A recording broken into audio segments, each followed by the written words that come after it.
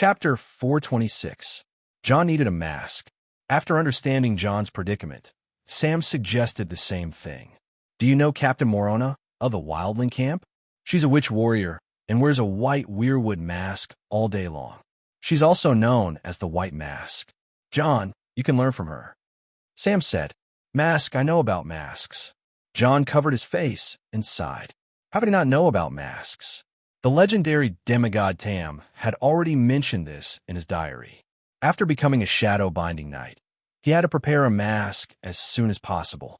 However, it didn't mean that shadow-binding knights couldn't see sunlight. Wasn't Melisandre also a shadow-binding knight? When had she ever been afraid of sunlight? Shadow-binding knights controlled the power of shadow and fire.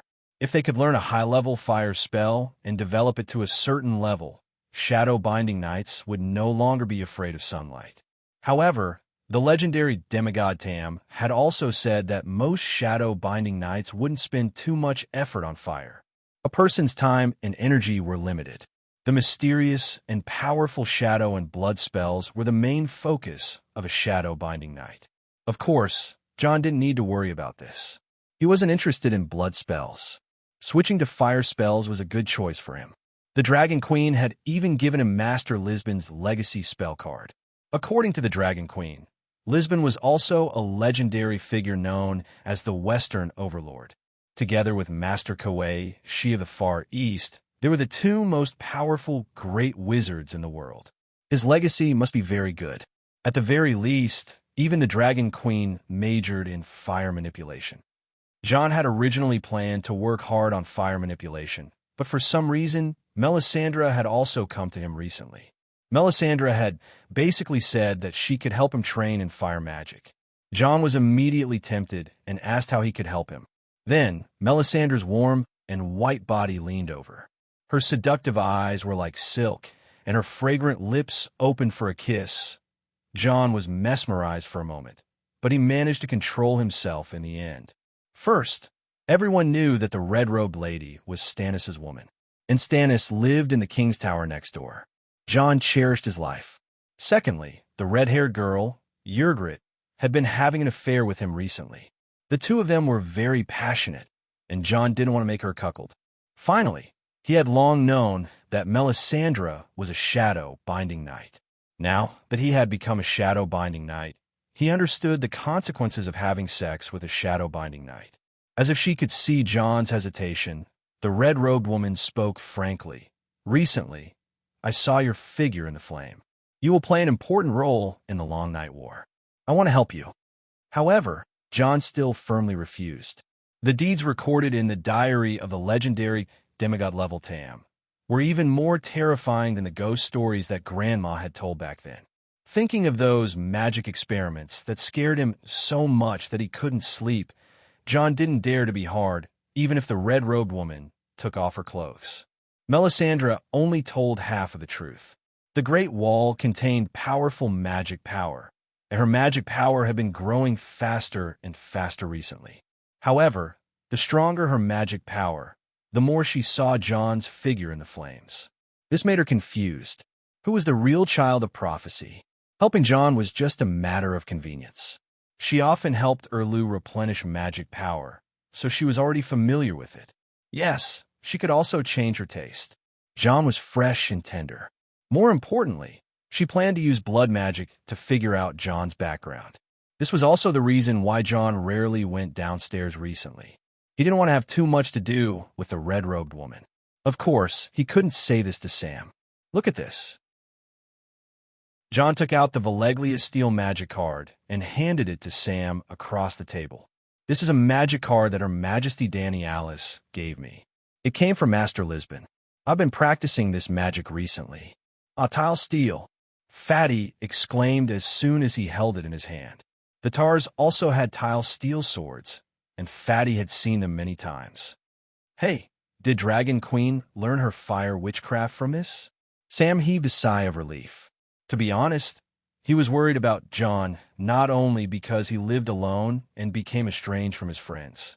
Recently, there were many rumors about John in Dark Castle. Spirit wolf, shapeshifter, wizard, blood magic, evil witchcraft. The Black-robed brothers were afraid of their commander-in-chief. Fat Sam looked at his friend with concern and advised, "John, you should tell everyone that you're practicing the fire magic that Dragon Queen taught you. It's the most effective fire witchcraft against deviant ghosts."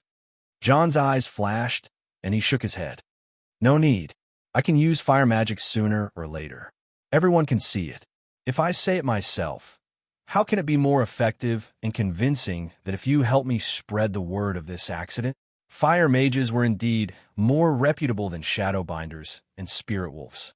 Moreover, Dragon Queen, who had a high reputation among the night watchers and barbarians, was also a fire mage. John apologized to Fat Sam in his mind.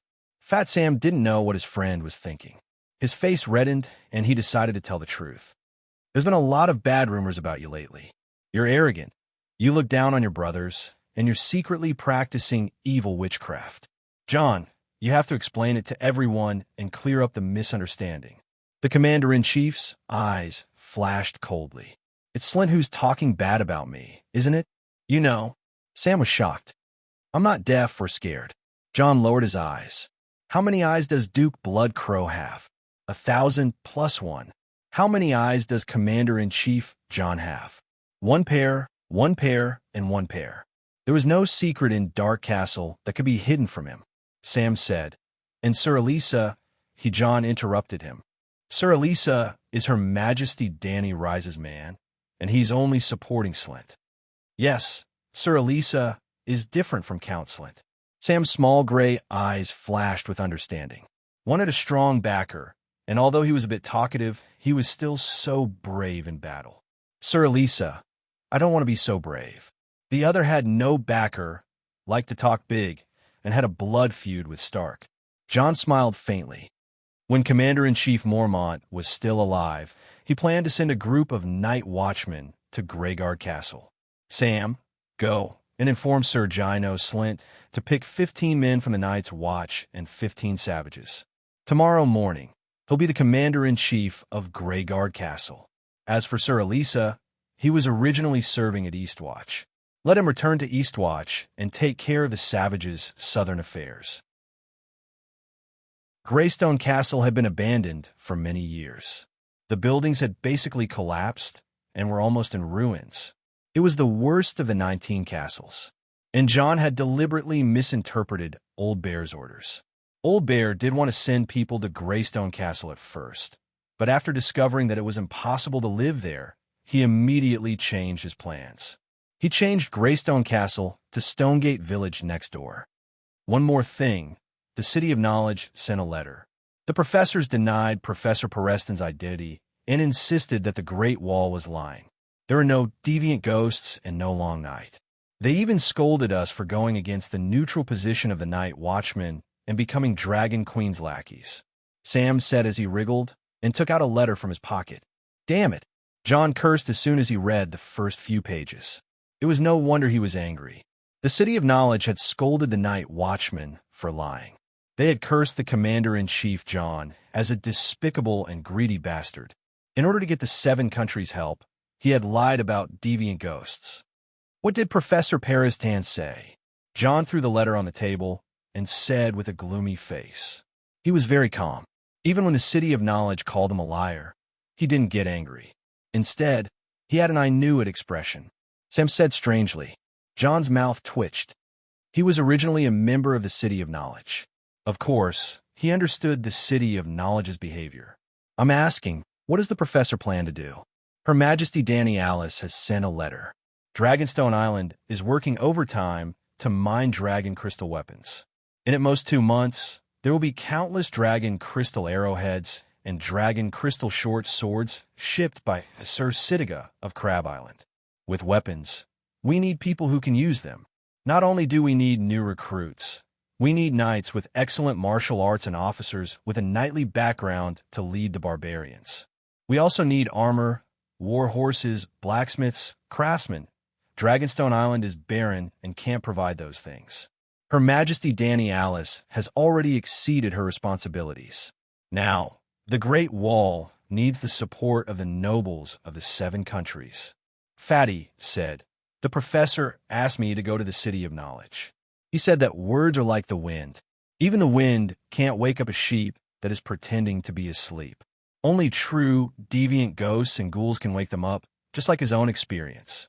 Okay, John nodded lightly and said, the reason why we spent so much effort to capture deviant ghosts is to let the nobles, the city of knowledge, the Iron Throne, the church, and the common people see it with their own eyes, to let them know that the long night is coming. After thinking for a while, John added, I will appoint Darion as the new wave raven and let him accompany you to the south. The noble's reaction is still uncertain. We have to be more diligent and recruit more brothers. The night watchers were called ravens because of their black clothes. The night watchers who were in charge of recruiting new members were called wave ravens. The wave ravens didn't need to be stationed at the Great Wall. They wandered around the 7 countries and brought the resources, money, and prisoners given by the feudal lords to the Great Wall. The most famous wave raven was Yoren, the night watcher who saved Arya at the King's Landing. In fact, old Yamant was also a wave raven now. Yamant went home with his great-granddaughter to retire, but he still belonged to the night watchers in name. He just changed from a scholar to a wave raven. The wave raven Yamant was in charge of collecting dragon crystal weapons. He didn't work for a day, but he completed the task well. Which deviant ghost should I bring to the south? A small deviant ghost or a big deviant ghost with its limbs cut off? Sam asked. The big deviant ghost, of course, John said without thinking. John, have you thought about it? The big deviant ghost can resurrect the dead. It might resurrect the same person as it walks, Sam said seriously. Then kill it. Kill it with dragon crystal weapons. The corpse ghost it resurrects will become dead again, John said. What am I going to show the city of knowledge after killing it? Sam said with a straight face. John was also stunned. Why don't we bring both deviant ghosts? I'll ask Melisandre if she can make a magic seal to seal the deviant ghost abilities. Sam nodded and asked again, when do I leave? When White Knight Dragon Queen arrives, I'll go south with the barbarians or... John immediately said, the sooner the better. Prepare your luggage tomorrow and leave the day after tomorrow. Go to the East Sea Watch first and ask Carter Parker to arrange a ship to send you to Bravos. Then, hire a fast ship from Bravos to the Old Town. But if I bring deviant ghosts and corpse ghosts, will they allow me to board the ship? Sam hesitated. We have money, John reminded him. He waved his hand and said generously, 5,000 gold radiance coins for travel expenses. It's enough for you to stay in the first-class cabin and drink Chinting Island's golden wine every day. We can lock the deviant ghosts in a box. There's no need to be so extravagant, Fatty laughed. An obscure light flashed in John's eyes. He said in a low voice, take Jilly with you too. Chapter 427. That's how it is. It's so sudden and legendary that even I don't know what to do. Varys, whether it's true or not, I can't help but say respect to him. Dany sighed. Varystan frowned and thought for a moment before asking, Your Majesty, can you confirm whether John Clinton is real or not? Well, after discussing with the old man to no avail, Dany began to contact the White Knight on the Stone Steps archipelago. Mental projection, and Little White had also landed in the torture abyss. The Royal Navy Yamen. It was the wooden house that the King of Dimensional Water had built by the bay. I'm sure of that. John Clinton knows that you're my White Knight, and he even met me as your old friend, Dany said. If Sir Clinton is sure of little Aegon's identity, then he might really be Rhaega's child, Barristan said in a low voice. Why? Dany asked curiously. Because... Barristan's eyes drifted. After hesitating for a moment, he gritted his teeth and said, John Clinton admires Prince Rhaega. He wouldn't lie about something like this. Are you kidding? Dany's mental projection flickered like a color TV with a bad signal. Actually, this kind of thing is very common among the upper echelons of Westeros, such as Duke Renly and Knight of Flowers Loras. Even in Slaver's Bay and Cayuan City, aren't there many beautiful boys? Barristan's tone was strained as he said something that even he found hard to accept. Indeed, it's time for Big Sparrow to clean up the Westeros. Dany sighed with a hand on her forehead. Dany, who said this, didn't know that her original body, Dany Rise, was also a little girl who liked both men and women. Barristan said awkwardly, "Other than the White Knight, no one else knows about the matter between John Clinton and Prince Rhaegar. For the sake of the prince's reputation, it's best that you don't spread it. You also know that this is bad for your reputation?" Dany rolled her eyes. Well, it was normal for Westeros nobles to be gay, but the behavior itself wasn't accepted by public opinion. The Church of the Seven Gods explicitly forbade XX between people of the same sex. Committing the crime of homosexuality was almost as serious as selling slaves. But in the decades of brutal war against the armed forces of the Church, Targaryen had almost pulled out the backbone of the Church. Monarchical authority completely suppressed theocracy, and the Church of the Seven Gods became a potted plant in the hands of the king, where he could plant it wherever he wanted. Without a backbone, the Church began to rot from the inside. The archbishop became a frequent visitor to the brothel, and deceiving beautiful little boys became their specialty. The dogma of the Seven Stars Bible was reduced to waste paper. From a neutral point of view, Dany had to praise Big Sparrow for what he did at King's Landing. Regardless of whether his actions had the purpose of pursuing power, he had finally cleaned up the evil trend that had pervaded the upper class of the Seven Nations. In short, with Sir Clinton's feelings for Prince Rhaegar, he would never get a fake to pretend to be the prince's bloodline, Barristan emphasized again. Ha! No matter how stupid Varys is, he wouldn't conspire with John Clinton to fake it, Dany said with a faint smile. Sir Clinton and Robert could be said to be brilliant jade back in the day. With his intelligence and wisdom, it would be difficult to deceive him, Barristan said. Intelligence and wisdom. Dany smiled bitterly. Can I believe in the wisdom of a fool who could fight a terrible battle like the Battle of the Bell? The Battle of the Bell was terrible? Where did that come from? Sir Clinton's upholding of honor is worthy of praise from a true knight. Barristan was puzzled. Forget it, whether Clinton is smart or not. We have to investigate ourselves. You immediately ride Whitey and go to Dragonstone Island to find Bronn, and let him personally go to King's Landing. Little Aegon's substitute is the son of a tanner in Stinkwater Bay, and the tanner is a big drunkard. He should have a few older brothers, and his mother died giving birth to him. This identity should be clear. King's Landing is not Volantis, where there are silver-haired, purple-eyed residents everywhere. Finally, Dany emphasized seriously, tell Bronn that only he and I know about this. I understand, Barristan said solemnly. On the other side, the Dragon Queen had all sorts of suspicions about little Aegon's identity. On the other side, Clinton and the others could not sleep at night, anxiously discussing the Dragon Queen's calm attitude after seeing her nephew. I can feel that she's suspicious of me. Little Aegon was a little dissatisfied, a little resentful, and also a little helpless. She's being cautious.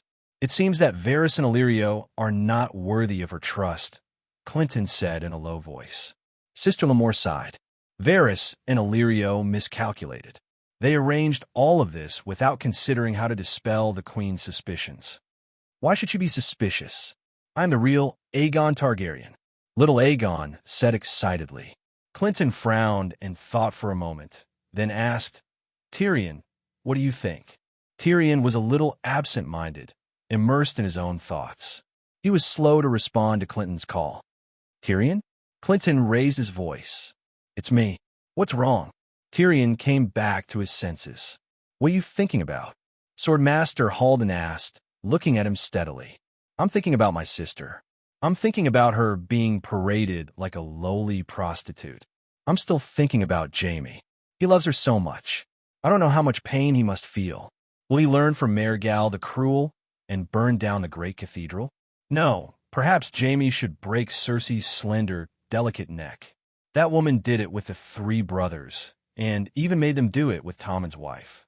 Jaime was never a generous person. That day, when Robert brought his family north to Winterfell, Robert got drunk and climbed into the Wheel Palace. when he climbed on top of Cersei and ravaged her like she was the cheapest prostitute by the roadside. Jaime had drawn his sword. If he hadn't stopped him, Robert would have followed in the footsteps of the Mad King. Cersei had many men, but Jaime had kept his chastity for her all his life. He had never touched any other woman except her. The stronger the love, the stronger the jealousy, the stronger the hatred. It would be good to let Jaime kill the foolish and crazy Cersei. Didn't you see how much the Dragon Queen hated Lannister and looked at Cersei in a different light? Oh, the Dragon Queen likes me too. She was right. A dwarf son piercing his father's genitals with a crossbow is something that all Lannister's enemies would love to see. The Dragon Queen was a ruthless person. So ruthless, so smart, so courageous, the Dragon Queen hated Lannister. Where would the future Lannister and Casterly Rock go from here? Smack! Clinton slapped the little devil's head, waking him up completely. Have you drunk too much? He scolded. On the other side of the world, there's green Pavilion Island golden wine. A cup costs at least a gold coin. Can't you drink more? Tyrion rubbed his broken nose and laughed. After hearing everyone's questions, Tyrion didn't even think and immediately said, "It's obvious. Everyone has personally interacted with her. She is a wise ruler, a queen who looks down on the world. She is not a puppet in Varys' puppet show. She won't believe whatever Varys and Illyrio say." He met little Aegon's dissatisfied gaze and gave an example. Think about it. If one day you climb to the Iron Throne and then a silver-haired middle-aged man appears in front of you, calling himself Rhaegar Targaryen. He faked his death at Ruby Beach, and the person whose breastplate was shattered by Robert was a substitute he arranged beforehand. The real Prince Rhaegar has been hiding in the countryside, learning how to rule the country. Now that his son has taken down the country, and he has made progress in his studies, he can achieve great things on the Iron Throne. So he comes back to inherit the throne. What do you think? My father is not a coward. He will not run away from his battle. Little Aegon was so angry that his nose was crooked.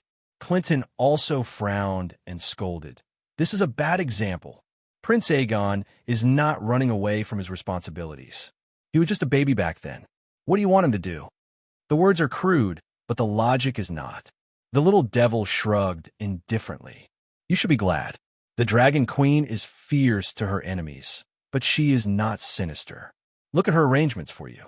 The luxurious palace at the top of the pyramid. Even Scholar Sai and Sister Lamore have a single bedroom with matching maids. If it were my sister, I'm not here to beg for food.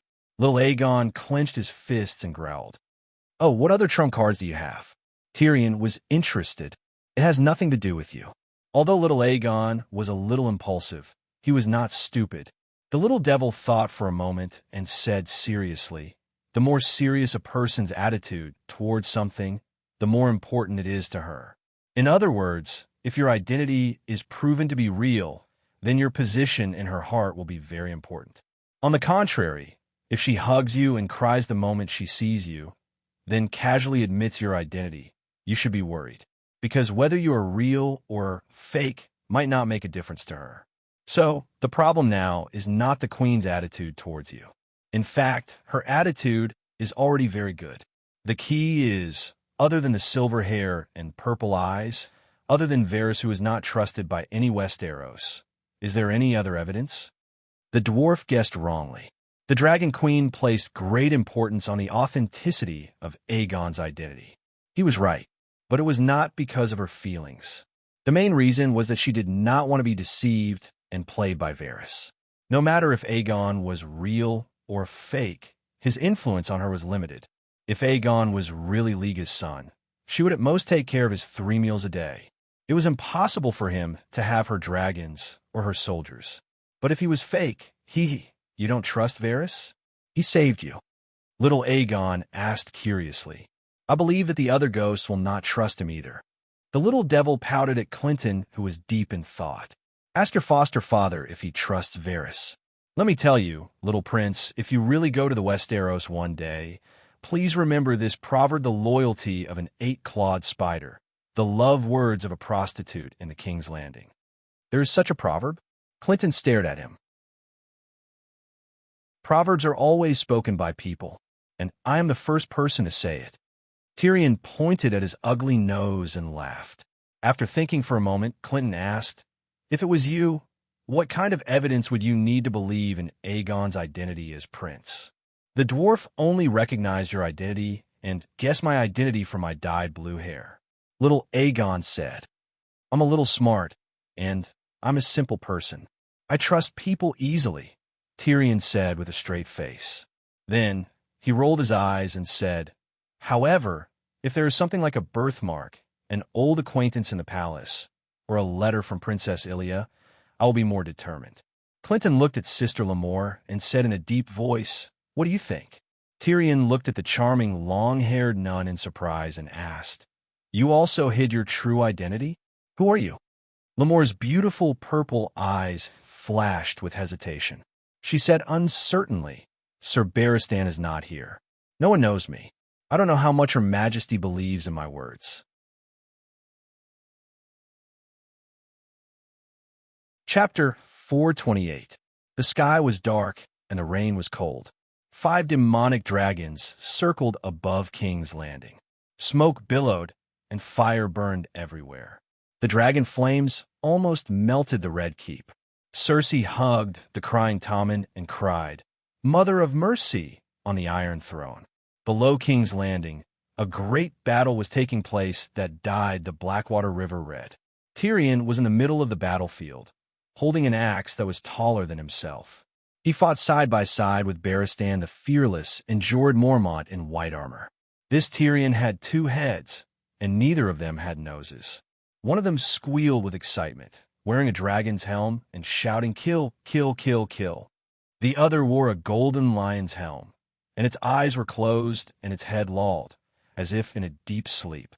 Duke Tywin was the commander of the enemy. He rode out of the formation on a tall horse, while Jaime and Sir Kevin were beside him. Behind him were Aunt Xena, Cousin Lancel, and the rest of the Lannister in full armor. Behind them were countless soldiers in golden robes and lion helmets. At this time, the Unsullied and Dothraki centaurs rushed toward the gold-robed soldiers like a tide. "Hear my roar." Duke Tywin pointed his sword at the enemy and shouted, "Kill all the dragons. Wash King's Landing with blood. Don't let a single Lannister go." The queen on the demonic dragon replied coldly. Tyrion was unstoppable. He rushed to Duke Tywin and cut him and his horse in half with one swing of his axe. "Ha ha ha!" Tyrion held his blood-stained axe and laughed maniacally. "Bastard!" James, who was wearing golden armor and wielding a golden sword, roared as he rushed over. Tyrion was not afraid. Jaime in golden armor did not have a right hand and was no match for him. Tyrion used his axe to smash Jaime's iron armor, smashing his face into a pile of red paste. Every time he smashed his face, he would laugh loudly. Then it was Aunt Xena, all his cousins and uncles. When the battle was over, Tyrion suddenly turned around and realized that his other head was sobbing. "Ha ha ha! Kill, kill, kill! Woo, woo, woo, woo!" The warm morning light shone through the skylight, casting a golden beam of light in the bedroom. On the feather bed, Tyrion mumbled to himself as he tried to avoid the direct sunlight. Bang, bang, bang. "Tyrion, little devil, get up." The sounds of knocking on the door and shouting were as distant as a folk song from the other side of the mountain.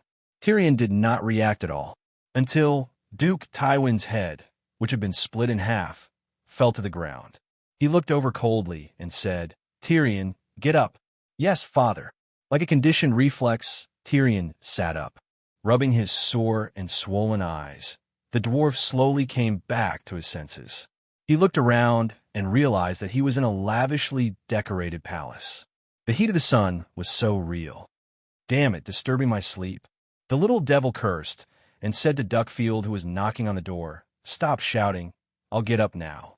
Reaching out to support himself on the pillow, Tyrion's expression froze. He turned around and saw a wet patch on the white feather pillow. "Dad, you can only scare me in my dreams now." Tyrion cracked a smile that was uglier than crying. He pulled the blanket away and prepared to get off the bed. But just as he moved, his body froze again. He looked down and saw that his little brother was holding his head high.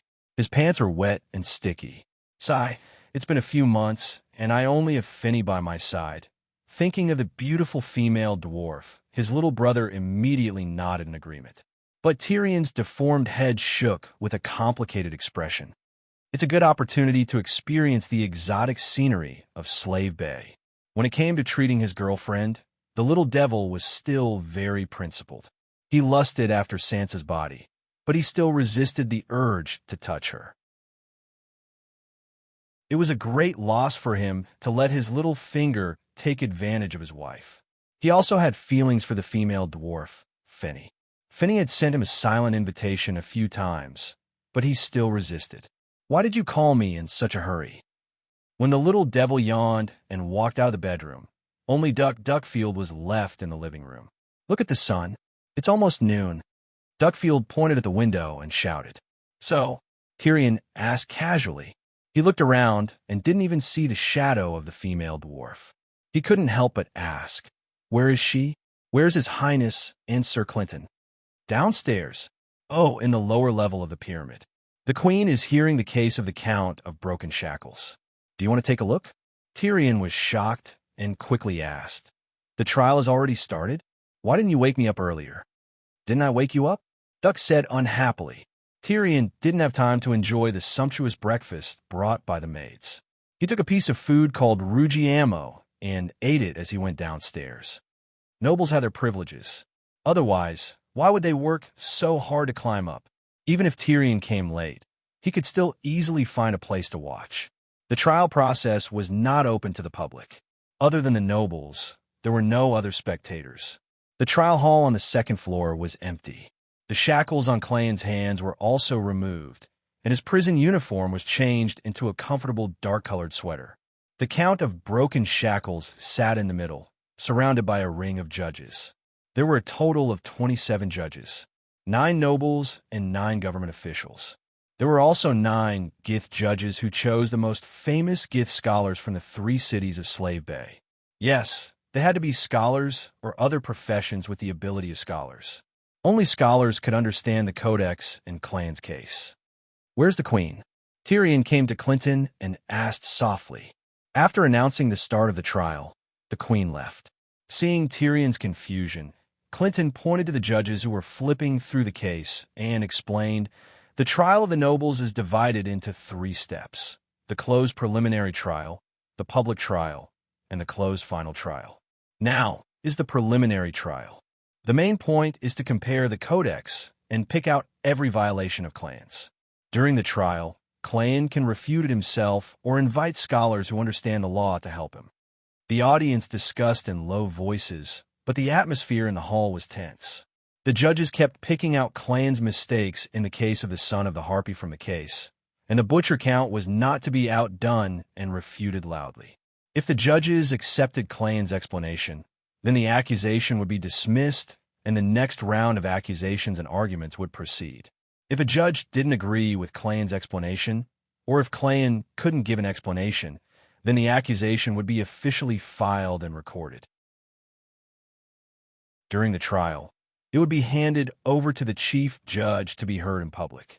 Because there were 9 highly respected Gith judges, it was difficult to miss obvious violations of the law during the preliminary trial. "It seems quite fair," Tyrion muttered after listening for a while. Then, he thought of himself in the purple wedding case. If it was according to the Dragon Queen's Codex, he probably wouldn't have a good outcome because too many witnesses' testimonies were against him. "Let's go.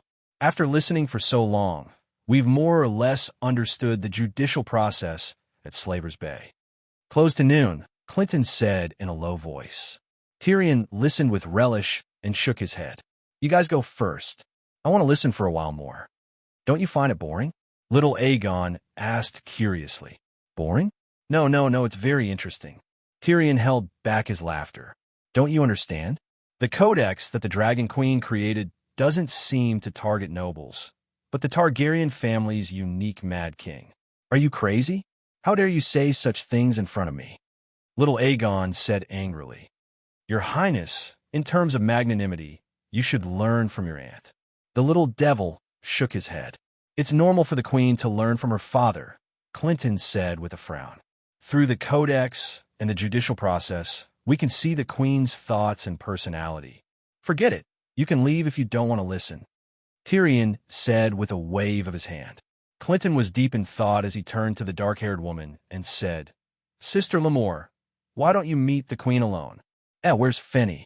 Seeing the woman's graceful back, Tyrion, who had not had sex for many days, felt his heart skip a beat. Then, the female dwarf's face appeared in his mind. Only then did he realize that Fenny wasn't in the courtroom. Where did Fenny go?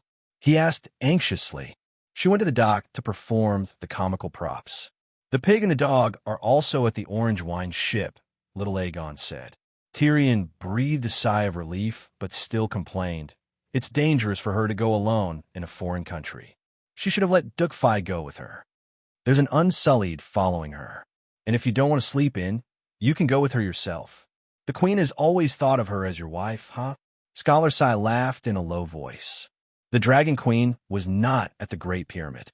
After breakfast, she went to the hall on the second floor to announce the official start of the trial. Then, she rode out of the city under the protection of the Blood Guards. Her Khalasar had been nomadic between Meereen and Astapor and had recently come to the vicinity of the Worm River. The Dragon Queen wanted to get together with her people and reorganize a few thousand roaring warriors at the same time. After Lamore learned from the Centaur, made that the queen would only return at night, she was curious about how the queen commanded the Dothraki. So, instead of waiting at the pyramid, she asked a 12-year-old unsullied to take her outside the city to find the queen. The nun's riding skills were unexpectedly good. It only took her half an hour to run more than 10 kilometers northeast along the Yellow Road. The little unsullied almost couldn't catch up. Finally, on a grassland, the mature woman whose cheeks were red from running saw the queen. No, the Khaleesi's Khalasar. Countless yurts rose from the ground. Although there were many of them, they were arranged neatly. A man-made ravine separated the yurts where the centaurs lived from the pasture. The centaur women were busy between the tents, and children were running and playing. On the other side of the ravine, there were old centaurs leisurely riding their horses and herding their cattle and sheep on the grassland. The herds were scattered across the vast land, and there was almost no end in sight. On the other side of the grassland, where the cattle and horses had already eaten the pasture, thousands of knights galloped on their horses, shouting words that she could not understand. The ground also shook slightly. She could vaguely see that the leader was a white horse, carrying a valiant female knight. Her silver hair was braided and decorated with bells. She wore a Dothraki vest and was dressed like a female call.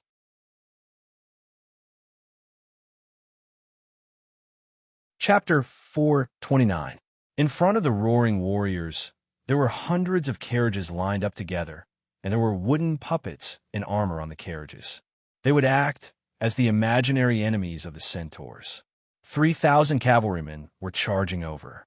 Light arrows, ready. The female called Dany suddenly shouted. She let go of the reins and stood up from the saddle. She took out an arrow from the quiver hanging on the saddle, knocked it, and drew her bow. The little silver horse under her seemed to be connected to her mind. It changed direction without slowing down and streaked past 30 meters in front of the carriages. Shoot! Whoosh! Dany shot out an arrow without aiming at a specific target. It flew into the sky in a parabola and landed on a carriage. She then quickly took out a second arrow and shot it out. Shoot! The thousands of cavalrymen behind her shouted at the same time. Then, they did the same thing as her, riding their horses and shooting. Buzz, there was a muffled sound of bowstrings vibrating. In an instant, the sky darkened. Arrows rained down on the carriages that were used as targets. Sister Lamore stood on a hill and saw the entire process. The centaur cavalrymen were like a flexible snake that slithered in front of the carriages. Their movements were smooth and fast. It was as if all the cavalrymen were controlled by a single will. Starting from Dragon Queen to the last cavalryman leaving in an arc in front of the carriages, it took about 2 minutes. Then, 2 minutes of continuous arrow rain fell from the sky above the carriages. What was terrifying was that the density of the arrow rain was uniform. There was no more and no less. This meant that the 3,000 cavalrymen were maintaining the same rhythm as Dragon Queen. Then, they shot 2 more times a high speed. They used a short arrow and a heavy arrow respectively. Then, the cavalrymen disbanded. Calixi brought the Blood Alliance into the carriages to check the effects of the attack. 3 different types of arrows were used for the 3 mounted archery missions. Light arrows with bamboo shafts, heavy arrows with thickened arrowheads, which were armor-piercing arrows, and short arrows made of thin brambles. The arrowheads were shorter, but heavier than the light arrows. The Blood Alliance guard Rakarov reported to Calixi, "The light arrows fly the furthest, and the armor-piercing arrows have the shortest range. But the light arrows have almost no killing power. They can only pierce through 1 layer of leather armor. Most of the short arrows could pierce through leather armor, and a few could even pierce through mail armor. Only the armor-piercing arrows are effective against plate armor and arc-shaped shields, but their range is limited. Over 50 meters, they have almost the same effect as short arrows." What suggestions do you have? Is there any practical use in using the 3 types of arrows together? Danny asked. She was learning from the Mongols. The Mongolian cavalry was equipped with 2 bows and 3 types of arrows. The shape of the armor-piercing arrow changed according to the enemy's armor. One was a normal bow for the horse, and the other was a more accurate bow for the horse. However, the invincibility of the Mongolian cavalry did not only depend on 2 bows and 3 types of arrows. Danny could not just copy it mechanically. She had to consider the actual situation. Moreover, she only had a smattering of knowledge about the Mongolian army's formations and weapons. It was all written on television, so she couldn't be sure if it was true or false. Blood Alliance guard Xiao Gu said, "In the Sea of Grass and the other colossus of the Call, there is no strict categorization of arrows. We also have curved blades. If arrows can't solve the problem, then rush up and use a scimitar to solve it." What if the scimitar can't handle it? Cut off the braid and surrender? Danny asked. If the scimitar can't handle it, 100 types of arrows can't either. Xiao Gu patted the steel scimitar at his waist. The scimitar is the ultimate weapon. Think about the Battle of the Unsullied. 3,000 Unsullied defended Kolar. If we were to equip armor-piercing arrows on a large scale and use the tactic of circling the enemy to wear them down, would we lose and become a laughingstock in history? Danny said with a straight face. She felt that the reason why the Dothraki did not equip armor-piercing arrows was purely because they were poor and did not have enough fine iron to make armor-piercing arrows. "Khaleesi, I have an idea." Kue Luo stepped forward and suggested, "We centaurs only have light cavalry. This is not right. I think we can use a mixture of light cavalry and heavy cavalry. The light cavalry will ride and shoot at the front to disrupt the enemy's formation. Then the light cavalry at the front will bypass the enemy's formation, just like what Khaleesi led us to do. This will give space for the heavy cavalry at the back to charge. The heavy cavalry will charge at the enemy's scattered formation. Finally, the light cavalry will circle around and follow behind the heavy cavalry. They will use their scimitars and bows to finish off the ground that has been plowed by our heavy cavalry." Danny looked in surprise at the centaur youth who was beginning to grow a black beard on his upper lip. In just 2 short years, this youth who was the same age as her had not only grown taller and stronger, even his intelligence had begun to increase. "Centaurs are not cowards. They cannot hide in their armor," Rakala muttered. Danny looked helplessly at her blood rider and said, "Rakalu, if it were 2 years ago, I would have explained it to you. Now, 2 years later, you're still saying such things. Aren't you a little too stupid? You are the same age as Kue Luo, and you're not as big as him. How can your intelligence be inferior to his?" Kue Luo was nearly 2 meters tall, and his chest was as thick as a wall. He was 1 size larger than the 2 blood rider. He eats dragon essence every day. Of course, he is tall. "The people in the Megalosaurus Guard are all big," Rakalu said. "Really?" Danny looked at Kue Luo in surprise. "It seems that dragon essence makes us stronger and perhaps smarter. However, I've been learning mathematics and history from Scholar recently. It is more likely that learning has made me smarter," Kue Luo said uncertainly. Danny looked at Rakalu and said, "Look at Kue Luo. He is so self-aware, even knowing to learn from scholar. Even if dragon essence is effective, it is far inferior to serious learning. Kue Luo, you are the leader of the Kiliarchs." With that, Danny promoted the Megalosaurus Guard. Jogo, Rakalu, each of you lead a 1,000-man team. Currently, her Colossa had 5,000 people, barely able to gather 3,000 Strak roaring warriors. Before today, the entire Colossa only had one Chiliarch, Danny. No wonder she was still so beautiful, even though she was almost 40. So, she was Ashera Dane. She was the most dazzling woman in the Heron Castle tournament back then. A peerless beauty who attracted Barristan and eyed Stark's bootlickers. "Yes, I'm Ashera. I'm sorry, Your Majesty. I didn't mean to hide my identity from you. It's just that other than Barristan, no one can prove my identity, and I'm not as famous as Sir Clinton." Ashereth said apologetically, "No, you're far more famous than Clinton. Arthur Dane's sister. Barristan's crush. I'd Stark's rumored girlfriend. Prophesied child Jon Snow's rumored mother. When I passed by Dorne, I even went to Starfall City to pay my respects to the white stone sword pagoda that killed you. You're very famous. Everyone said that because of Sir Arthur Dane's death, you were heartbroken and jumped off the white stone sword pagoda to commit suicide." Danny probed, "Your Majesty, Arthur's death indeed saddened me. But other than my second brother, I still have an older brother and a younger sister." The news was spread by the 8-clawed spider. He has the ability to make everyone believe his lies. Ashera smiled bitterly. That makes sense. Danny was deep in thought. Arthur was the second son, so he went to King's Landing to be a White Knight. Just like the White Bull, Geno Hightower, he was the uncle of the old man in Old Town and also the second son. Barristan, on the other hand, really viewed glory as his life.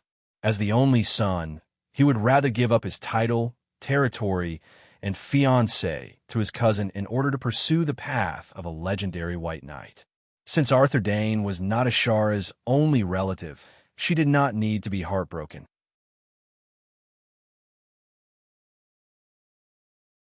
Chapter 430. Danny's contemplation was seen by Ashura, and she said solemnly, "Your Majesty, you don't have to doubt. Although I wasn't at King's Landing at the time, the letter was given to me by Varys's men. But I'm familiar with Princess Elia's notes and vocabulary, and I can confirm that it was the princess's handwritten letter." Danny came to her senses and asked, "Does Prince Dormartle know about this?" She didn't ask to see the letter. It was useless to read it. She didn't recognize Princess Dormartle's handwriting, and it could be imitated. Ashera shook her head and said, "Prince Dormartle doesn't know of Prince Aegon's existence." That doesn't make sense. Why didn't Princess Elia ask her brother for help? Perhaps the princess was worried that there were too many people in Young Halberd City, and it would be easy to expose Prince Aegon's identity.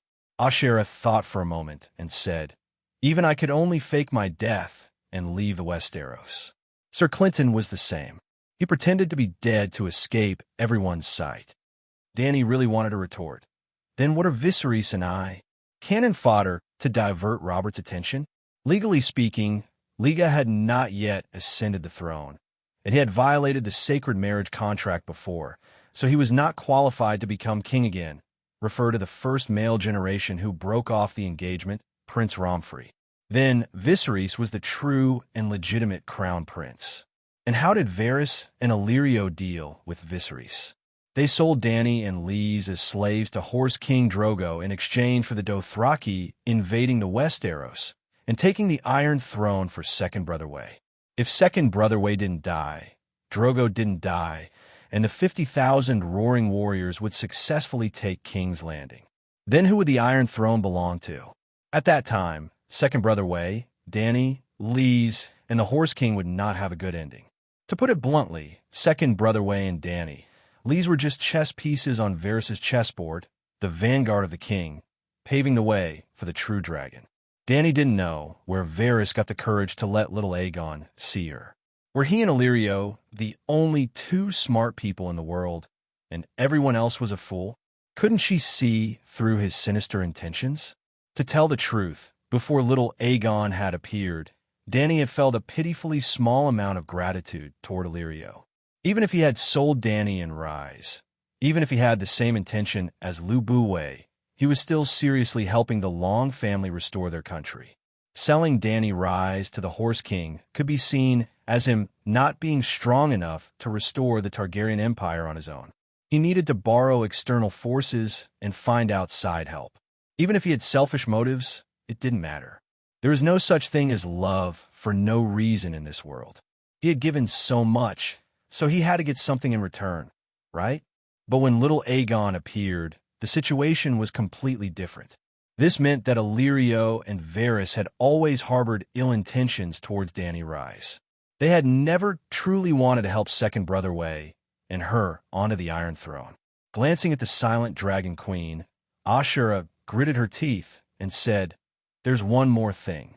Princess Illyrio wasn't sure if Aegon would restore the country.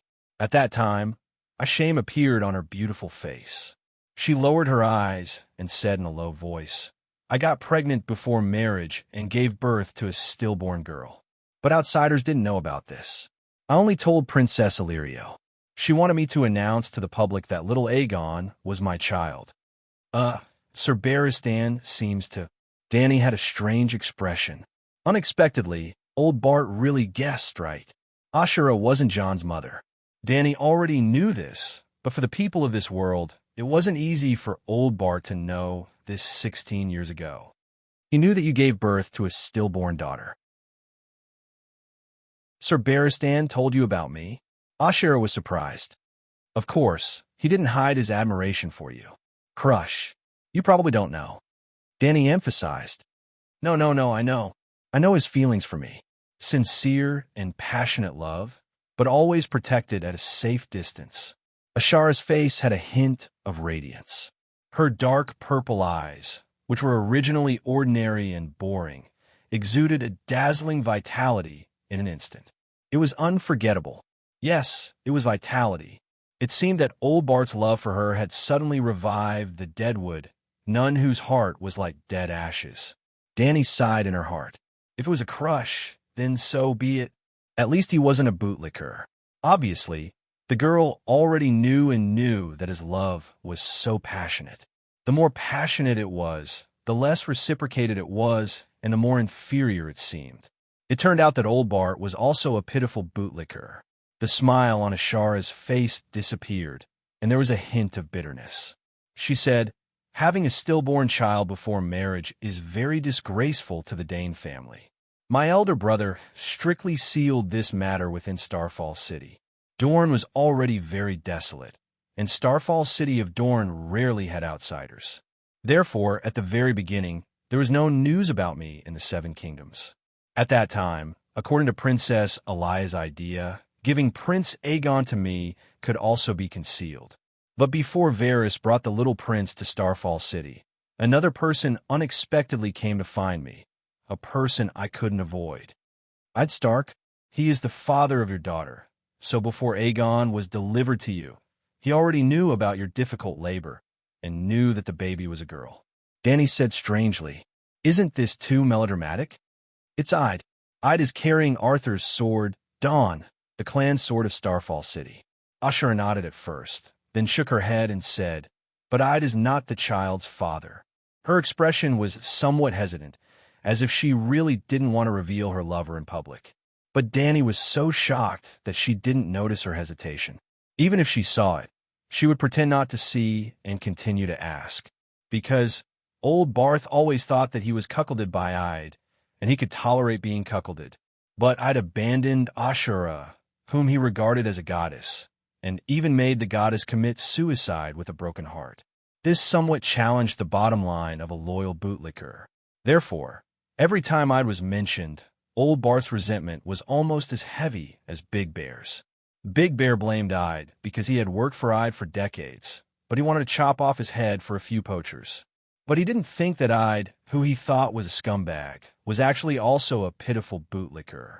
Yes, in that wrong spring, at the tournament in Hellenberg, Liga mistakenly fell in love with Lyanna, and Ide and Barristan also couldn't help but fall in love with the dazzling Ashura. Old Barth once recalled that at the banquet of the tournament, I'd blushed and peeked at Ashura many times, and the adoration in his eyes almost flowed out. At that time, Old Barth was also peeking at Ashura. I'd's eldest brother, Brandon, saw his younger brother's love for Ashura and repeatedly encouraged his younger brother to ask Ashura for a dance. I'd's face was so red that it was about to drip blood, but he was so nervous that he couldn't move. In the end, it was Brandon who walked to Ashura's side and told her that his younger brother admired her and wanted to dance with her. That night, Old Barth saw with his own eyes how happy Ide was when he danced with Ashura in the crowd. Don't doubt that Old Barth knew so much. A bootlicker who couldn't know every blade of grass and every tree around the goddess like the back of his hand wasn't a qualified bootlicker. Old Barth believed that Ide's love for Ashura was no less deep than his own. In this way, he could continue the lonely and glorious life of the White Knight and give the true love of his heart to the simple and honest northern boy Ide. Who would have thought that this simple and honest boy would become a scumbag and kill the goddess? So he hated Ide's hypocrisy, hated himself for trusting the wrong person, hated himself for not taking the initiative to confess to the goddess, hated himself for not defeating Rieger and giving the crown of love and beauty to Ashura. Not only did he confess to the goddess, but he also helped the prince escape disaster. Whose child is it? I mean, the person you loved back then. Danny asked repeatedly. Hesitation flashed in Ashura's eyes, and she said in a low voice, Brandon. Huh? Which Brandon? Ashura lowered her eyes and said, Brandon Stark, Ide's eldest brother. The expression on Danny's face was wonderful. Never would she have thought, really never would she have thought. In the wrong spring, Cersei was not yet an adult, little Rose was just born, and Ashura was the #1 beauty of the Seven Kingdoms. It was normal to be admired by Brandon, but he clearly knew that his brother took her as his first love, and he himself was engaged to Catelyn Tully long ago. What a scumbag to encourage his brother to confess to the goddess while secretly miserable, too miserable. The honest Ide and Barristan were miserable. No, Ide was even more miserable. Ide probably knew that his brother got the goddess pregnant. No, it was not necessarily Ide who was more miserable. After Brandon was killed by the Mad King, his fiancée, Catelyn Tully, was taken over by Ide. The elder brother made his younger brother's first love a cuckold. The younger brother made his dead elder brother's fiancée give birth to 5 children for him. The cycle of karma, retribution. I knew that you were pregnant with Brandon's child, so he came to visit his brother's illegitimate child. Then, when he found out that the child was having a difficult birth, Varys changed his mind and let you fake your death to leave the Westeros. Dany asked her questions skillfully, hiding the gossip she really wanted to know in the serious business. Varys and Princess Elia had different thoughts from the beginning.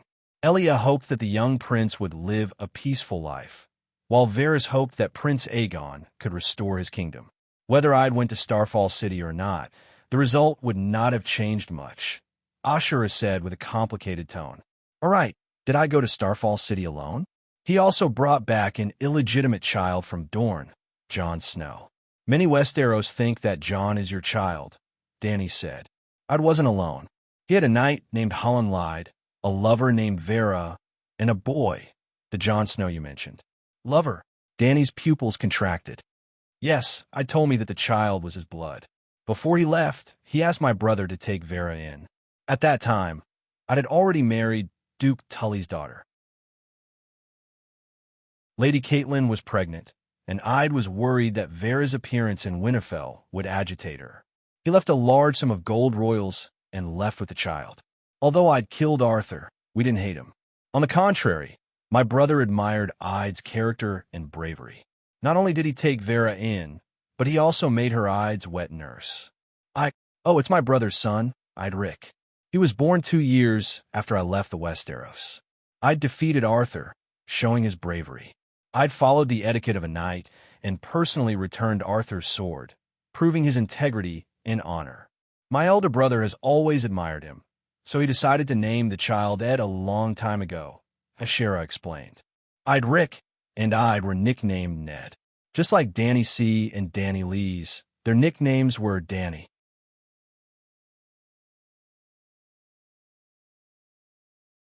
Chapter 431. Is Vela still in Starfall City? Danny asked again. If nothing unexpected happened, she should still be here. My elder brother is very good to her and arranged for her to marry a knight instructor under his command. I heard that she gave birth to several children. Danny could not help but admire Ide. To be able to think of settling Vela in the remote Starfall City, this was very smart. To keep this insider who knew the fatal secret, this was very benevolent. You have never suspected? She asked again. Suspected what? Asher was puzzled. Ide is lying. Why would he lie? Moreover, Ide is an upright person.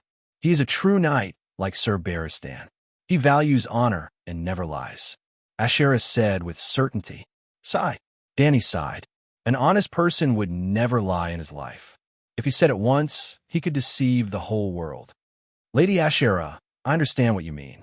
Since Princess Elia did plan this, then Aegon must be her and Liga's son. Danny said seriously. Hearing the Dragon Queen personally admit little Aegon's identity, Asher finally let out a sigh of relief.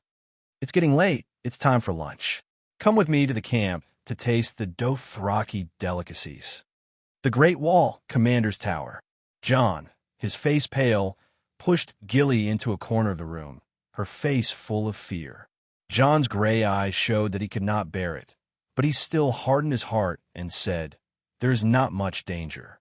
When Sir Gerald Dane's fleet arrives, your son will go south with the freedmen. Ho-ho! Gilly sobbed softly. Why not someone else? Why me? You are the barbarian prince's wet nurse. He and your son are inseparable. Stannis cannot tell who is who. Moreover, you are braver than the other freedmen. Gilly looked at John hopefully and said, The barbarian prince can rely on the Dragon Queen. You also said that the Queen's fleet is coming, so the King of Hearts doesn't dare to touch him. John let go of Gilly and paced back and forth in the room with an irritated expression. He worriedly said, You don't understand how much the Dragon Queen's dragon stimulates Stannis. If he wanted to summon the magic dragon, he needed the king's blood. He needed a large amount of the king's blood. He even told me what he thought without hiding it. Mance Rayder can balance the barbarians beyond the Great Wall, so he's not in danger for the time being. But his son might not be. Where's the queen? Doesn't she care about this? She's at Slaver's Bay, too far away. Even if she wanted to interfere, it would be too late. Rest assured, when Stannis does indeed intend to sacrifice the little prince, I will tell him the truth. Your son doesn't have the royal bloodline. Even if you sacrifice him, you won't get Lalo's response. At most, Stannis will be angry with me, but he will not harm your son. I swear I didn't lie to you. John comforted her. Your oath is useless.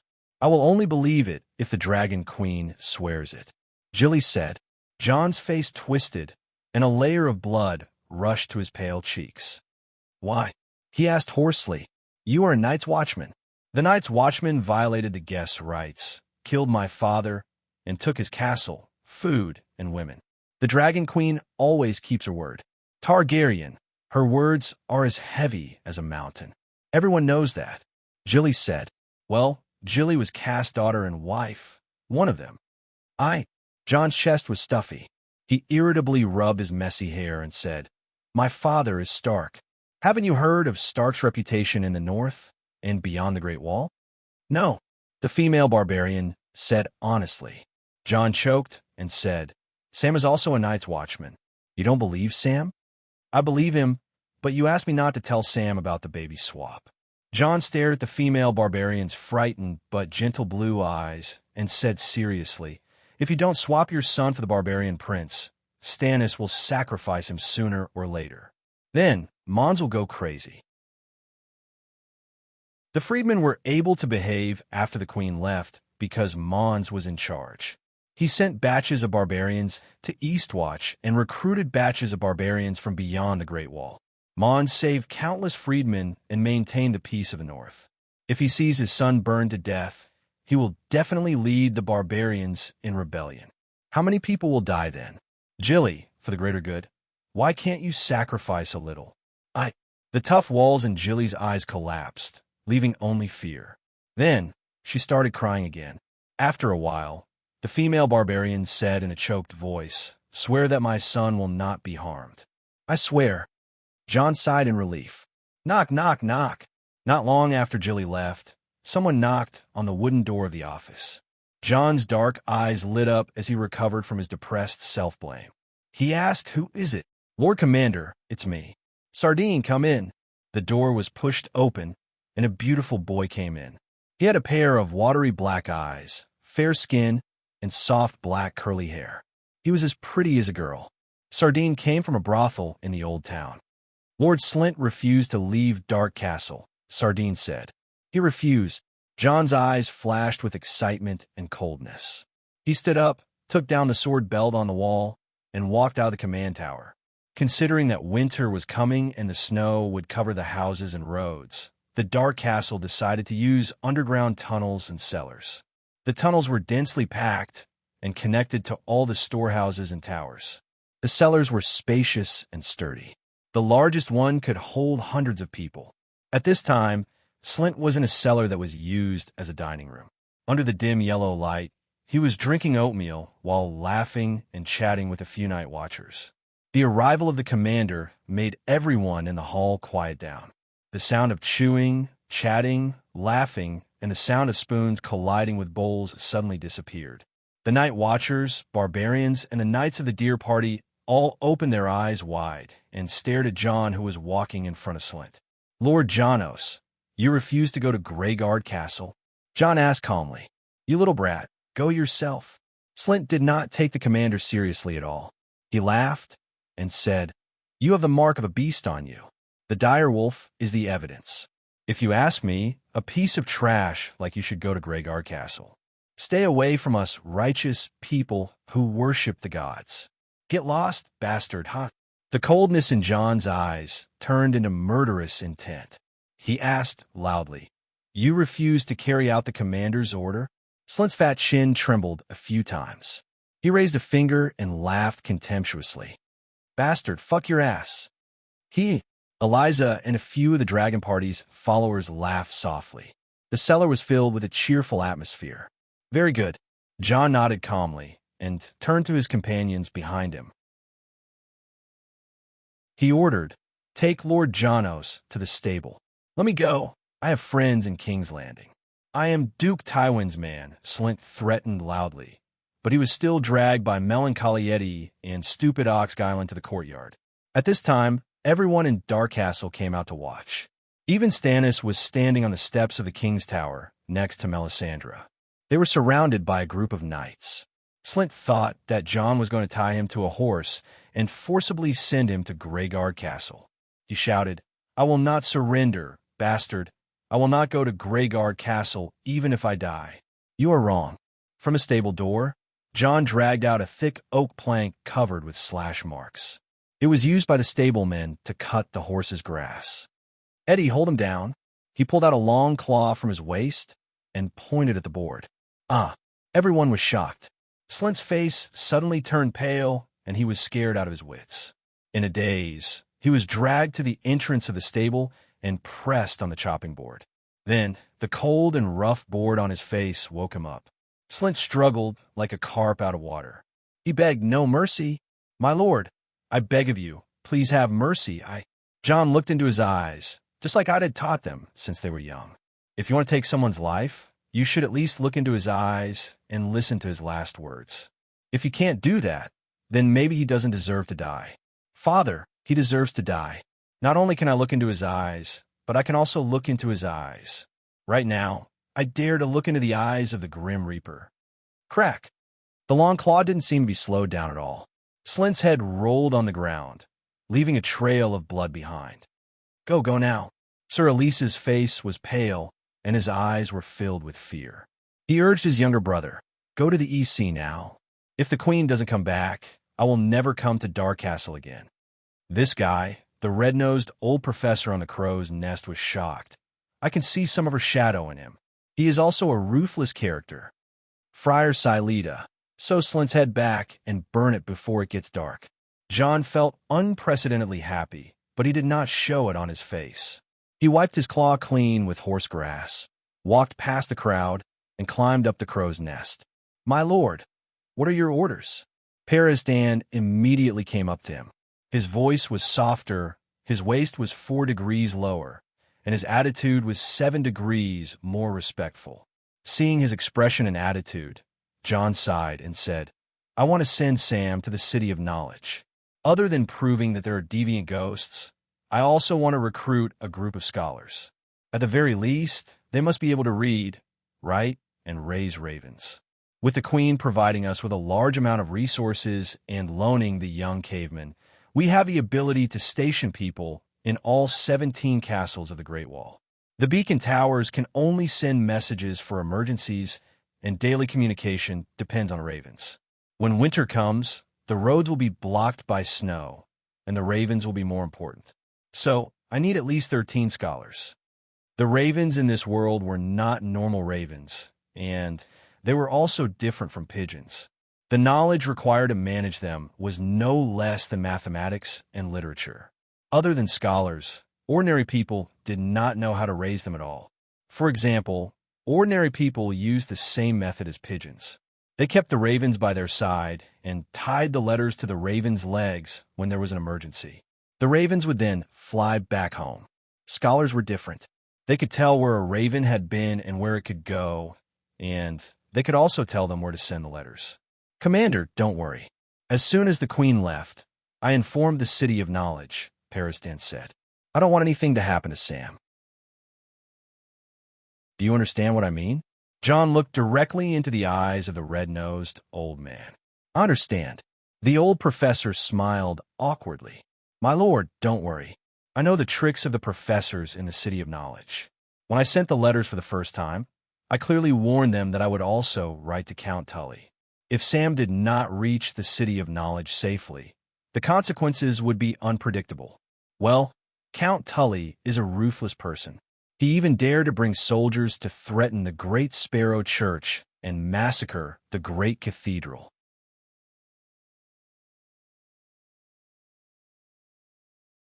Chapter 432. Professor Perisdan comforted the commander-in-chief. "Actually, you don't have to worry about the lack of scholars. With the Dragon Queen's temper, it would be strange if she let go of the City of Knowledge so easily. In less than half a year, there will definitely be a large number of professors and scholars exiled to the Great Wall. If you want, you can even build an elementary school in the Dark Castle, and I will be the manager." Huh? At the end, the red-nosed old professor laughed proudly. John looked at the red-nosed old professor strangely for a while. His lips moved, but he did not say anything. Then, continue to ask the lords for help. Tell them that the long night is coming and to help the Great Wall as soon as possible. John emphasized with a complicated tone, "We need knights. There are too many lone barbarians. We need honorable and capable knights to manage them." The old professor shook his head and cursed. "The nobles have no honor. They're all asking about the 50 gold royals. They said that if the Great Wall immediately fulfilled its promise, each night watchman would cost 50 gold royals, and they would send as many night watchmen as they wanted. Damn it, they're treating the honorable night watchers as slave traders. If they were really buying and selling slaves, a slave warrior would not be worth 50 silver deer at most. 50 gold royals is the reward given by the Dragon Queen to the night watchers after the long night. The nobles have no right to take it." John frowned. The old man spread his hands and said helplessly, "I said the same thing. Then they call me a fake Perisdan. Speaking of which, I have to defend the City of Knowledge. The professors and I violated the rights of the guests. We are terrible, but no matter what, the integrity of the scholars is much higher than that of the nobles. The reason why we are terrible now is because the nobles of the 7 kingdoms are 10 times worse than us. They even pulled down the lower limit of the scholars." John glared at the red-nosed old professor and said, "When Sam brings the deviant ghost to the south, the nobles will change their minds. Just like you said, the City of Hope has a higher bottom line than the knights." After leaving the crow's nest, John saw Melisandre in the courtyard again. She seemed to have known that he was going to find her, and was waiting there. John slowed down and walked over without hesitation, asking, "Can you ensure that the deviant ghosts lose the ability to revive the dead and not melt?" "Perhaps," the red-robed woman said. "Maybe?"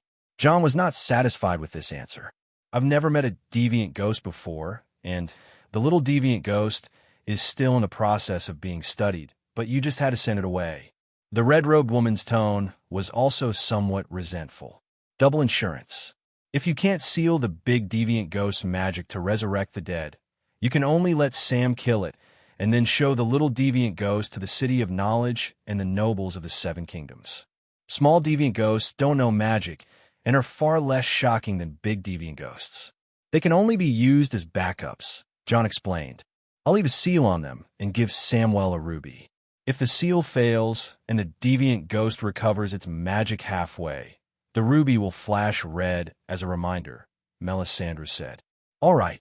John heaved a sigh of relief and turned to walk towards the command tower. Melisandre walked a few steps closer to John and held his arm. Before he could break free, she said, "John, as a newbie shadowbinder, don't reject my friendship." Even through the woolen sweater and leather jacket, John could feel the astonishing heat from her soft body. She pulled his rough hand up and pressed it against her heart. "Yes, do you feel it? Magic is vast as the sea." John's hand was trembling. "My body is completely made up of flames and shadows. I no longer need food, water, or air a long time ago. One day, when I complete the mission Lalo gave me, I will ascend to his kingdom. Do you understand what this means? Kings who have passed away, unborn children, I want to communicate, and there's no place I can't go. Time drifts, seasons change, I want to travel, and I can reach the end. John, do you understand this realm?" The red-robed woman gently blew into John's ear. "I am the god of shadowbinders." John pursed his lips and said indifferently, "I'm not a shadowbinder. I specialize in the fire sorcery that Her Majesty Dany Rise taught me. It's a pity that she didn't receive the complete legacy of the great sorcerer. Why don't you let me guide you to grasp the secrets of the holy fire?" Melisandre smiled. "I'm not interested in the holy fire. As a night watcher, the secrets of the holy fire are useless to me," John said. "Ha! How can it be useless?" Melisandre smiled. "The holy fire can reveal the truth. With the holy fire, you can see through rocks and earth, and see the darkest secrets in people's souls. John, I saw you in the holy fire. You can't escape. I'm at the Great Wall. I won't escape. No matter what happens in the future, I'm not afraid. You can't scare me." John retracted his right hand and broke free from the red-robed woman's arm. The red-robed woman smiled. "Lord Snow, you're nervous?" John didn't want to admit this, so he changed the topic. "Why did you come to the Great Wall? Why did you come here from Asha?" The red-robed woman raised her head, and the gem on her neck shone with red light. She said as if she was singing, "A long time ago, I dreamed of the Great Wall. I know it better than you Night Watchers. It contains the knowledge and wisdom of our ancestors. It's the door to the world. What happens here will affect the entire world and decide the direction of the next era. The Great Wall is where you should come. It's where the Dragon Queen should come. It's also where I should come." "I don't know what you're talking about." John ignored her and strode toward the top of the tower. "You'll understand." Melisandre looked at his back and muttered. Passing through the ghost shadow forest and the ice plains with sparse ironwood, in a land of eternal winter in the extreme north, there was a tall hill covered with weirwood with red palm leaves. Weirwood as thick as a person's arm, as thick as a finger, as thick as a bowl, and countless white tree trunks were squeezed together. It was like the burial ground of the gods. Below the hill, it was a world, an underground world that belonged to the children of the forest. Under Sam's guidance, Bran left the Great Wall.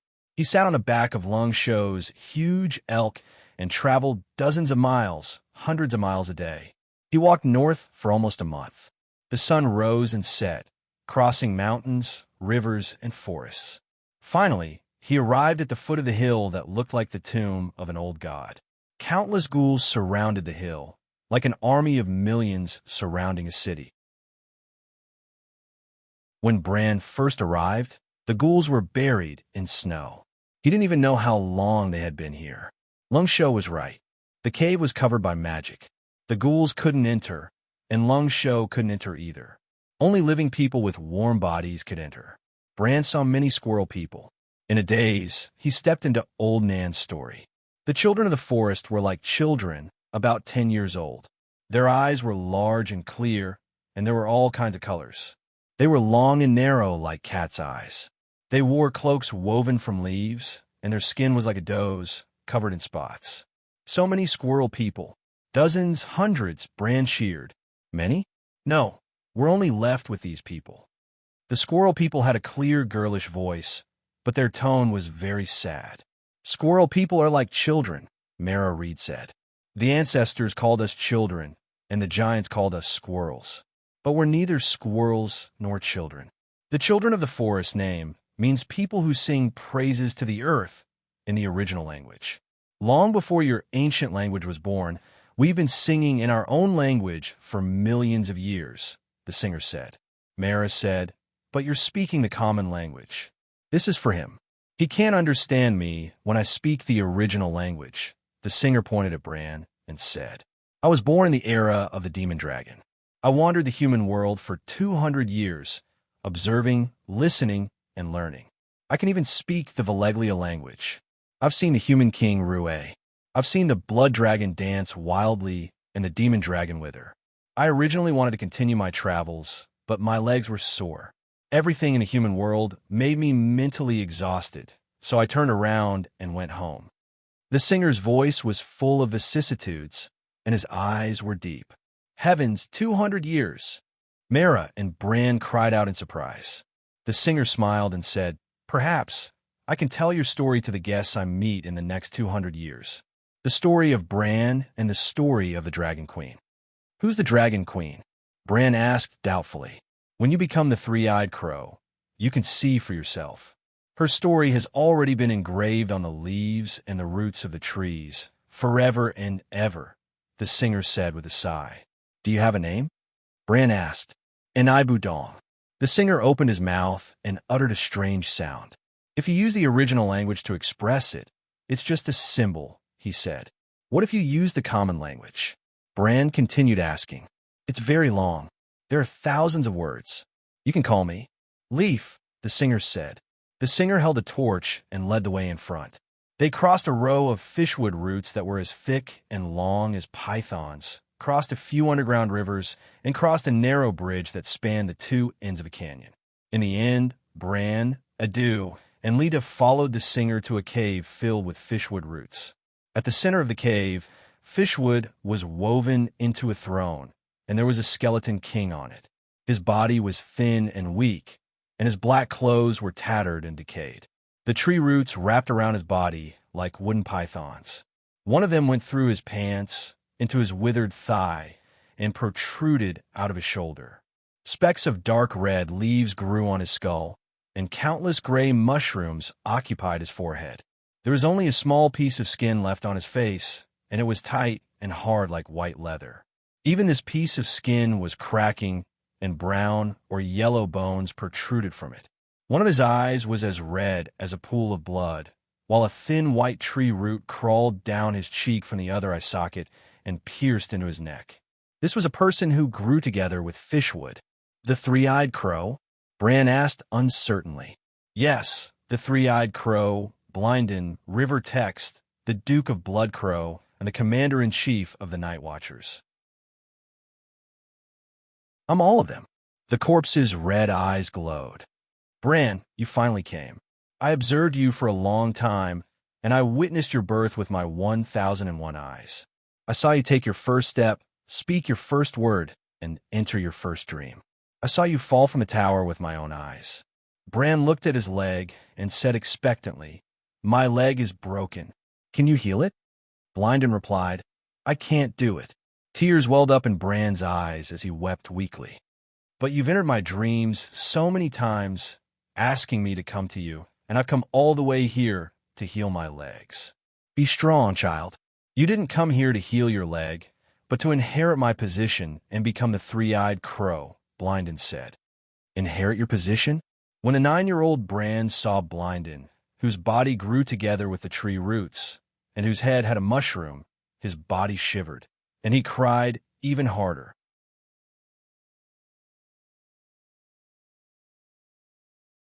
Chapter 433. You will never be able to walk again, Bran, but you can fly. Blind inside. I want to recover my health. I want to become a knight like the fearless Barristan. Bran cried. The heavens have destined that you will never become a knight. Bran, becoming a three-eyed crow is your destiny. Blindon comforted him. Boo-hoo-hoo. Bran cried very sadly. Beside him, Mara also felt sad for him. Bran, when you learn how to fly, you will no longer miss the feeling of walking, Jujian said. Jujian and Mara were the children of the Neck Marsh Lord, Hollandlide. When they pledged their loyalty to Stark and Winterfell during the harvest season, they became friends with Bran. However, the two Lides did not simply pledge their loyalty to the Lord. They both had a mission, to help Brandon become a three-eyed crow. Jujian was also half a green prophet. He had the ability of green vision, which meant that he could make prophecies in dreams. However, he was not a wolf spirit, nor was he a shapeshifter. Jujian's condition was similar to Dany C., who prophesied Valeglia's destruction. Dany C. had the ability of a dragon's dream, but she was not a dragon spirit. How should I fly? Bran sobbed as he asked. If you want to fly, you have to hurry up and learn. She has already changed your destiny. The future is shrouded in fog. You do not have many days left, Blindon said. Who is she? Bran asked. Stormborn Dany Liz Targaryen, the mother of dragons, the dragon queen of Slave Bay, and Calixi of the Great Grass Sea, Blindon said. Ah, Targaryen. Bran was shocked. I thought that Robert had killed all the Targaryens. I'm also a Targaryen, Blindon said. Bran was stunned. Olden had also told him the story of the three-eyed crow. The blood crow Duke who had 1,001 eyes was Targaryen's illegitimate son. Why is that Dany Rise called the mother of dragons and the dragon queen? Does she have a dragon? Mara asked. Yes, bringing back dragons to this world is one of her missions. Unfortunately, she did not follow her fate. The future has become uncertain. Westeros are shrouded in a layer of cold fog, making me no longer omniscient. The long night could not be ended according to the trajectory of fate. Bran, your mission is very heavy, Blindon said helplessly. Why can she go against fate, but I'm destined to be a cripple just like you? Bran shouted, because she broke free from fate. I also want to break free from fate, Bran announced loudly. Blindon looked at Bran, who was full of fighting spirit, with his blood-red eyes, and said, You can. If you study hard and get all of my legacy, you will have the ability to change your fate. Just like Guanyin Bodhisattva said to Joker, You want to change your fate? Yes, with power, you can change your fate. Joker asked, Then how can I have power? Guanyin Bodhisattva said, If you were the golden circlet, you will become Sun Wukong and have the power of the great sage equal to heaven. If you protect Tang Sanzang and complete the mission of Journey to the West, you will become the victorious fighting Buddha and have the same status as me and Tathagata. Joker was overjoyed. Where is the golden circlet? Where is Monk Tang? I will go now. Bran was overjoyed. Teach me, I will study hard. Brynden did not respond. Sir Blindon the three-eyed crow? Bran shouted in confusion. He is too tired. After talking so much, he needs to rest, Singer Yi said. Talking so much. Bran was even more confused. Singer Yi explained, He has already surpassed the lifespan of a mortal, but he is still on his deathbed. This is for us, for you, and for the human kingdom. His body only has a little bit of strength left, but his spirit will never die. You can communicate with him through other methods. What methods? Trees. You are the green prophet, and you can know everything through trees, Jujian said. What trees? Weirwood? Bran asked. Jujian said, Not only weirwood, but also oak trees, iron trees, elm trees. Even after you become the three-eyed crow, the earth and rivers, the land and the mountains, the wind and the rain will all be mediums for you to observe the world. They are eternal. and they have experienced the past and seen the past. They will also experience the future, and they will be evergreen forever. Compared to them, our life is like a shooting star, bright but short. After I die, they will still be there, recording the story of time, your story, and my story. And my story. I will also die. Bran, you will see my past. What is the past to you may be the future to me, Mara said with a smile. Bran wanted to cry. He felt an indescribable sadness. He looked at the short 16-year-old girl in front of him and wanted to say loudly, I don't want you to die. If you die, I won't live either. He swallowed the words that almost came out of his mouth. Just like many times along the way, when he wanted to say I love you to her when he possessed a dew. Only when he was in a dew's beast-like strong body did he have the confidence to say I love you to her. He liked to see her valiant figure when she held the three-pronged frog spear to catch fish. He liked her optimism and cheerfulness. He liked her liveliness, just like how he used to be. He liked her loyalty and fearlessness. He liked her beauty, even though Mara was thin, short, and flat-chested like a little boy. He liked the smile in her green eyes when she looked at him the most. Unfortunately, he could not say it. Scholar Lewin had told him that not only could he not walk, he could not marry and have children, but he could become a scholar. He could not become the fearless Barristan, could not marry and have children. He looked forward to the three-eyed crow, being able to do what Scholar Lewin could not. After all, it was the three-eyed crow. But now, the 9-year-old Bran seemed to have become an adult overnight because he already tasted the hardships and helplessness that only adults had. In the end, Bran looked at Mara expectantly and said, You should also learn from Sir Blinden and become a green prophet with me. If she also became a green prophet, they could be together forever. Mara seemed to have seen something in his eyes. She turned her head away sadly and said, I can't. Jujin sighed and said, The gods only let a small number of mortals drink the green spring water so that they can listen to the whispers of the leaves like gods and see the world through the eyes of the trees. Bran, you're one of the lucky ones who drank the green spring water. I'm slightly luckier than Mara. I drank a small mouthful of the green spring water and obtained the ability of the green dream. But in your story, my part is already finished. Bringing you here was my destiny, and it has already been completed. Bran, Bran, Bran. Suddenly, a voice that sounded like a breeze reached Bran's ears. He wanted to listen carefully, but his eyes rolled back, and he collapsed on the blanket. Don't worry, he has entered the green dream. This was the last voice that reached his ears. It was the singer Leaf who spoke. Where is this? Why is it so dark? Bran was engulfed by the abyss-like darkness, and he cried out in fear.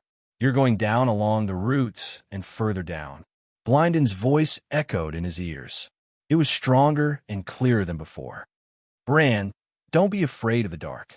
The strongest tree will plant its roots in the darkest abyss of the earth, and you will be the roots. Darkness will become your cloak, your shield, and your mother's milk that nourishes you. Darkness will make you strong. From today onwards, I will be your teacher, and I will teach you how to grow quickly from the darkness. Yes, teacher, Bran replied. Black Castle. Hiss, hiss, hiss, hiss. The flames in the fireplace danced like dancers, and the flames reflected Melisandre's eyes. To outsiders, the flames in the fireplace were just flames, but in the eyes of the red-robed woman, she saw something different. A corpse-like pale wooden face rose from the flames, with 1,001 blood-red eyes on it, staring at the red-robed woman. The red-robed woman did not dodge, and she faced him head-on. Suddenly, a wolf-faced boy rose from the flames. He turned his head and roared at her. Melisandre cried out softly, covering her eyes and taking a step back. Whoosh, whoosh, whoosh, there seemed to be a gust of wind in the fireplace. The flames swayed, and ashes flew. After a while, the tingling in her eyes disappeared. Melisandre put down her hands, and her face was solemn. Almost at the same time, in the top garden of the Great Pyramid of Astapor, under the candlelight, a small banquet was going on. Suddenly, a salty sea breeze blew from the dock, lifting the hair by Dany's ear, and transmitted a faint dreamy voice in her ear. Looking at the Dragon Queen, who suddenly stopped talking, Clinton and the others looked at each other, not knowing what to do. "Your Majesty, what's wrong?" Old Yimon called softly. Danny came back to her senses, put down her fork, stood up, and walked to the thick parapet that was as high as her waist. She looked to the west, far away, with a complicated expression. "If I said that I just heard the sound of leaves rustling outside the Great Wall, would you believe me?" she said softly. Everyone was stunned. "Danny, what did you hear?" Yimont was puzzled. Another green prophet was born, and the weirwood was overjoyed, and the trees and mountains of Westeros were singing for him. "Then, the wind brought this news to me," Danny said with a strange expression. To be honest, it was not the first time she heard news from other places through the wind. But the distance was not far, and it was close to her. And only when she entered the state of listening to the Song of Wind, there was a very low chance that she would hear it randomly. "Your Majesty, can you hear what my sister is doing now?" Tyrion was chewing on a piece of delicious roast beef as he asked vaguely. "I don't need to hear. I know that she is cursing 3 people now." Danny sat back in her chair and continued with her dinner. "Who?" "The Great Sparrow. You and your Uncle Kevin." My uncle? He can be compared to me and the Great Sparrow?" Tyrion said in disbelief. "Kevin took her Iron Throne. Sir Kevin became the regent. He is 10 times, no, 100 times smarter than Cersei. With him, the King's Landing will definitely be stabilized." Clinton was shocked. The imp smiled bitterly. "That's the problem. How can my sister tolerate others taking her things? Her things will always be hers. And if she takes a fancy to someone else's things, they will still be hers. I'm afraid it won't be easy. Cersei has been accused of many crimes by the church. Even if she escapes in the end, it will be difficult for her to reach the peak of power. The people and nobles of the 7 kingdoms will not tolerate the queen regent who is guilty of murdering her husband, committing adultery, and blasphemy," Old Yimont said slowly. "Haha. If Cersei can admit defeat in peace, then it's my loss. Let's wait and see what she will do." "It will be very exciting," Danny sneered. "Your Majesty really knows my sister." Tyrion sighed and asked curiously, "Why not you?" "I have already sworn to the nobles of the 7 kingdoms that I will not be a threat to her before the long night ends," Danny said to little Aegon on her right.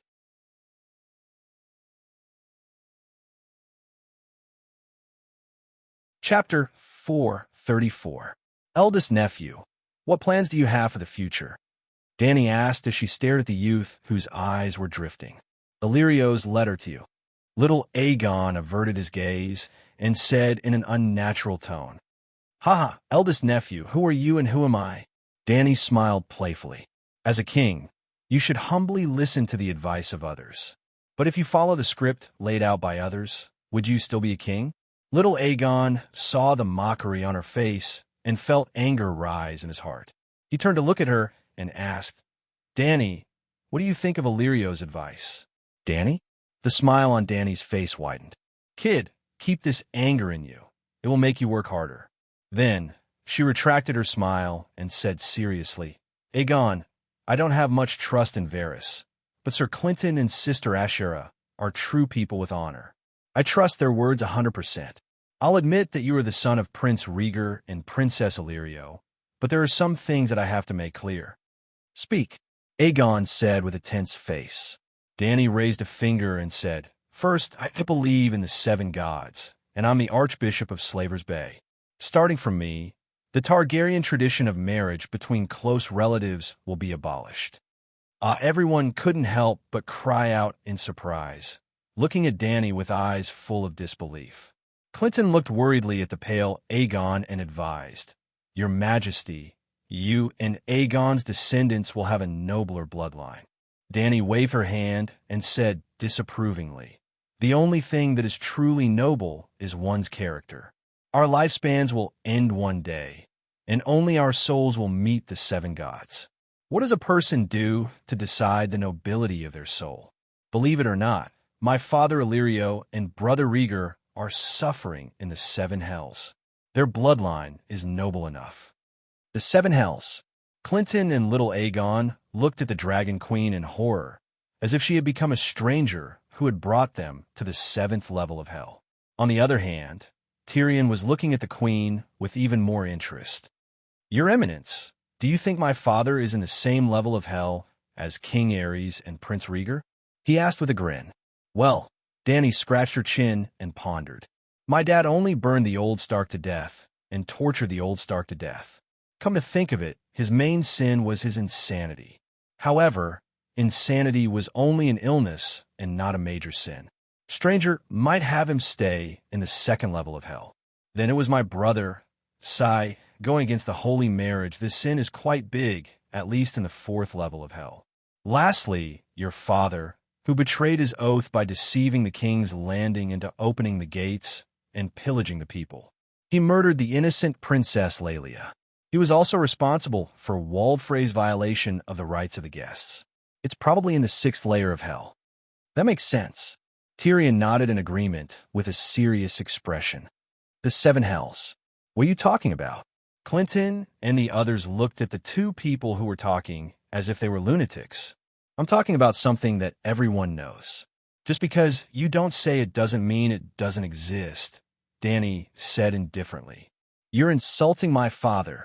Little Aegon clenched his fists, the veins on his neck popping out. "Your father is her elder brother, the little prince, the little devil," said with a grin. Little Aegon turned around and said coldly, "You killed your father. You should go to the 7th level of hell. There are benefits to the 7th level." The little devil shrugged indifferently.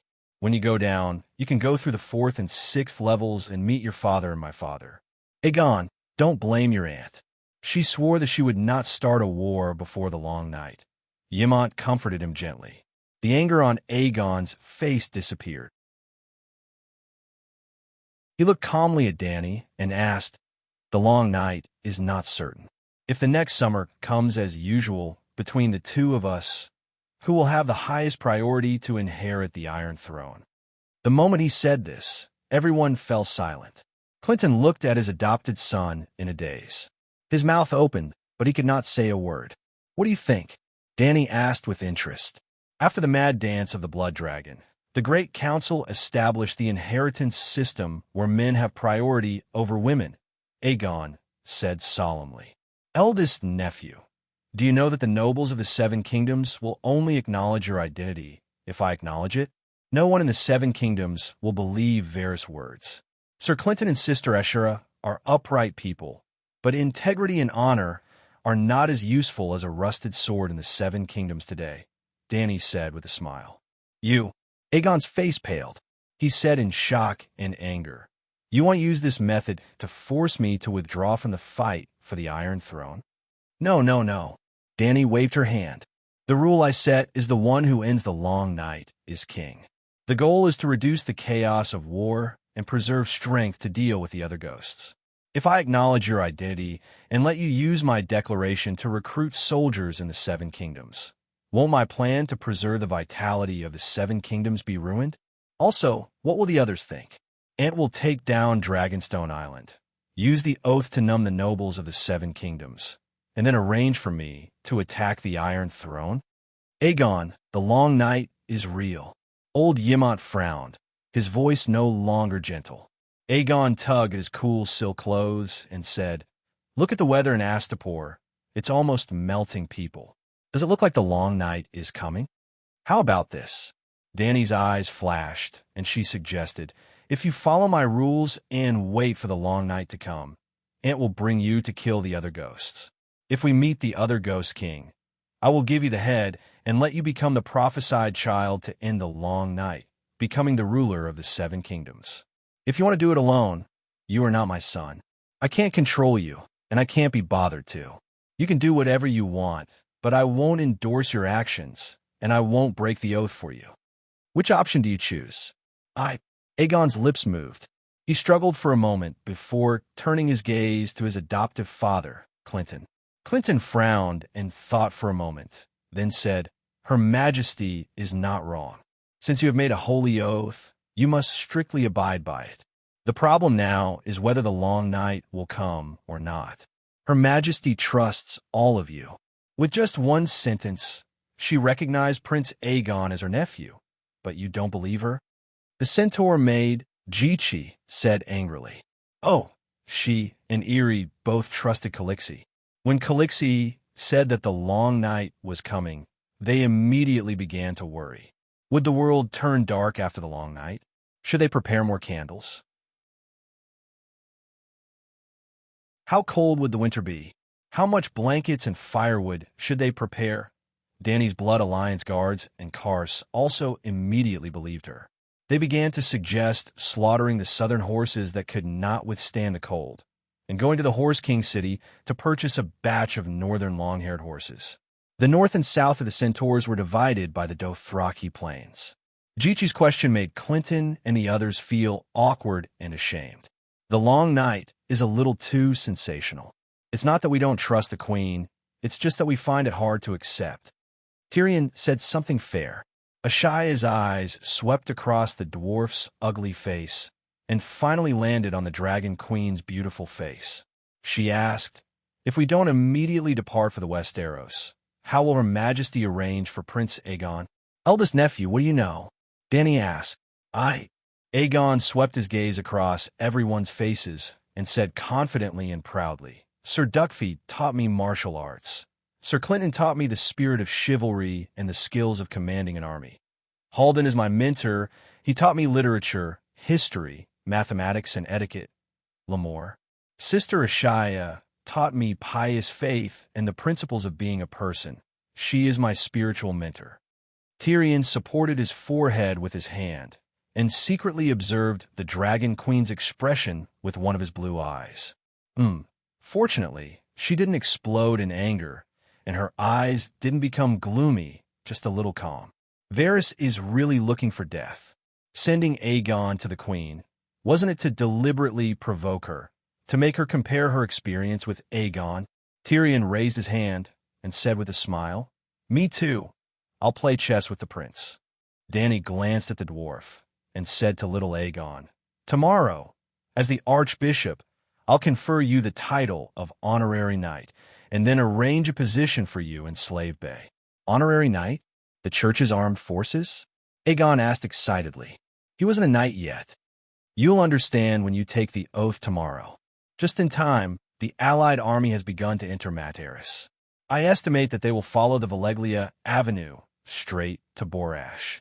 They will use the ruins of the Valeglia era as a stronghold and cooperate with the fleet to launch an attack on Meereen in the east. The war is about to begin. I can arrange for you to go to Meereen, go to the front lines to gain experience and master your knowledge. Aunt Dany kindly made career plans for her nephew. Will it be dangerous? Ashera asked worriedly. He doesn't have to participate in the battle and doesn't have to lead the charge, so he'll definitely be safer than me. Of course, he can also do nothing and just live in the Great Pyramid, and when the long night comes, he'll go to the Great Wall to fight the other ghosts. At this point, Dany asked curiously, Nephew, your father also said that you're the child of prophecy. What do you think about the other ghosts and the long night? Do you want to fulfill your duty as the child of prophecy and deal with the other ghosts? I'm the child of prophecy? I don't know, and I haven't even taken back the Iron Throne. Why should I help the Night Watchers fight the other ghosts? Little Aegon said blankly. Sigh. Old Yamant sighed and turned his head away. Dany looked at Clinton and asked, What plans do you have for his future? Tell us, and we can consult each other and try to reach a consensus. The wrinkles at the corner of Clinton's eyes deepened, and he sighed. Her Majesty won't marry Prince Aegon and doesn't plan to immediately send troops to the Westeros and the other ghosts beyond the Great Wall. This is too different from our original plan. What plans did you have, or rather, what did Varys arrange? Tyrion asked. He was not trusted by Clinton, and at first he did not even know the true identities of Aegon and Clinton. Her Majesty will marry Prince Aegon, and let the prince become a dragon knight, and Clinton hesitantly glanced at the Dragon Queen, Cora, Missandei, Grey Worm, the Centaur Maid, and the others, and his expression was very awkward. What are we waiting for? Dany asked with a frown. When Slaver's Bay is defeated by the Alliance army, Immediately lead the remaining unsullied to Pentos, and then use Dragonstone Island as a base to quickly take down the King's Landing. The weathered middle-aged man said awkwardly. We won't be defeated by the Alliance army. As expected, the officials and generals at Slaver's Bay were filled with righteous indignation. Varys and Illyrio don't think that I could defeat the Alliance army, and that's fine. But if I really fail, how many subordinates will I have left? Can I quickly take down the King's Landing? Dany asked doubtfully. I also have a trump card. Aunt Dany, I didn't come to you empty-handed, Aegon said proudly.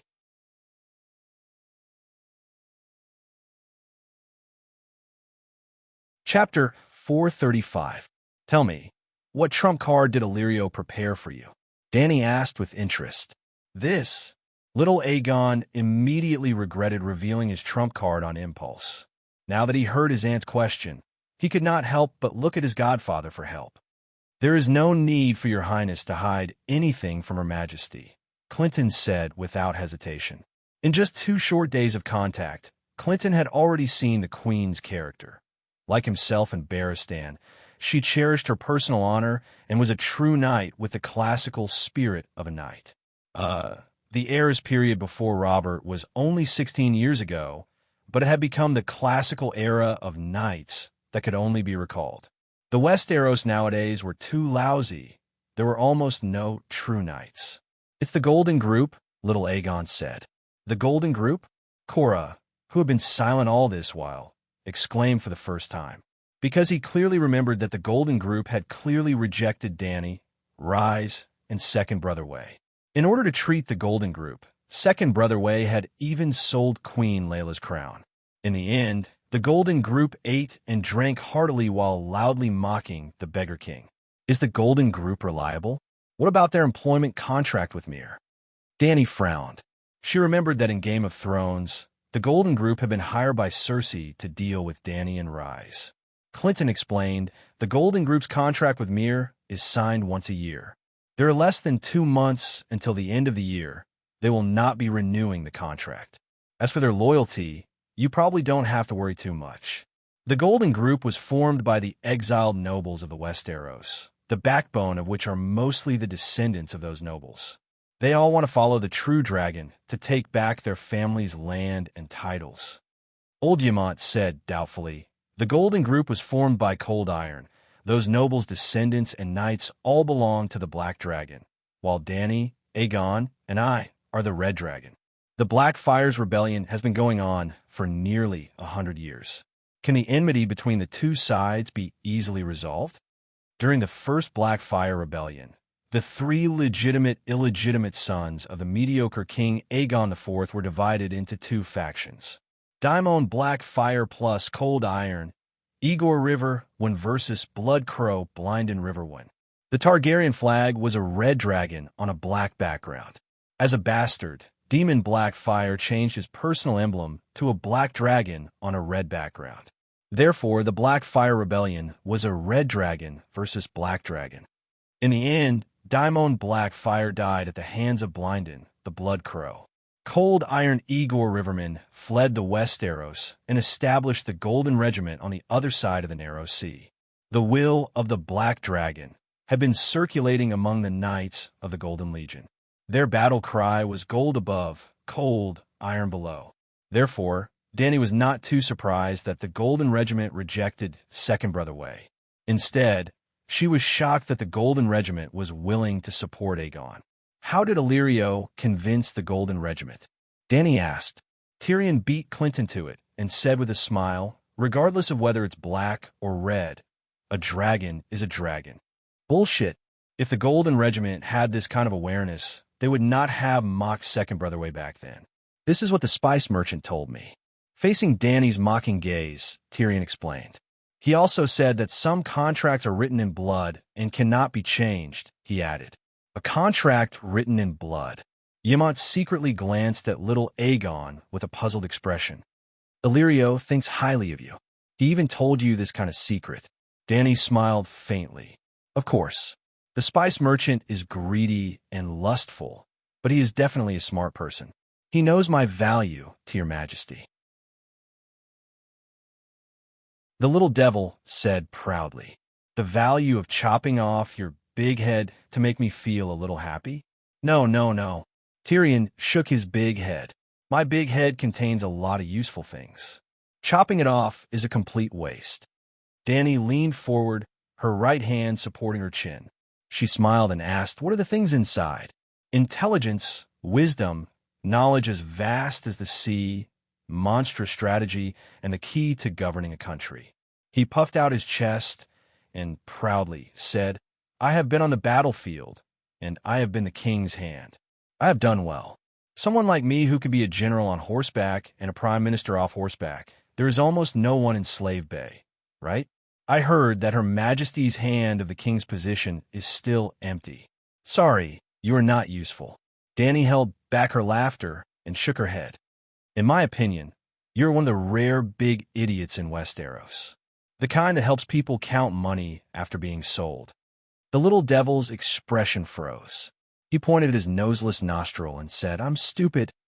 Let me ask you, how did the lion and the wolf start fighting? Dany asked. Don't tell me it was because of me? Tyrion laughed. Is it not? I did not send anyone to kill little Stark that Bran. Lady Catelyn went crazy. What could I do? Tyrion argued. Yes, it was definitely not you. But you still did not find the person who framed you. Why are you so sure it was not me? Tyrion asked curiously. I will tell you the truth. Don't be angry. Dany laughed. Yes, I am not angry. Tyrion nodded. He was getting more and more curious. Dany looked at the dwarf from head to toe. She held back her laughter and said, You can't beat Bran. What? Tyrion opened his eyes wide. You might be stronger than Bran, but your head is big, your legs are short, your waist is thick, and your hands are thin. In terms of agility, you are not a match for Bran who climbs walls every day. In other words, you can't throw him off the tower, even if you wanted to. Since you did not throw Bran off the tower, you naturally did not hire someone to kill him. There's no need for that. Cora, Clinton, and the others looked at the little devil carefully. Their expressions were blank. You are right. This is too obvious a flaw. Why? Tyrion looked down at his deformed legs. His ugly face turned green and red. He knew his condition the best. His legs would be sore and weak after walking a few steps, let alone running and climbing walls. I really hope Lady Catelyn still has the chance to hear this. He smiled bitterly. Don't worry, there will be a chance. Catelyn Tully is not dead. She was revived by the red-robed monk. I even chatted with her for most of the night.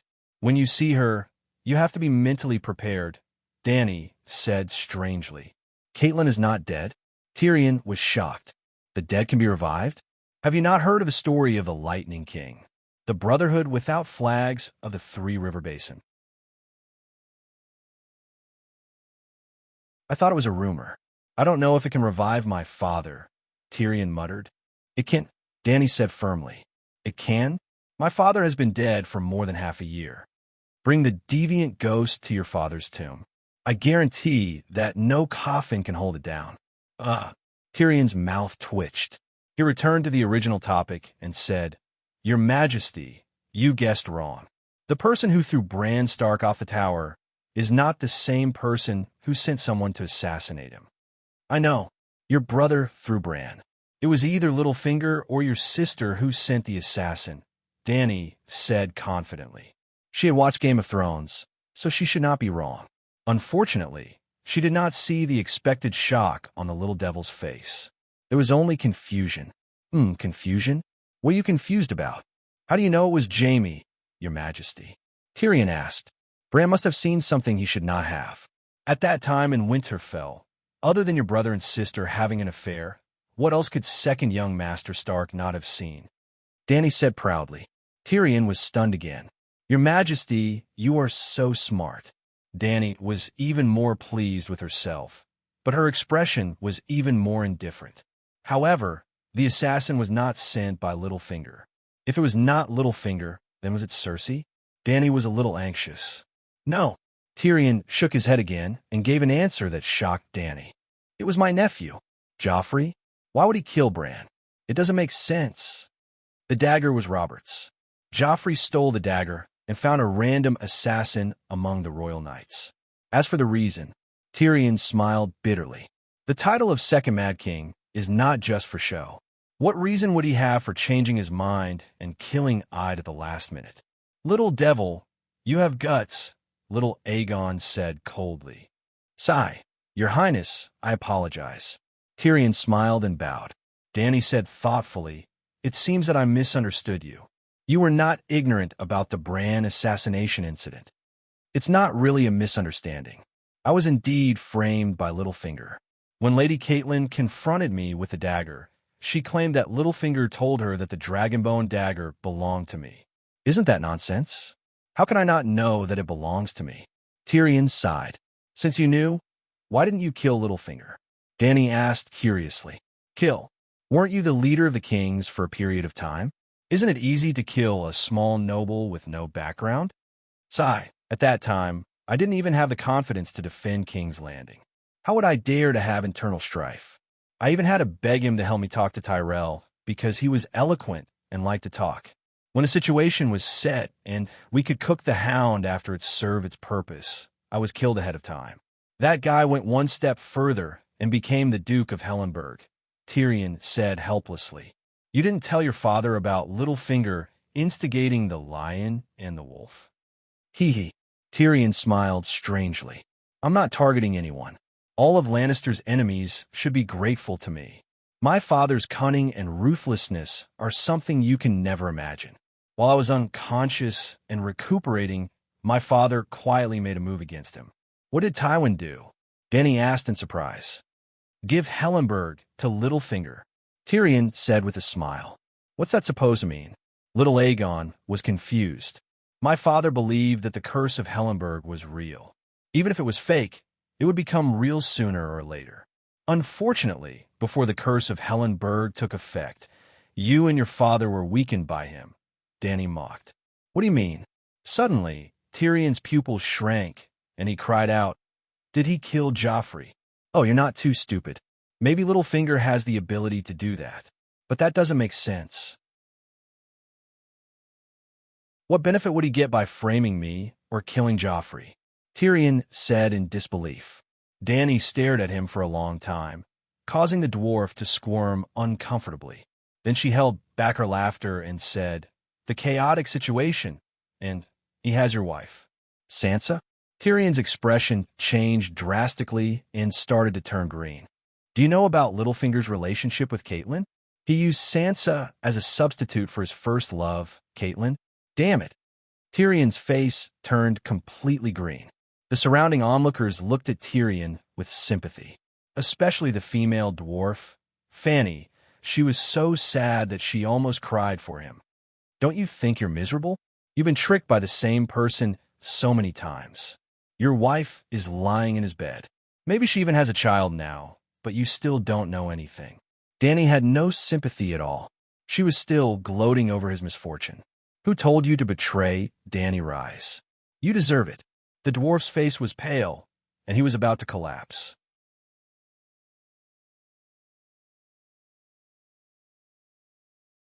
Chapter 436. It was dawn, and the sun had yet to rise. It was the coolest time of the day in Estapo, which was only about 15 degrees Celsius. Estapo Peninsula, 5 kilometers west of the city, in a brickyard by the sea. With the encouragement of the Dragon Queen, Pogba, the skinny man, pushed out a handcart used by workers to transport mud bricks from the factory. There was a thick layer of yellow and dry rice straw piled on the handcart. Among the straw, there were 8 jars the size of pineapples for brown clay jars and 4 transparent glass jars. Of the 4 glass jars, 2 were half filled with a green liquid, while the other 2 were full without a single bubble. Wildfire.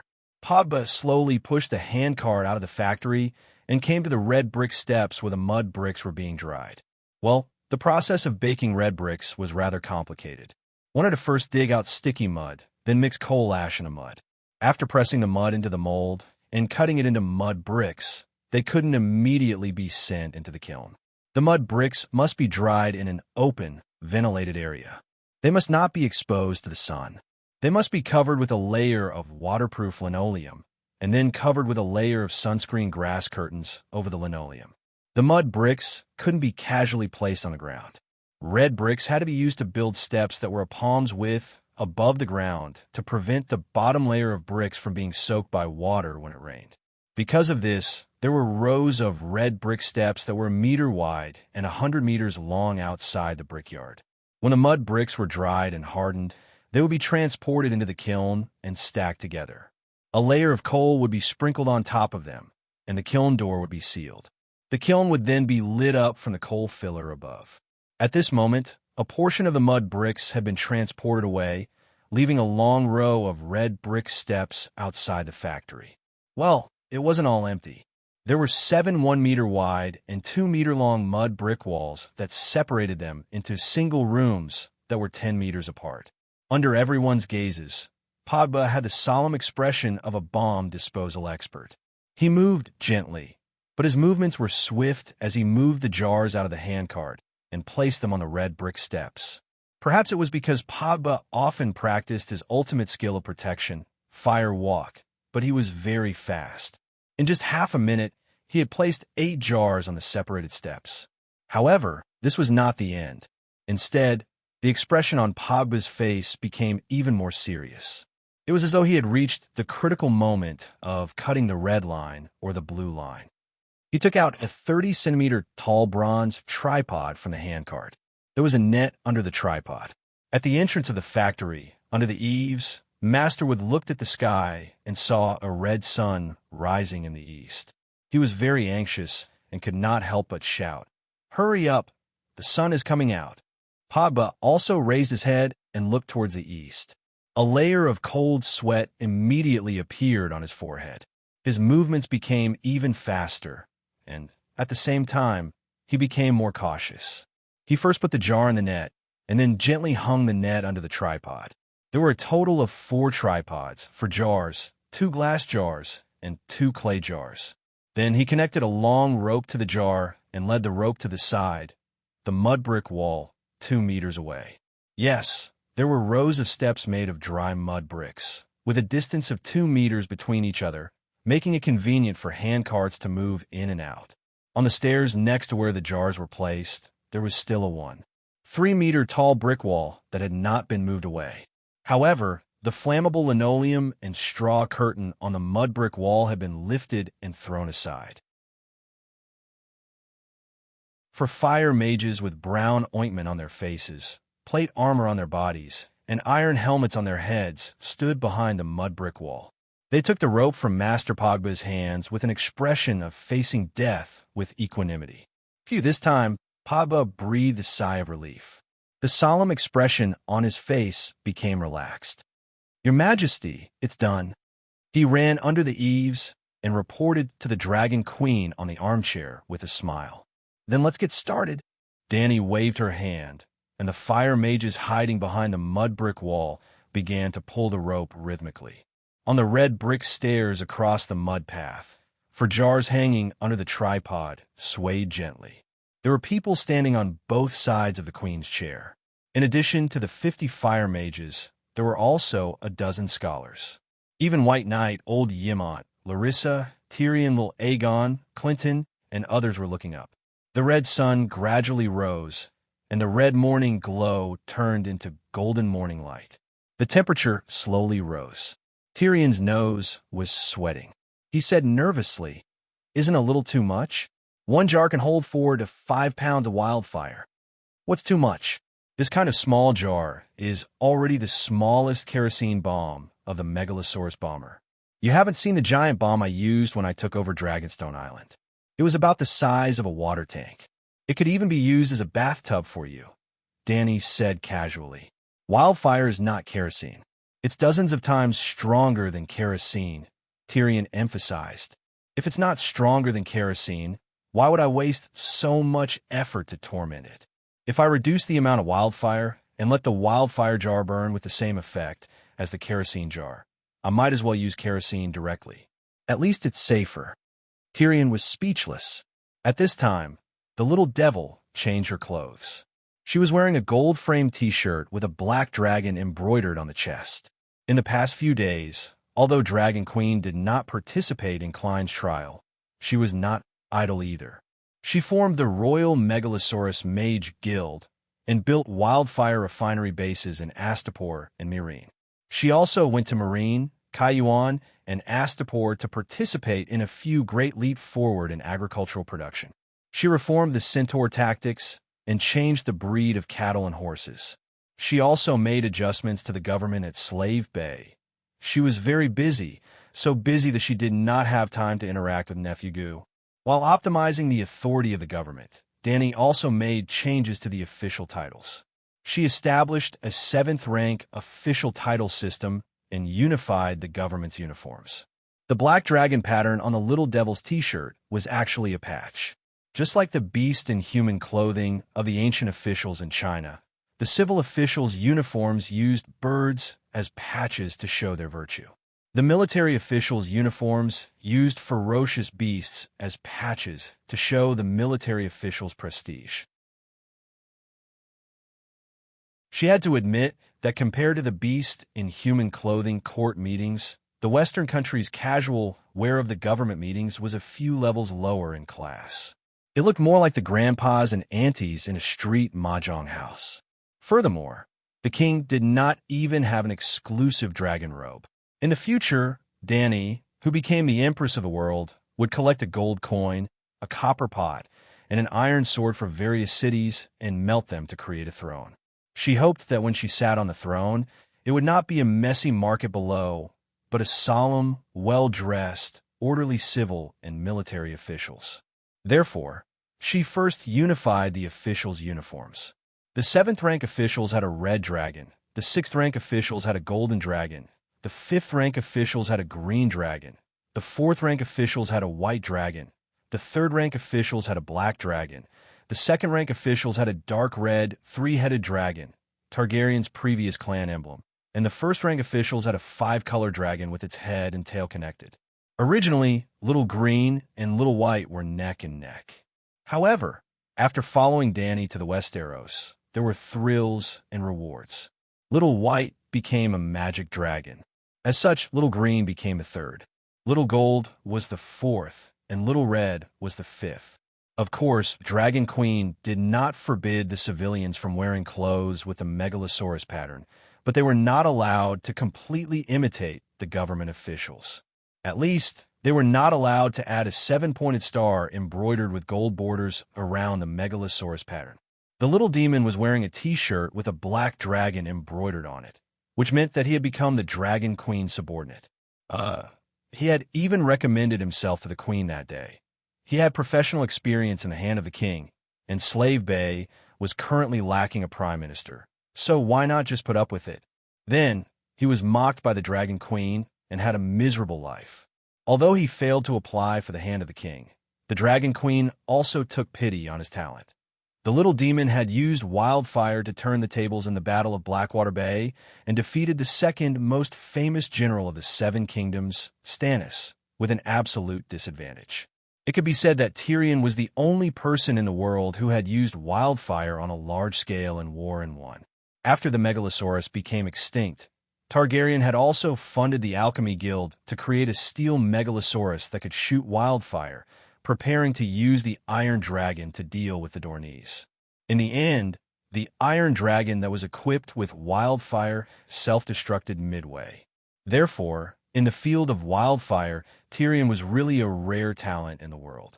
Emperor Dani knew how to make use of people and specially created an official position for him, General of Wildfire, responsible for supervising the refinement, storage, and transportation of wildfire.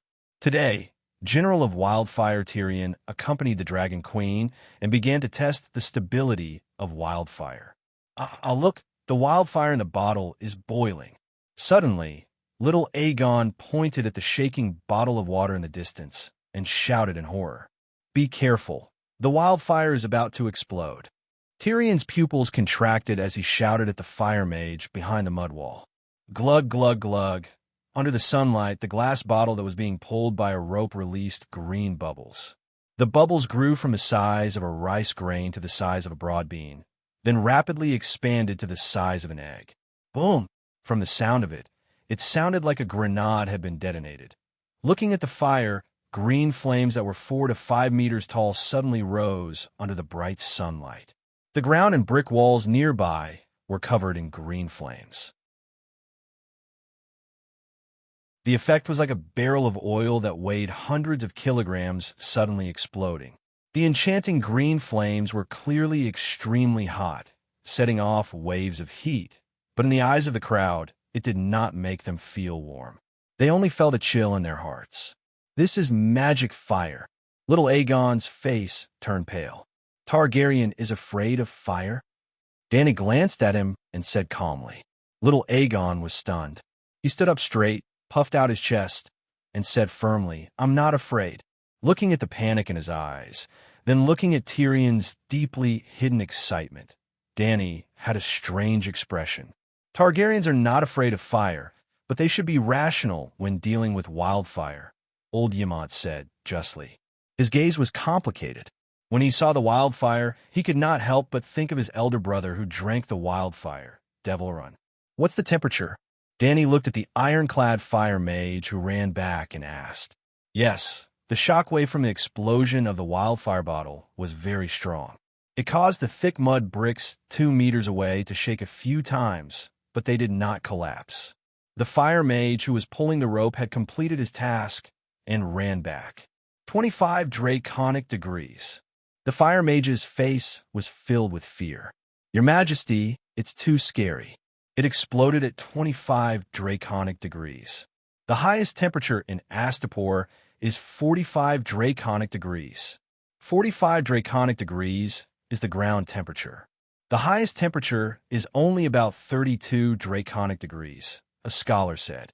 Remember, intense shaking, direct sunlight, 25 draconic degrees is the critical point, Dany instructed.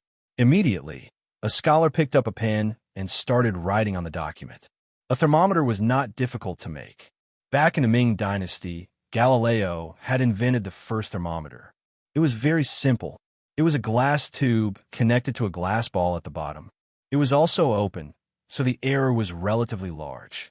Not long after the first thermometer appeared, an accurate thermometer that could measure the temperature of the human body was invented. Simply put, the invention of a thermometer required a flash of inspiration, not technology. As long as they could forge a glass tube, technology was enough.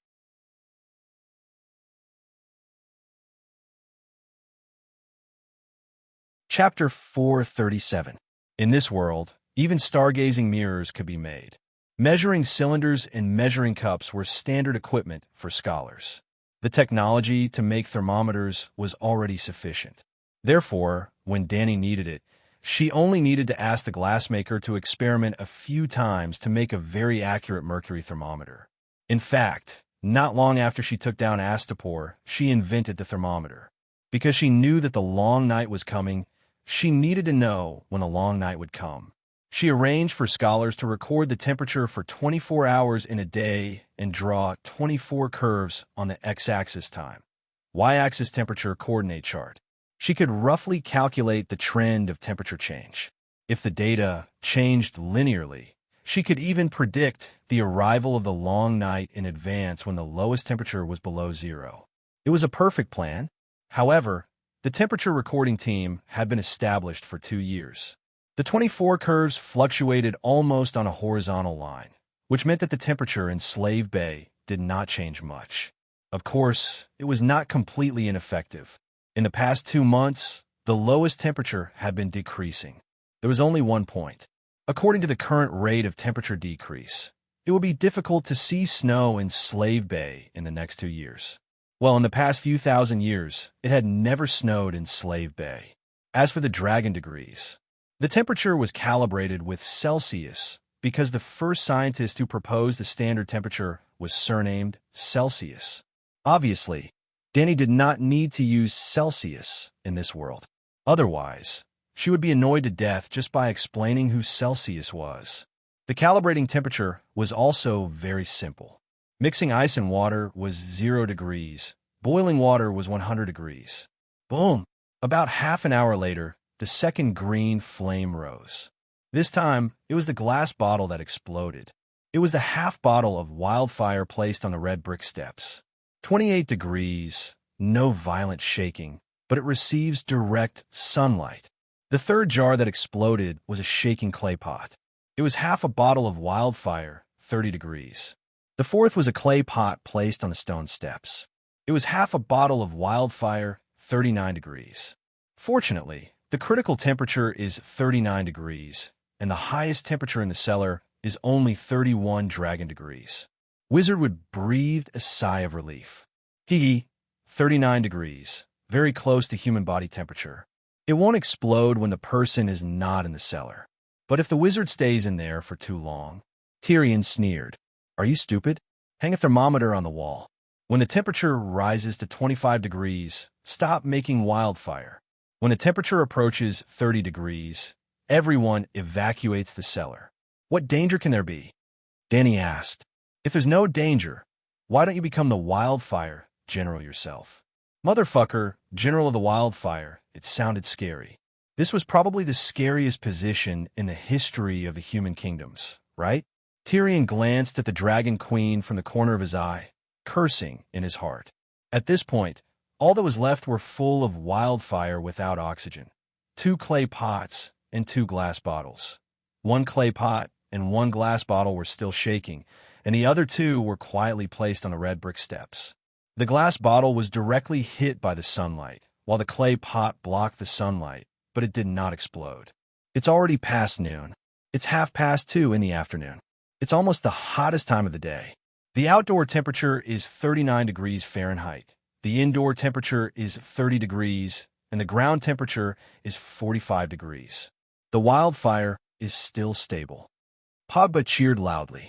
Ah, we finally found the perfect way to transport the wildfire. The other fire mages were also very excited. The effect of isolating the air is so good. The wildfire can really be used on a large scale in the war with the Allies, Tyrion said in surprise. Isn't that natural? Dany's expression was calm, but there was an obvious sense of superiority in her tone.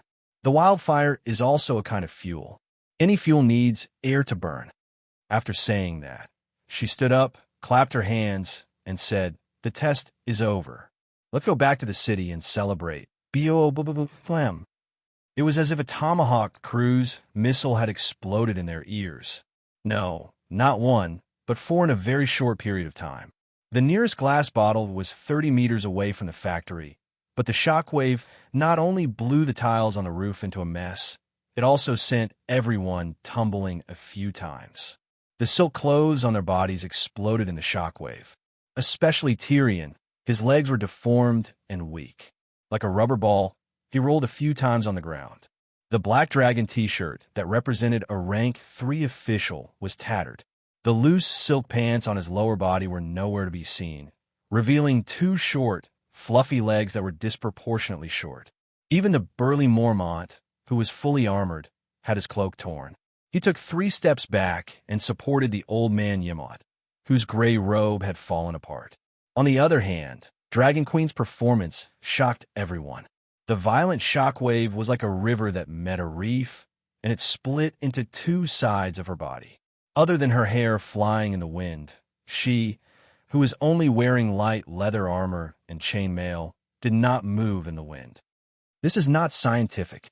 Tyrion was lying on top of the fire mage when he heard Dragon Queen's exasperated shout. He did not know what science was. At this moment, he only wanted to curse.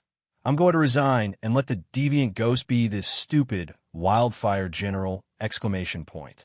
How can it burn without air? It's not magic. There are no strong magic waves under the sun. Why did it suddenly explode? Dragon Queen's voice was getting farther and farther away. She quickly ran towards the center of the explosion. In the strange green flames, there were still 2 fire mages struggling in it. Tyrion struggled to turn over, but there was someone below him, and he did not know who was above him. There were also people on both sides. He could not move even if he wanted to. His consciousness gradually returned.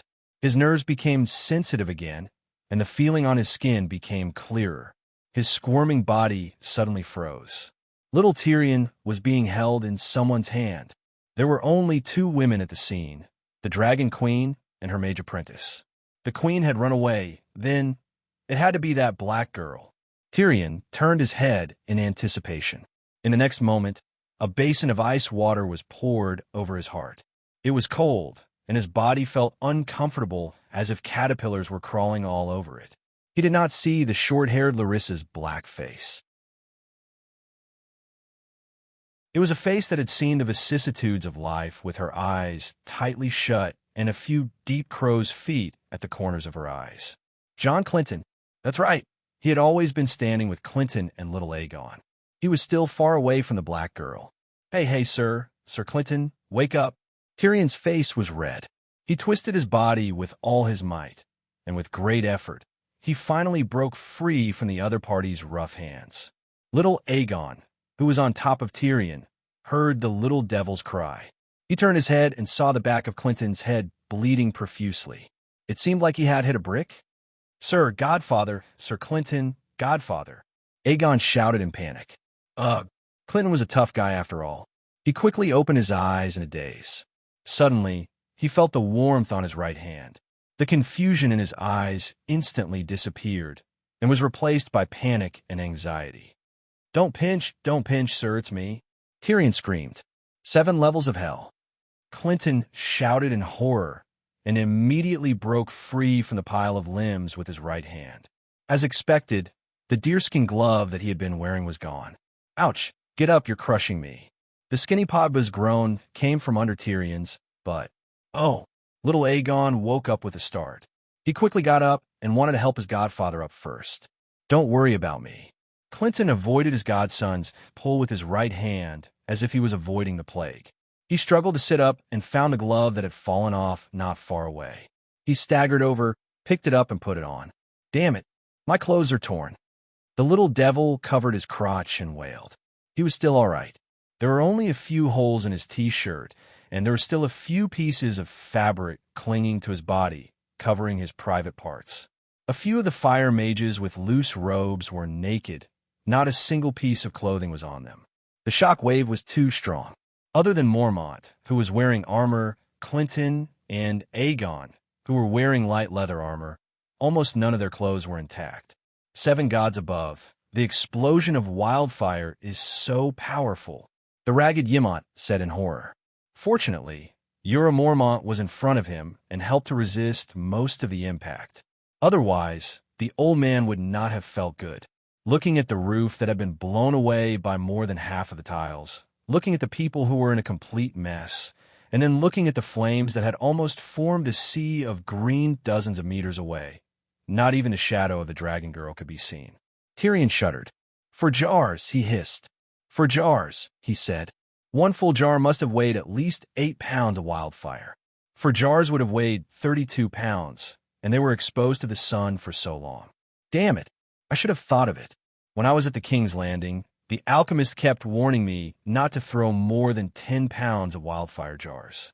I loaded a small boat with 300 pounds of wildfire, and from a dozen meters away, it overturned 2 of Stannis' warships and ignited a river that was hundreds of meters wide. Look, the flames are extinguishing, little Aegon exclaimed. Wildfire can't burn, it won't extinguish. Tyrion was a little uncertain. The sea of green flames that stretched for dozens of meters was really disappearing at a speed visible to the naked eye. It's the Queen, Archmage shouted in realization. The Queen has entered the sea of flames and is controlling the flames. Ah, the wildfire is so fierce, but it can be controlled? The mages were shocked and couldn't help but take a few steps forward. Originally, the wildfire burned with green flames that were 4 to 5 meters high, blocking everyone's sight. Now, the rampant green flames were like the water in a swimming pool that had its valve opened, returning to the sea and returning to the Dragon Queen's right hand. The flames gradually decreased, and everyone saw the Dragon Queen's expression was calm as she raised her right hand. Like Moses parting the sea, wherever he went, the demonic green flames automatically avoided him. Strands of green flames were pulled away from the flames and merged into the green fireball that was the size of a basketball in her right hand. Come quickly, a few neatly dressed people. Dig out Archmage Tim and Archmage Duncan. Dany said. Even the roof that was dozens of meters away was blown away, and the mud brick wall that acted as a firewall naturally collapsed. The two fire mages who were hiding behind the mud brick wall and pulling the rope were crushed inside by the broken bricks, and even the green wildfire splashed onto their armor. If Dany hadn't come quickly, they would have been burned to ashes.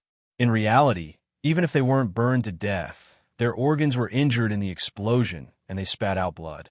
Archmage walked over while holding his pants and said with a respectful expression, "Her Majesty the Queen's magic power is monstrous to be able to control such a crazy wildfire. I wonder if you have any tricks? Save them first.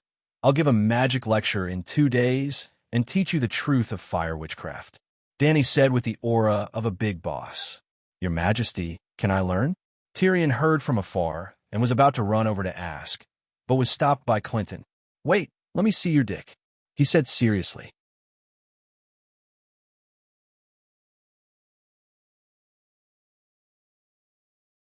Chapter 438.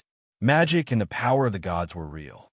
For those with extraordinary talents, magic was the blessing of the world, giving them the possibility to see the truth.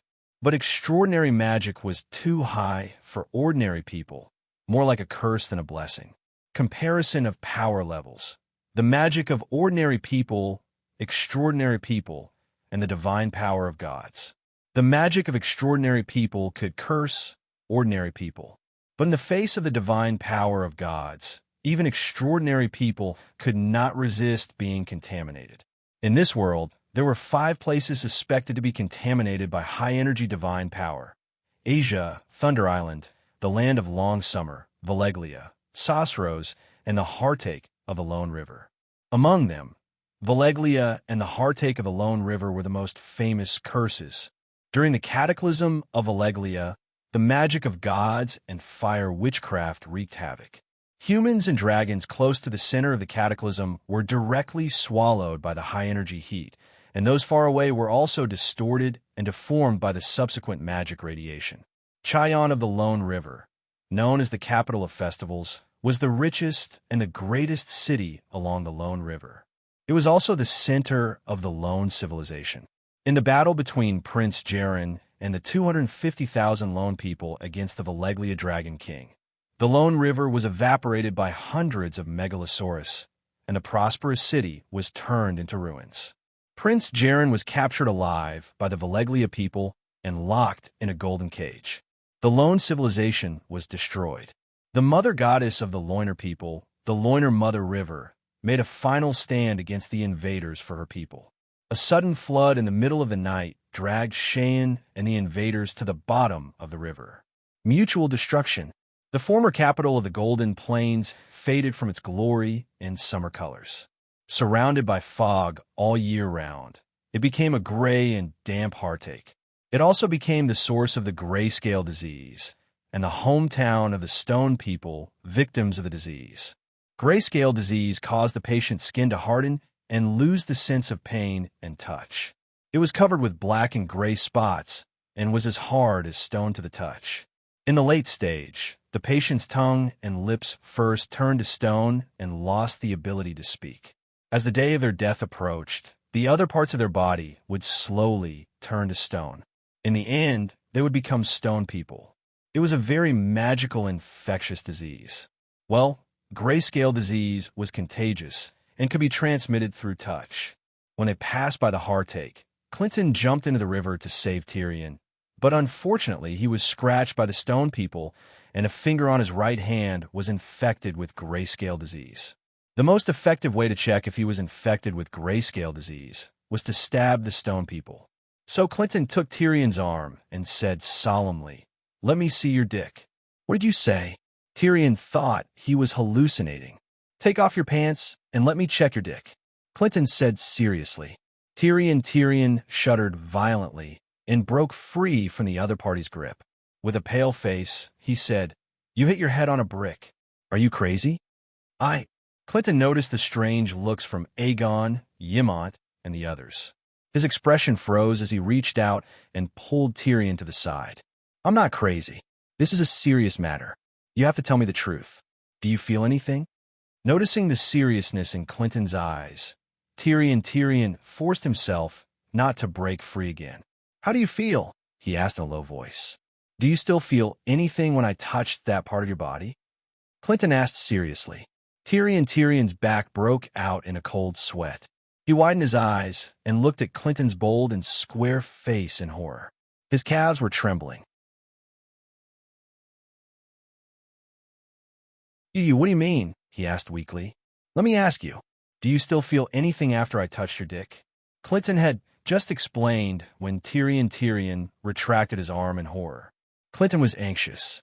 He walked over impatiently and pressed Tyrion's head with his right hand. His left hand reached out to don't struggle. Let me pinch you again. See if you still feel anything, he said in a low voice.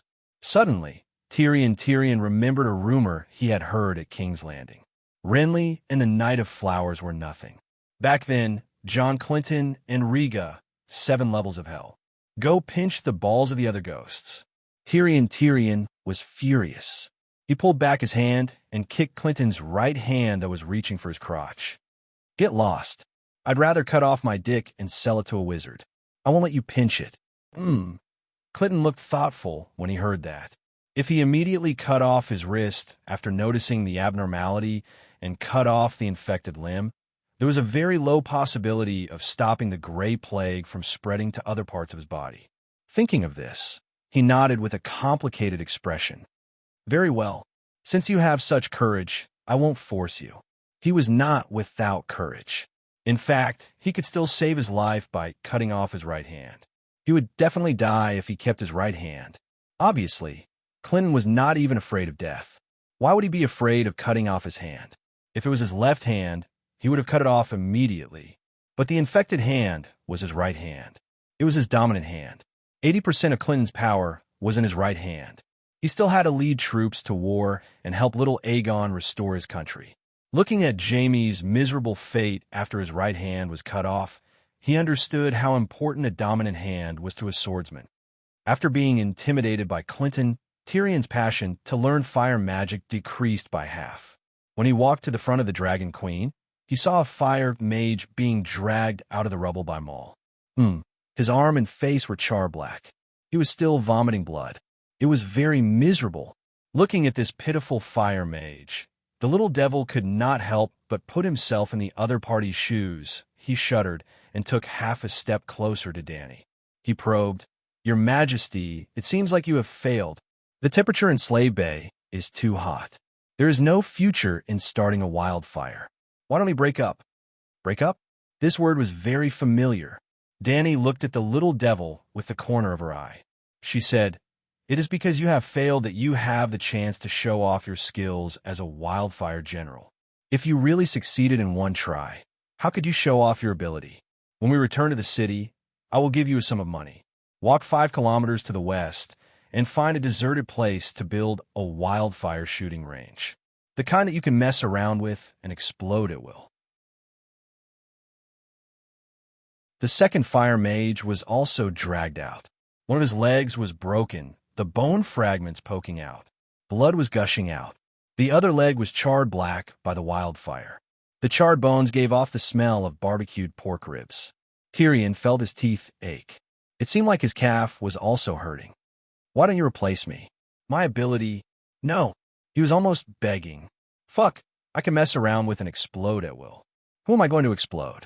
Who am I going to mess around with? You can do it. You have to have confidence.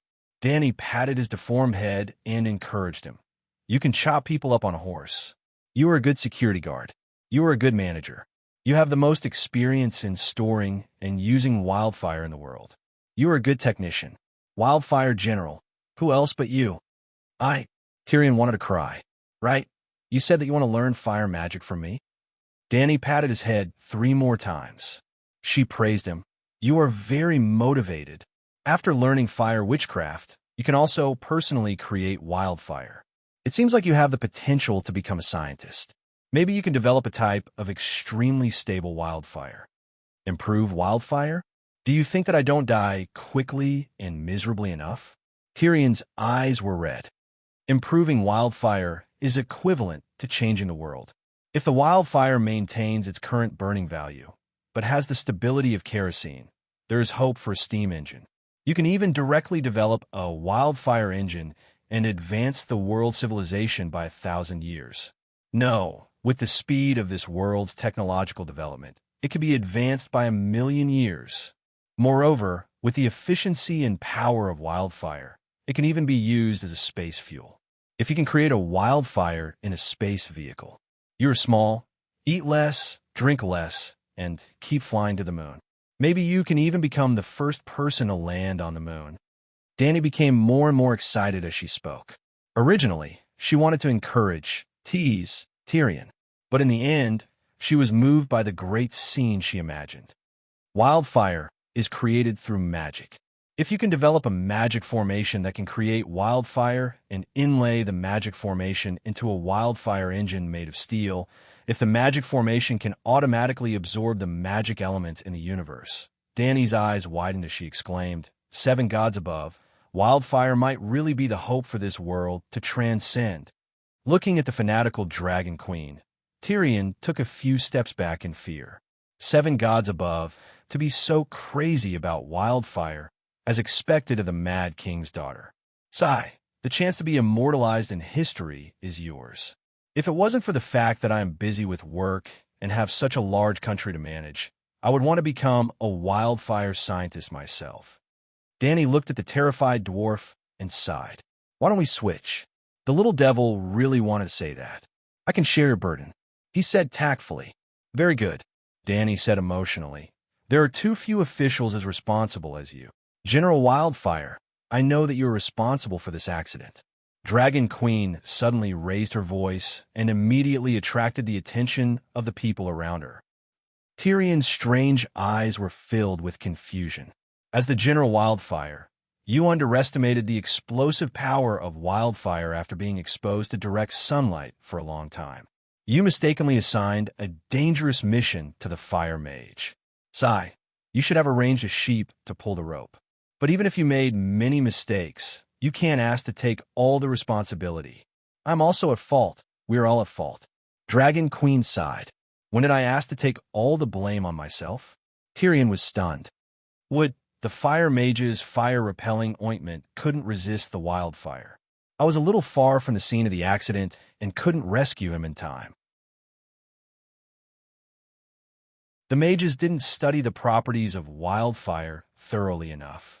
We are all at fault. General Wildfire, you only have 60% of the responsibility at most. I just took office. Tyrion argued. Yes, you shouldn't have made such a big mistake when you just took office. But you can redeem yourself by doing good deeds. There's no need to ask to be whipped, is there? Dragon Queen looked down at him and pressed his head. You are right. Tyrion closed his eyes and said with a sigh. And so, Dragon Queen made the final judgment for this accident. General Wildfire's salary will be deducted for half a year. The 2 mages, Tim and Duncan, will be compensated with 5,000 gold radiance each. The rest of the mages will be compensated with 100 gold radiance for mental damage. Thank you, Your Majesty. I will recover as soon as possible and return to work as soon as possible. Tim and Duncan, who were being treated by the doctor, spat out blood and struggled to say.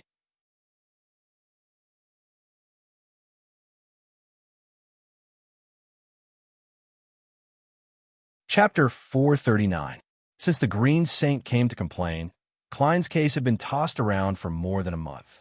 Finally, it was the day of the public trial. The Hall of Justice and Mercy on the first floor of the pyramid was not big enough. There were too many citizens gathering around. Scholar Bao was on trial. How could they not be excited and concerned? To be honest, the idea of packaging Klein as Scholar Bao was not a brilliant one. The masses were not blind, nor were they fools. Even if they were blind, they could see the difference between the extravagant and lecherous Count Butcher and the impartial Myrine. Let's change the scene. For example, the person who assassinated John Bolton was not a Gith, and there was no son of the Harpy who formed a society to remind the new freedmen of their nightmarish slave experience. Klein dared to declare to the public that he was upright and plain-spoken, pleading for the people, but framing a villain. He would probably only be met with the ridicule of bards, singers, and the common people. But the case of the son of the harpy was too special. It concerned the vital interests of all the freed slaves in Slaver's Bay. The son of the invisible woman of the Gith targeted the Dragon Queen. He was a high-ranking member of the Mother of Dragons Guard of Meereen and the representative of the new freedmen of Meereen. His organization's program was to overthrow the current master of the new freedmen and restore the cruel slave rule of the Gith. To put it bluntly, Klein's brutal suppression of the son of the harpy could be seen as a continuation of the class struggle.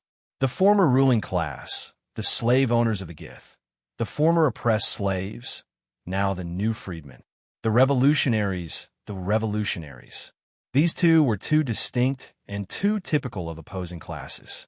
After taking down Meereen and Kaiyuan, the Dragon Queen's War of Liberation came to an end, and the class struggle began halfway. To mobilize public opinion, to use plays and songs to describe the injustice of slavery and the suffering of the slaves. In other words, to arouse the people's hatred of the former ruling class. The more they hated the slave countries of the past, the more they cherished the free countries of the present. The more they hated the slave owners of the past, the more they supported the current Dragon Queen.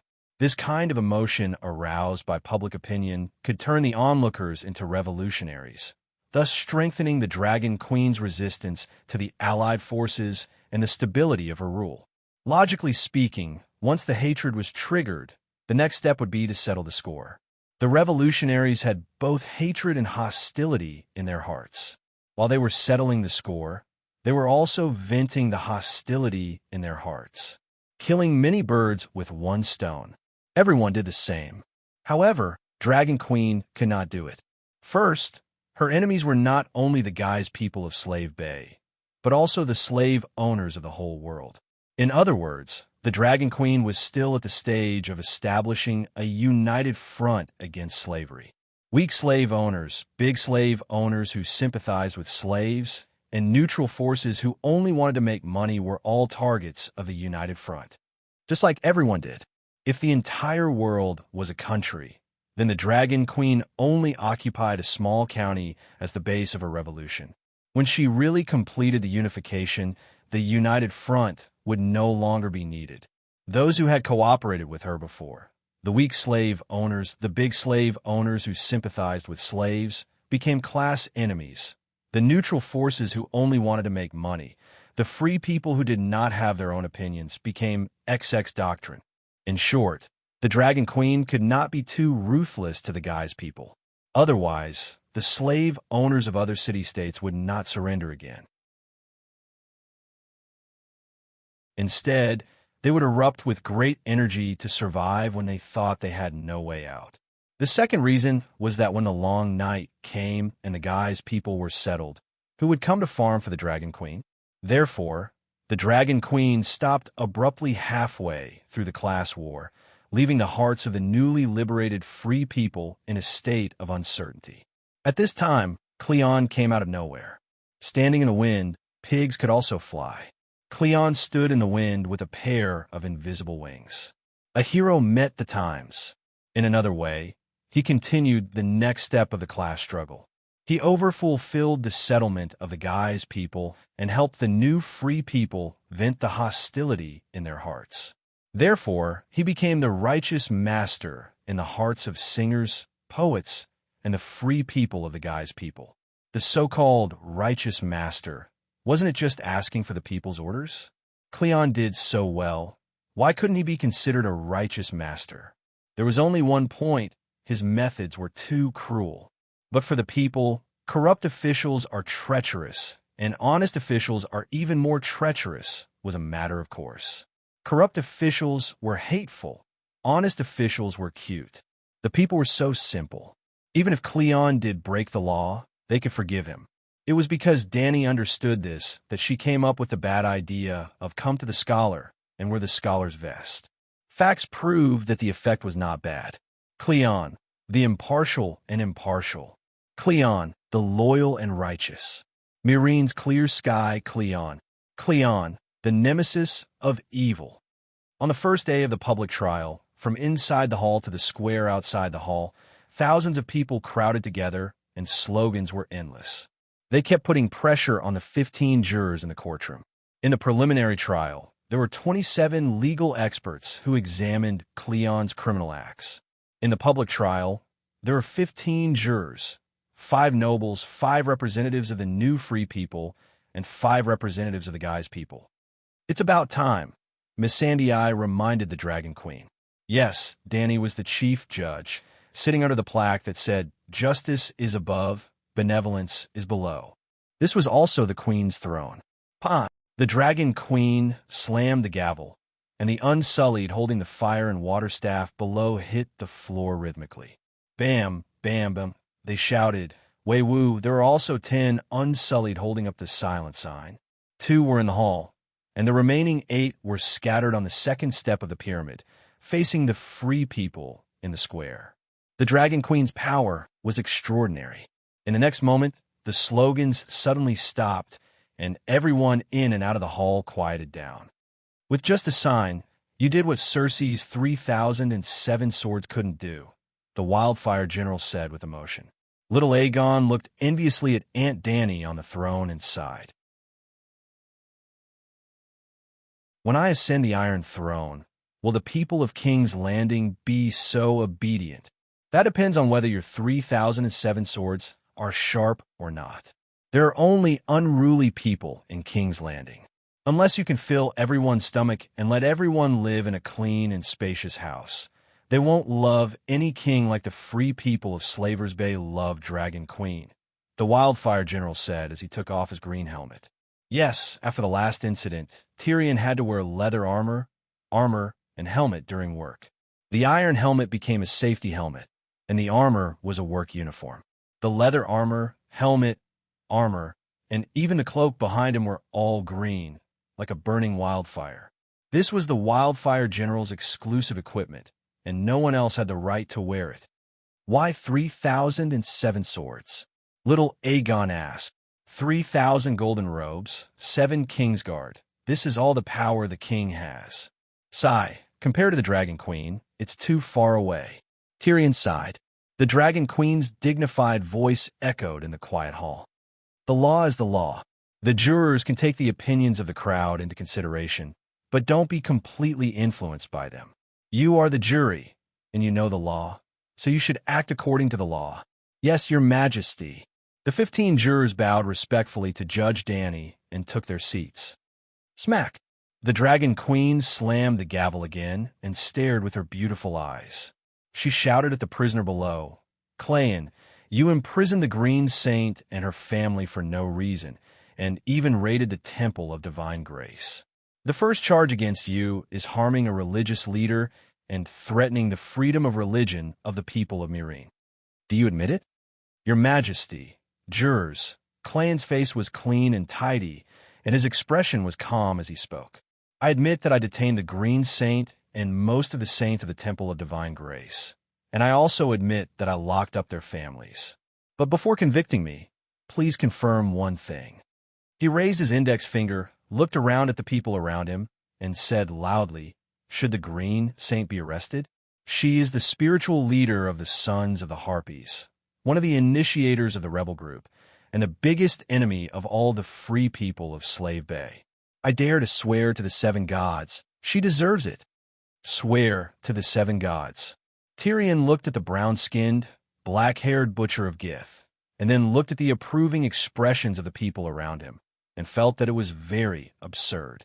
"It's strange to hear the name of the 7 gods in Slave Bay, tens of thousands of miles away from the 7 kingdoms," he muttered. "What's so strange about that? You have never been to the great Cathedral of Divine Grace, and you don't know how many believers of the 7 gods come to pray every day, especially to the Free Light Maiden.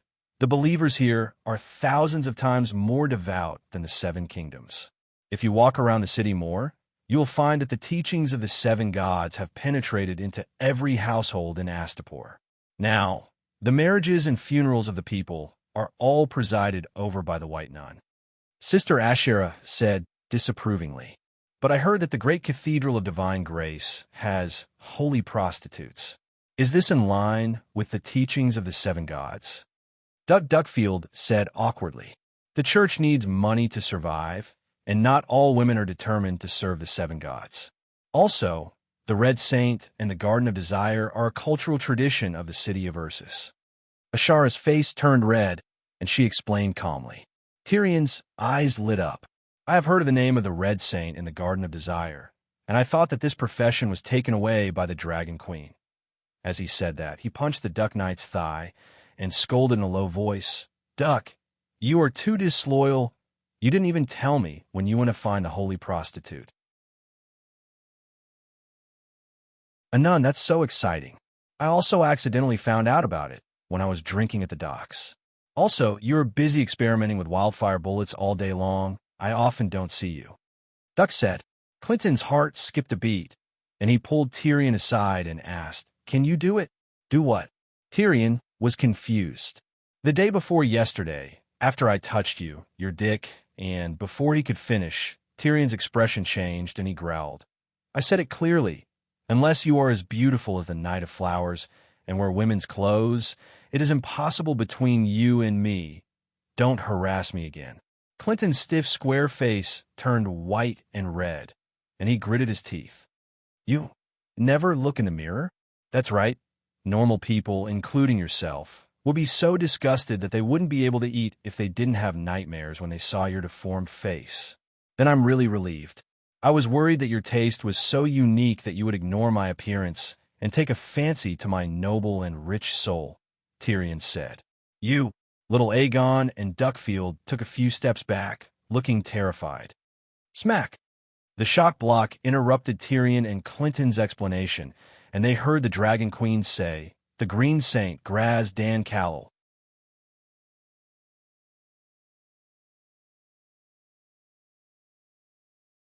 Chapter 440. Graz Dan Callel. More than 80 years old, the Green Saintess of Meereen. In the original history, Graz Dan was Dany Rise's advisor, an elder who guided her growth, and a very close friend. Dany Rise was almost fooled by her. She listened to her and completely integrated herself into the guy's slave culture, even marrying a slave owner. Now, this was the first time Dany saw Graz Dan. She was an old woman with snow-white hair and wrinkled skin. There were large gray age spots on her exposed skin, but time did not dim the spirit in her eyes. Her eyes were a soul-stirring green, filled with wisdom and experience that could see through human nature. She still maintained her dignity as the Green Saintess. She wore the green robe of the Green Saintess and wore a green veil on her face. She held a walking stick and seemed to be surrounded by a halo that symbolized wisdom and nobility. She walked in with the help of the two white saintesses. Greetings, Your Majesty. The Green Saintess' voice was gentle and kind, making people feel like they were bathing in the spring breeze. Facing the Green Saintess' clear green eyes, Dany wanted to hide for a moment, as if the darkness in her heart had been seen through by the wise priest. No, I'm not wrong. My goal is noble and great. My methods, compared to other ambitious and ruthless emperors, are gentler and more benevolent. As she comforted herself, her violet eyes looked straight into the pair of emerald green eyes, grandly and righteously against the profound and wise. Dany smiled and said, Give her a seat. Immediately, an Unsullied brought a high back chair with fur for the Green Saintess. There was a hint of understanding in the breathtaking green eyes, but also a hint of sadness. The Green Saintess looked away and said, Thank you, Your Majesty. Green Saintess, Count Shattered Shackles accuses you of participating in the formation of the Sons of Harpies. At this time, the Dragon Queen's clear voice did not have any extra majesty, but was very calm and indifferent, as if she was chatting with an old person. Yes, I joined forces with some like-minded people to form the Sons of Harpies. The Green Saintess nodded. What? Ah, she admitted it. The audience was in an uproar. They never thought that the big boss would be defeated as soon as he appeared. Sir Grazdan, do you know what you're saying? In the jury seat, the Green Saint of Astapor, Grazda, exclaimed in disbelief. My Lord Gratstan, cried another of the guy's jurymen, this is the great court, and no one can force you, and the queen is here, and no one can lynch you. Your Excellency Green Saintess, please believe us. We will strictly abide by the code, the free people said seriously. Lady Green Saintess, if you're not familiar with the public trial process, you can invite a defender or multiple defenders who know the code. This is the privilege of the nobles. Bruce Wayne suggested. The captain of the guards, Bruce, was a knight and also a knight. He joined the jury as a representative of the nobles. Pah! Dragon Queen slammed the gavel again. Silence. Wei Wu, unsullied one, struck his staff. The entire hall was silent. Sigh, the things passed down by our ancestors for thousands of years are still somewhat useful. Pah! Dragon Queen slammed the gavel again. Seeing the people below tremble unconsciously, she felt a bit better. Your Excellency Green Saintess, think carefully. This is the public trial court. In front of me and the other jurymen, you cannot go back on your words, and will even be used as evidence to convict you. I am very clear-headed. The Count of Shattered Shackles did not catch the wrong person. I am the leader of the Sons of Harpies. The Harpy, Green Saintess said calmly. Klein could not help but ask. In Myrene, I used the cruelest water torture on you, and you insisted that you were innocent. Why did you admit it now? How can I, the Butcher Count, endure this? Water torture? There was a suppressed cry from the audience. Why are the people of Slave Bay so honest, saying what they want to say? Tyrion said strangely. Danny glared at the butcher, who did not keep his mouth shut, and announced, Count Klein admitted to lynching a religious leader and is found guilty of the 13th charge. A fine of 5,000, 20 lashes in the Freedom Square, and half a year of imprisonment. The punishments for all crimes can be stacked and finally executed together. Klein was dumbfounded. Pah! The gavel slammed again. Dragon Queen scolded.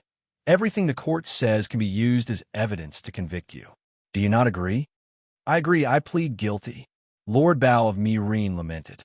Your Excellency Green Saintess, why did you form a terrorist organization like the Sons of Harpies? Danny asked. Terrorist organization? Green Saintess smiled and nodded. That's right. We do not dare to face the Dragon King directly, but we do not want to lose the last glory of being the Sons of Harpies. We can only use assassinations and terrorist activities to overthrow your rule. Can terrorist activities in Myrene hurt my rule?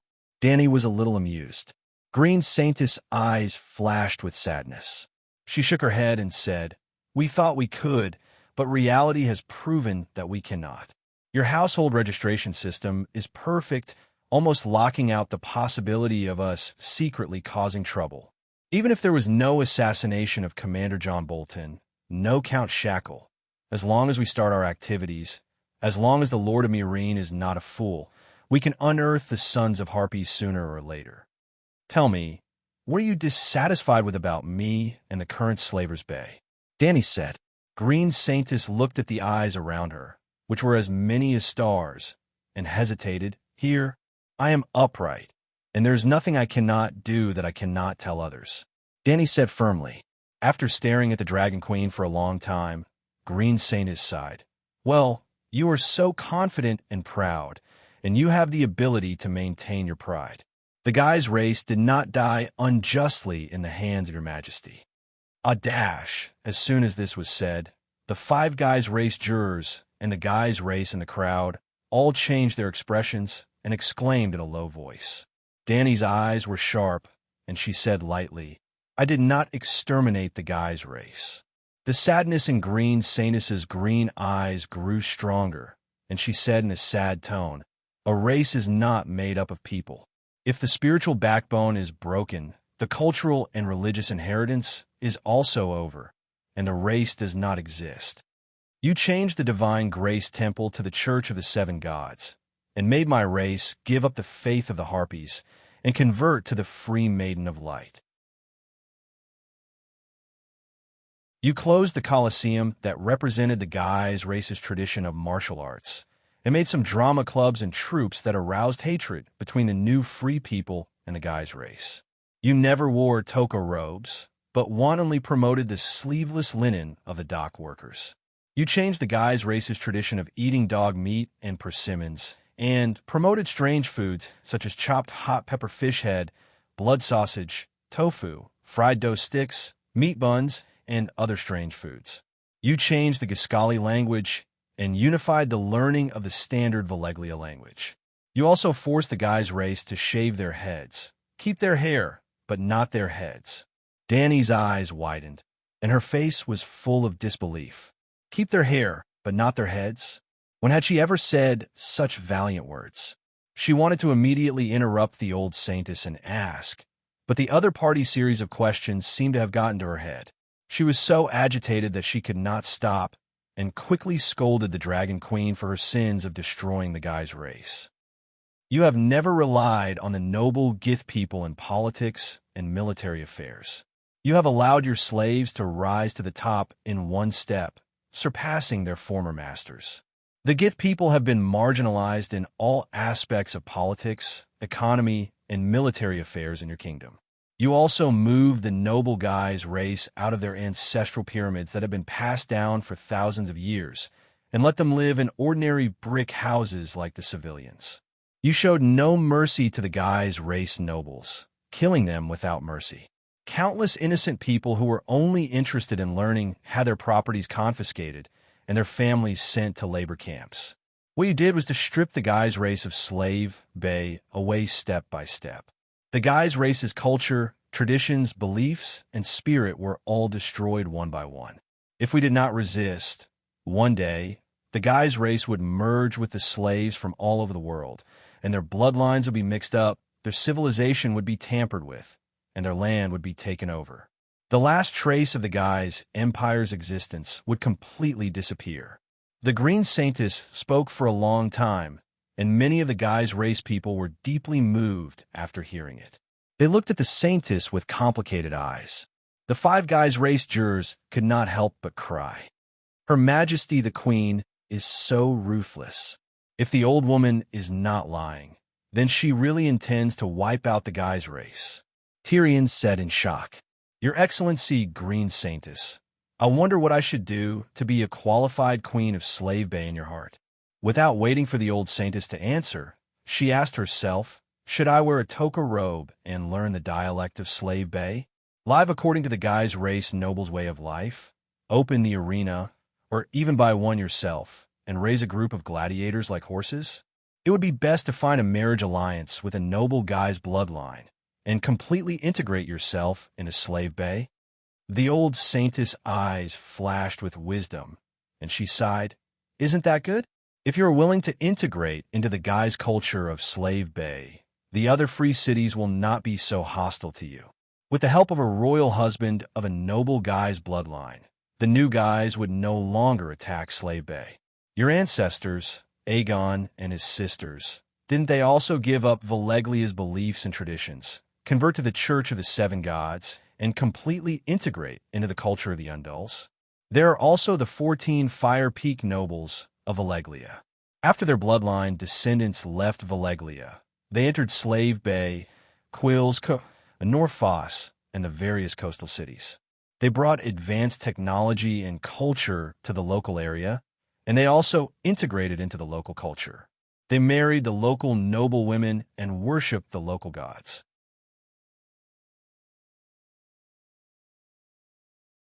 The most typical example was the marriage between Nymeria and Dormartel. She led the remaining Loener people and took the initiative to give up some of the Loener traditions, integrating herself and her people into Dorne. From bloodline to culture, Loener had integrated into Dorne. At the same time, Dorne had also absorbed some of the culture and traditions of the Loener people. The two races lived in harmony, without conquering or being conquered, and there would be no disputes or conflicts. Are these seniors not worthy of learning from you? You can reform the old Slave Bay, but you can't completely throw the previous owners of Slave Bay into the trash can. That makes sense? Tyrion was deep in thought. What makes sense? Clinton glared at him and said, The Queen promoted the great culture of knights in Slave Bay and used the seven gods to reform the suffering and confused slaves. What's wrong with that? Yes, I swear, Her Majesty feels that she is worthy of the title Saint Danny. Sister Asherah looked at the queen on the throne with a look of worship in her eyes. Sigh, Saintess, you are mistaken about something. The dragon queen smiled.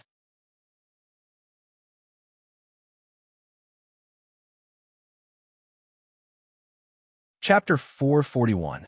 Danny stood up from the throne and looked down at the green Saintess. I am different from Aegon and Valeglia's Dragon King. I am not a conqueror. I'm also different from Nymeria. I am not a refugee. I am a reformer. I am a revolutionary. I am the nightmare of evil slavery. I am the Misha of all the oppressed slaves in the world. I am not targeting the Gith tribe in Slaver's Bay. My enemy is the entire rotten slave world. I want to build a new world without slaves where everyone is free. I will not compromise. I am not afraid of fighting. When I decide to become the enemy of the world, there is nothing in this world that can make me feel afraid. I will come, I will see, I will burn everything of the old society. I do not need to conquer you, nor will I integrate with you. I am a flood that will rush past you. Either you wash away the filth and join me, or you sink to the bottom of the river. Do you understand? This is your choice, not mine. I grant you the choice. The green Saintess' body trembled, her eyes filled with fear. This is the true Targaryen, the true queen. Tyrion felt an unprecedented shock. At this moment, he even wanted to kneel down to the queen who looked down on everyone. Dany has surpassed Aegon. She has surpassed all the ancestors of the Targaryens. In the crowd, old Ymont was proud. I'm not as good as her, little Aegon said with a defeated expression. You're still young. Clinton retracted her admiring gaze from the Dragon Queen and comforted him gently. I am 1 year older than her. To be able to serve such a queen is also an honor, Duckfield muttered. Misha, Misha, Misha. Torrent, Torrent, Torrent. The new freedmen in the hall were stunned for a moment. Then, as if they had gone mad, they shouted themselves hoarse and hysterically. Many people's eyes turned red and tears flowed down. Dany smiled in relief. Pah! She slapped the gavel. Silence. Wei Wu, the Unsullied, began to strike with his staff. Your Excellency, Green Saintess, other than my personal will, I can also explain the policies you proposed. After all, this is a court. As a judge, I have to abide by the laws of the Codex. I can't use my own will to sentence you. He picked up the wolfberry tea on the table and moistened his throat. She began to blabber. First, I advocate religious freedom. Astapor and Cayuan's Church of Divine Grace voluntarily carried out religious reforms. So the temple became the Church of the Seven Gods with the characteristics of Slave Bay. For example, the Red Saintess was considered blasphemous in the doctrine of the Seven Gods. The temples of Meereen insist on believing in the Harpies. I didn't force you to change your faith, did I? More importantly, everyone knew that the Harpies' claws were holding the slave shackles, which represented the slave master's enslavement of the people. Could it be that you want the new freedmen to believe in the Harpies who represent slavery? You can ask the people in the city if I have ever forced them. Force them to believe in the seven gods instead of the Harpy. We are willing. We believe in the Maiden of Freedom. We believe in light and freedom. Immediately, a new freedman said excitedly, We are not idiots. As the new freedmen, why would we believe in the Harpy? Before the temple was reformed into the Church of the Seven Gods, I never went there. The Green Saintess looked at the excited audience and sighed. The light in her eyes dimmed. Second, the Colosseum. The Colosseum needs gladiators. Gladiators are mostly slaves. I even abolished slavery. Why would I allow gladiators to exist? Moreover, I didn't close the Colosseum. Don't you see that every evening hundreds and thousands of people enter the Colosseum to do square dance? That's right. The Colosseum that occupied a large area in the city became a place for uncles, aunties, and young ladies to do square dance.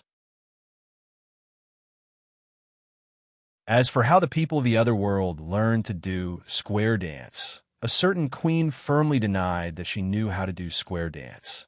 Third, the toka robe. Other than slave masters who don't need to work, who would wear that? Now that the rotten vampire slave masters have been defeated, The working people have become masters. It is difficult to even walk in that kind of clothing. Of course, I have to promote simpler clothing. Fourth, eating habits. Dogs are humans' friends. They can even prevent faceless people. I don't forbid eating them, but you can eat yours. You can't force me to eat, right? Moreover, the food I promote is popular. Not only is it more nutritious, but it also saves on ingredients. Fifth, standard Valeglia is the world's language. I really can't find a reason to refuse it. Sixth, shaving. Speaking of this, the Dragon Queen's expression became strange. She wondered, when did I say keep hair? The Green Saintess looked at Klein. I said it. The Count of Broken Shackles raised his right hand and said embarrassedly, upright long hair is the same as the toka robe. It is the symbol of a fallen slave master. There are thousands of slave masters in the labor camp. They still have strange upright long hair. It is very inconvenient for them to work. No matter what, they are not willing to shave their hair. In desperation, I can only use keep hair to scare them. Prisoners have no political power and can be forced to shave their hair. When they complete the labor camp and regain their freedom, they can continue to grow their hair. Danny nodded. Continue. Seventh, don't use the Gith people. This isn't Klein a Gith?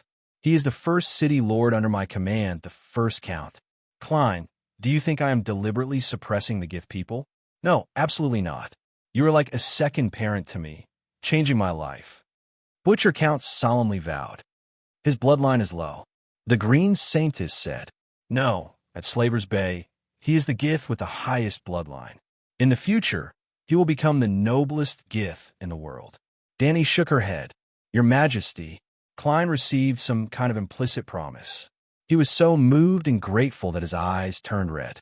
Eighth, the pyramid. Of course I will move them out. The families with the pyramid are all great slave masters. They all bear endless sins. I only pursue the evil and forgive their children and women. This is already merciful. Danny pointed at herself. Take me as an example. The usurper took my father's kingdom, still killed my brother's wife and children, and wants to kill me. I'm not dead. Little Aegon muttered unhappily. At this moment, everyone was listening to the Dragon Queen's speech. Even Clinton did not pay attention to his muttering. Ninth, I am not merciful to the great nobles of Gith, because they're all slave masters. None of them are innocent. I will say it here today. Unless they surrender to me in advance and contribute greatly to the liberation of slaves. Otherwise, not only the slave masters of Slaver's Bay, but all the great slave masters in the world will not be spared. Finally, you think I'm erasing Gith culture. Let me ask you, do the Gith people of this time have the same traditions and culture as the Gith people of Gith? The Green Saintess was silent. All the Gith people in the hall were silent. The Dragon Queen smiled faintly. After the last long night, 3 of the most powerful ancient civilizations appeared. Gith, Loina, and Valeglia. But they all disappeared in the long river of history. Times are changing, and no culture can be strong forever unless it is good enough to be accepted by everyone. Obviously, the culture and traditions of Gith built on slavery are not only weak, but also decayed. As a liberator of slaves, most of my people are new freedmen. How can we support your traditions? The Green Saintess Grazadin pleaded guilty as soon as she appeared. New freedmen, Gith jurors, the Gith people of Meereen who asked the Green Saintess of Astapor for help, and even the Dragon Queen. Everyone was surprised and puzzled. After the trial ended that day, the Green Saintess of Astapor, Grazadin, took 2 Gith representatives from Meereen and walked into the basement of the Great Pyramid with a grim expression. They met the old Saintess of Meereen in the dungeon. A 40-square-meter room with bookshelves, a bedroom, a bathroom, and a small reception room. This was a high-level prison for high-level prisoners. The old Saintess in her 80s was reading a thick book by the yellow light of the candle, the New 7 Stars Bible, written by the Dragon Queen. Grazadin's face seemed to be covered with a layer of ice, and her eyes were as cold as ice. Especially after seeing the calm and indifferent look on the old Saintess's face, her body seemed to begin to emit a burning anger that was the opposite of ice. Why? The green saintess asked the old saintess of Myrene. Why what? The old saintess said. Why did you form that useless son of the harpy? The green saintess asked. Why did you admit the crime directly and give up all your companions? The old Myrene immediately asked. The old saintess stared into the eyes of the green saintess and said, the son of the harpy is the last resistance of the Gith people, the last backbone of the Gith Empire. The reason why I resisted the rule of the Dragon Queen has been explained clearly in the public trial hall. I don't want the civilization of the Gith people to be destroyed. I did what a green saintess and a religious leader should do. Although the green saintess did not avoid the green eyes of the old saintess, the coldness on her face and the anger on her body dissipated. She said sadly and helplessly, you also heard the answer given by the queen in front of everyone. Well, what she said is very reasonable. The old saintess nodded gently and then shook her head firmly. There was deep wisdom in her green eyes. But so what? No matter how decadent and decaying the civilization is, it is still the mother civilization of the Gith people, the legacy of our ancestors for thousands of years. Our civilization can die because it is indeed not suitable for this era, the new era created by the Dragon Queen. But we Gith people can't do without a little resistance, because we are Gith people with ancient Jiskali blood. Once, when the Great Lord died, slaves were buried with him.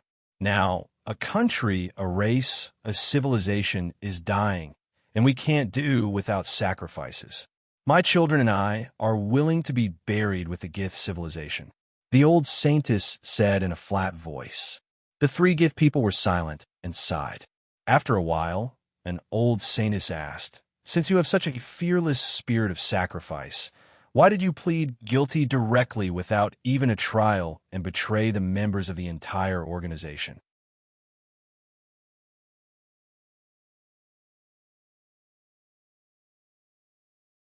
Chapter 442. Is there any point in hiding it? The moment I saw the Dragon Queen, I suddenly understood that being honest is the only way out. I'm not afraid of death. We should not be afraid of death. From a moment, they became the sons of the Harpies. They should be like me and have the resolve to be buried with the Gith race. The old saintess smiled faintly. In the court, the queen also has to abide by the code. As long as one lives, it's one life. The elders said woodenly. The old saintess smiled bitterly and said, that's the problem. We first violated the laws of the code. Assassinating John Bolton caused the sons of the Harpies to be completely exposed. As long as the queen has the will to adhere to the code, none of us can escape. In her eyes, I saw a will stronger than steel. So, I simply surrendered. At the very least, the innocent among the 80,000 people who were arrested would be able to escape imprisonment. As he said, as long as one lives, it's one life. The two elders had nothing to say. They did not join the sons of the Harpies, nor did they think of rebelling against the Dragon Queen.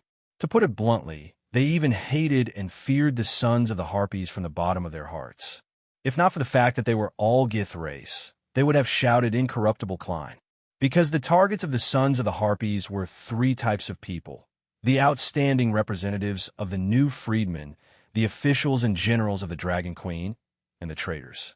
It was because of the arrival of the Dragon Queen that these commoners with talent, but no bloodline, had the chance to become the representatives of the Gith race and become famous. Like Klein, they were the beneficiaries of the new country. In the eyes of those with noble bloodlines who had lost their power and wealth, they were the traitors of the Gith race. The kings of the Westeros are also called the kings of the Undulls, Loinars, and the Ancestors. The 7 countries are a mixed country of many races. The Gith race of the Slave Bay are not pure Gith race. I believe that Her Majesty will bring a glorious future to the Slave Bay. I believe that Her Majesty will lead the Gith race of the Slave Bay and the new freedmen to the light and glory. Before leaving, the Green Saintess of Astapor said to the Old Saintess, I sincerely wish that she can do everything you say. The Old Saintess said. The sudden confession of the Green Saintess, Grazdan, stole the limelight of the impartial Clyde and disrupted the trial of Lord Bow of Meereen. Because with her confession, the case of the son of the Harpy was almost immediately concluded. Even the 5 Guys jurors voted unanimously to convict the son of the Harpy of treason. In other words, Cleon did not frame the loyal. He was only sentenced too harshly, but he didn't make any fundamental mistakes. As such, the entire trial process was greatly simplified. Originally, Danny thought that it would take 1 or 2 months. In the end, Klein would use public opinion to blackmail the jurors and come up with a verdict that the death penalty can be avoided, but the punishment cannot be avoided. Perhaps he would be stripped of his position as Lord of Meereen, and his title would be downgraded from Earl to Knight. Now that the Green Saints had confessed, of the remaining 20,000 Guys death row prisoners, although a large number of them were wrongly accused, more than 90%, there were also many sons of the Harpy of treason who had committed treason. In the final closed-door closing process, the jury voted unanimously in favor of the Dragon Queen's verdict. Count Shackle solved the case of the son of the Harpy of the Harpy of the Harpy of Meereen and made outstanding contributions. He was honorably promoted to Marquis Shackle and awarded 100,000 gold. However, Cleon Shackle was too cruel in the trial process and ignored many of the laws in the Code of Law. He was beaten into a confession. He was demoted by 1 rank, fined 80,000, and given 48 lashes. He was changed from Lord of Meereen to Great General of the West. Cleon was promoted and demoted, but his title did not change. His position was changed from Lord of Meereen to General. He earned 20,000 gold radiance coins and received 48 lashes from the Devil's Tail Hattar. There were also 60,000 prisoners arrested by Cleon and 20,000 death row prisoners. About 73,000 people were innocent. Perhaps they were dissatisfied with the Dragon Queen's rule, but they did not participate in the son of the Harpy of the Harpy. After all, this reactionary organization was just established not long ago and did not have the time to absorb members on a large scale. However, Danny did not directly declare those people innocent, because she realized one thing. Cleon was cruel, but he would never blindly frame the loyal. Those who were wrongly accused were all relatives of the son of the Harpy. When Danny asked Cleon about the trial process, she was confused. There was no on-the-spot investigation, no intricate reasoning, no suspicious or perfect evidence. He simply opened the household register and brought in the relatives of the first batch of people arrested, then the relatives of their relatives, and finally the relatives of the relatives of their relatives. There was a theory of 6 degrees of separation. You could know any stranger through at most 5 people. Relatives were different from people you knew. But if Cleon arrested people like this, round after round, dozens of rounds, he might be able to arrest the Dragon Queen and put her in prison. In fact, he only caught 3 rounds before he could not catch any more. Because if he caught another round, there would be no more Gith in Meereen. Cleon's method was crude, but the reason he gave was somewhat reasonable. The son of the Harpy was a major case of rebellion, intending to subvert the rule of the Dragon Queen. The son of the Harpy and the Dragon Queen were 2 completely opposite sides. The people of Slave Bay could only choose sides, either the Dragon Queen or the son of the Harpy. There is no doubt that in the face of this choice, their relatives would not stand on the Dragon Queen's side no matter what. Of course, being reasonable did not mean it was legal. Just like being inclined to commit a crime did not mean committing a crime. Danny could not convict them. But letting them go for nothing would be a waste of Lord Bow of Meereen's painstaking efforts. Well, the Dragon Queen admitted that she herself was not satisfied. Apart from the innocent, there were more than 7,000 people left, and only 200 or 300 people directly participated in the case of the son of the Harpy.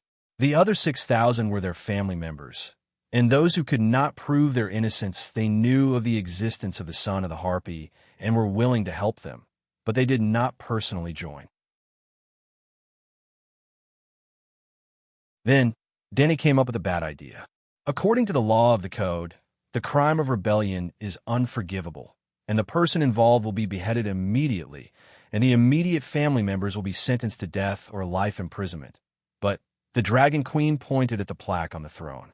It didn't say Mirror of Eminence, but righteousness above, benevolence below. I am willing to grant them mercy.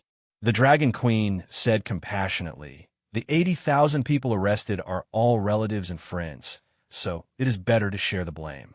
There will be no more death sentences, no more life imprisonment, and everyone will enter the labor camp. Innocent relatives and friends can work during the day and go home at night, and only need 2 years to leave the labor camp. The guilty son of the harpy cannot go home, but as long as he works for 5 years, he can regain his freedom and be a new man. Unfortunately, the queen's mercy did not receive the gratitude of the sinners. I am not afraid of death. Kill me. I don't want to implicate my family. A son of the harpy shouted. I'm not guilty. I'm a cousin 2 generations removed from Graz, and I don't want to be a convict for him, cried an innocent relative. Bastard. The queen's mercy is not to be rejected. The Dragon Queen angrily roared and made an arbitrary decision. After completing the trial of the case, the Dragon Queen found the bedridden Klein. Yes, he suffered 48 lashes and was lying on the bed recuperating. Klein's face was pale, and he lay on the bed with his eyes closed, as if he wanted to use silence to express his protest against the Dragon Queen's injustice. After working for a few months in vain, he only received 48 lashes from the Devil's Tail and lost the super lucrative position of Mirene City Lord. Lord Bao of Mirene was bitter. Sigh, do you understand the significance of the Western General? There was once a great King Chao who was willing to give up the throne to become the Western General. The Dragon Queen sighed. Klein's attention was attracted by the King Chao, and he could not help but ask, what is the significance of the Western General? Western General, as the name suggests, is to conquer the West. The Allied army is divided into sea and land. The navy is gathered at New Guise, and the army is gathered at Materis. They came with great momentum, but they can't do it again. If we can't take down Slavers Bay in one wave, it will be my turn to conquer them next time. Where will we go? Of course, we will follow the Allied army's invasion route, starting from Mirene, heading west, Tauros, Materis. Finally, we will pass through the land of long summer, enter the western plains, and enter Volantis. The Dragon Queen looked at the Count of Broken Shackles meaningfully. So, do you understand? I will become the city lord of Volantis. Klein was surprised. Danny gave him an encouraging look and said, no, you will become the Grand Seneschal of the West, the Lord of Volantis, the Lord of Kal, the Lords of Pentos, Mir, Tarosai, Lis, and the other cities. They will all be under the jurisdiction of the great general of the West. The light maiden above. Klein's sickly white face instantly flushed red, and he said excitedly, no wonder King Chao would rather not be a king and want to be the Western General. Then he asked suspiciously, Your Majesty, why don't you become the Western General yourself? Are you really going to let me manage such a large piece of land? Do you think I will let new guys and queers go? Danny asked back. Of course not, Klein said angrily. So, not only will there be the Western General, there will also be the Eastern General, Northern General, and Southern General. And I will sit at Slavers Bay and lead all of you generals. I see. Klein suddenly understood. As the saying went, once the rabbit was caught, the hound would be cooked. If the hunting ground was big enough and there was enough prey, the hound would die of old age before it was cooked. Klein was far luckier than Scholar Lie. The Queen's vision was far, and there was a vast and boundless hunting ground waiting for her to conquer. The Dragon Queen conquered the hunting ground, and Scholar Lie helped her tame the prey, cooperating well. And in this magical world, with the Megalosaurus, extraordinary magic, and long lifespan, the Queen would never have to worry about not being able to suppress him. As long as his brain wasn't damaged, he wouldn't be disloyal. This way, the friendship between ruler and subject would continue, and Klein would have a 99% chance of having a good ending. The case of Klein and the Harpy was solved, and the conversation between the Dragon Queen and the Green Saintess in the court was spread, known by the freedmen and the Guise people. Strangely, Slavers Bay became peaceful. Yes, it was very peaceful before, but after this, the restless people completely settled down. The fact that Slaver's Bay was the Dragon Queen's kingdom began to be accepted by everyone, whether it was the freedmen or the Guy's people. The Guy's people no longer thought about fighting the Qing and restoring the Ming, and the freedmen no longer thought about settling the remaining evil.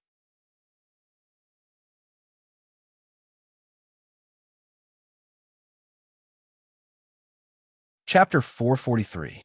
To the south of Astapor, there was a stretch of green peaks. Dani chose a straight mountain 150 kilometers away from the city as her training ground. Big Black and Little Green transported a group of unsullied people up there. It took them a week to build a garden called Five Dragon Cave on the peak. The 3,000-meter-high mountain was almost vertical among the mountains, as if a god had left his sword in the human world. The gray granite stones were dotted with green pine trees and green vines. At the peak, under a huge rock, there was a wooden house facing north. It had 2 rooms and 1 living room, covering an area of about 80 square meters. In front of the wooden house, there was a 50-square-meter flower bed planted with figs, tomatoes, potatoes, strawberries, and other fruits and vegetables. There was a 30-square-meter pool beside the flower bed. The pool was cut out of the huge rock and half filled with green water. It was the place where the Dragon Queen cultivated the fire ladder technique. Outside the flower bed, there were piles of rocks. Some were as big as a human head, some as big as a water tank, some were as tall as a person, and some were even 4 or 5 meters wide. The rocks surrounded the flower bed, pool, and wooden house, blocking the storm outside. Outside the pile of rocks, a platform 25 meters wide and 30 meters long was cleared out. The platform was not flat, but it was paved with a thick layer of gravel and a layer of greenstone bricks. It was very flat. Outside the platform was a cliff. Standing at the edge of the platform and looking into the distance, there were green mountains, green trees, and a trickling river reflecting the silver light. From time to time, there would be the cries of apes and birds. At the edge of the platform, there was a piece of blue jade bigger than a millstone. It was polished smooth and warm to the touch. Beside the jade, a thunderous voice said, "Autumn is here. The weather is cold. Yellow leaves fall from the trees." A flock of big, he was stuck. Dani was wearing a thin green dress, with a small braid on both sides of her head. Her silver hair was fixed at the back of her head, and when the breeze blew, her hair and green dress swayed gently. At this time, she was sitting cross-legged on the blue jade. Her eyes were slightly closed, and she was facing the mountains. Her white and delicate cheeks shone with a transparent halo under the sunlight. "Geese eating yin, wild geese," she said. Then the coarse and loud voice continued. "A flock of wild geese is flying south. One moment they're arranged in a figure 8, the next moment they're arranged in a." Dani's eyes widened. "8? You can't even recognize a person. Are you still human?" No, it's a human, a dragon. Blackie stammered. "You are a dragon, but you have to have humanity. You are a dragon with humanity." Mother Dragon corrected. Well, ever since he ate the rat chef, Dani had been teaching him language and writing every day for more than a month. She really couldn't understand Big Black's dragon language, which was actually the original language, nor could she learn it. Her vocal cords didn't support that kind of pronunciation. Unable to teach the Western dragon language, Mother Dragon had no choice but to teach her child the Eastern dragon language. The descendants of Yin and Huang were the descendants of the dragon. The language spoken by the descendants of the dragon was naturally the dragon language. After that, it was simple. Starting from the first grade of primary school, the radicals, initial consonants, final consonants, woo, woo. Then Dani was shocked. Blackie, this baby dragon, was actually smarter than humans. Well, she used to think he was stupid because if she taught him words directly, he would learn them today and forget them tomorrow. Now, she thought he was smart because he was learning step by step according to the Celestial Primary School textbook. His learning progress was faster than hers in the past. Dragon Queen had spent a year in the first grade. Moreover, she was in the first grade at the age of 7. Before that, she had 3 years of primary, secondary, and senior classes. But Dahe could now recite the text, "Autumn is coming." Maybe in a few months, Blackie would be able to become a qualified primary school student. Primary school students sounded low, but primary school students could also speak fluent Chinese. Hiss, the dark green dragon, rushed up with a black wild boar in its mouth and flew up from the bottom of the cliff to the sky. Hiss, Little Gold, who was less than 10 meters long, followed behind third brother with a thick spotted forest python in its claws. Hiss, hiss, the two dragons flapped their wings and circled in front of Danny. There was obvious flattery in their cries. Unfortunately, their behavior didn't win their mother's favor. "You two idiots only know how to eat all day long. You've been in seclusion for more than half a month, but you still can't communicate with my dragon spirit. If you continue to be so stupid, you'll be kidnapped by the Green Prophet sooner or later. At that time, you'll know why a child without a mother is like a blade of grass. Look at your eldest brother. He's about the same age as you, but now he can read Autumn is coming." As she spoke, she turned around and said to Blackie, "You have to continue to work hard. Don't be as playful as your two stupid brothers. If you perform well, I'll give you a red scarf later." The red scarf was naturally not a red cloth. In view of the upcoming war and Blackie's strength was increasing day by day, Danny considered giving him a layer of fish scale armor. He didn't have to wear armor all over his body. That was unrealistic. He couldn't fly even if he wore it, but at least it could cover the area from his throat to his chest. It seemed to be more like a belly band than a red scarf. "Ah, stupid brothers," hiss, Blackie roared at his two brothers. Immediately, Little Green and Little Gold flew over and landed beside him, sending the wild boar and python in their claws to him. Boom! Dark red dragon flames spurted out from Blackie's mouth, burning the two prey into charcoal before he began to chew. It was very strange. When Blackie couldn't speak, he couldn't order his brothers by roaring. Now that he had learned to speak, his words were not even complete, but Little Green and Little Gold actually understood. The two illiterate dragons understood the Easter dragon language. "All right, let's take a break after class." With a helpless sigh, Danny stood up and returned to the small study on the left side of the wooden house. She picked up her pen and wrote a series of runes. Just as Tam said, no meditation technique was perfect.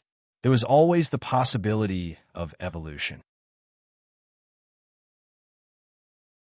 Every time she entered the state of windsong, she could obtain some information from the wind.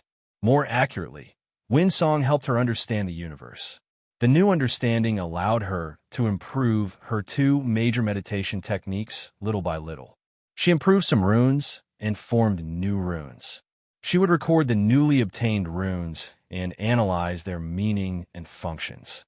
During this period of time, with the help of windsong, her Green Prophet meditation technique had changed by almost 10%. Danny thought that this was an optimization. With this optimization at its peak, could it help her control a few more dragons? Danny wasn't sure. However, the new meditation technique was more compatible with windsong, allowing her to enter the state of windsong more easily and maintain it for longer. Compared to the Green Prophet meditation technique, the change in the Grand Wizard meditation technique was less than 4%. However, she could clearly feel that her ability to control flames was improving. For example, she could control the wildfire last time. When she was in the City of Knowledge, it was difficult for her to even control the burning bonfire. Now, she could twist the wildfire into a large fireball. Even if she wasn't as skilled as the dragon flames, it was enough for the group of fire mages to worship her like a god. This meant that Danny wouldn't be hurt by the wildfire. In addition to the 9-colored whirlpool and Green Prophet meditation technique, Danny also spent a lot of energy on necromancy and deviant ghost meditation runes. When she parted with Bo Chung that day, Prince Edie gave her 5 necromancy scrolls to repay Layla for saving his life. The development of necromancers, the Encyclopedia of Basic Incantations, Chai Jin's Notes, Bo Yi's Travels, and Bo Cheng's Notes. Basic Incantations was a secret of the Necromancy Association. Bo Chung gave it to her at a great risk. Bo Chung was worried that Layla would learn the meditation techniques of wild necromancers and enter the evil path, becoming neither human nor ghost. Therefore, he taught her the orthodox necromancy spells. Chai Jin was the strongest necromancer in Huang Dynasty. He had broken the limit of life and lived for 150 years. He was Bo Cheng's ancestor. In the process of exploring the easternmost land, he had seen all kinds of extraordinary professions and evil witchcraft. Bo Chung was studying the possibility of strengthening a necromancer's witchcraft with a positive spirit.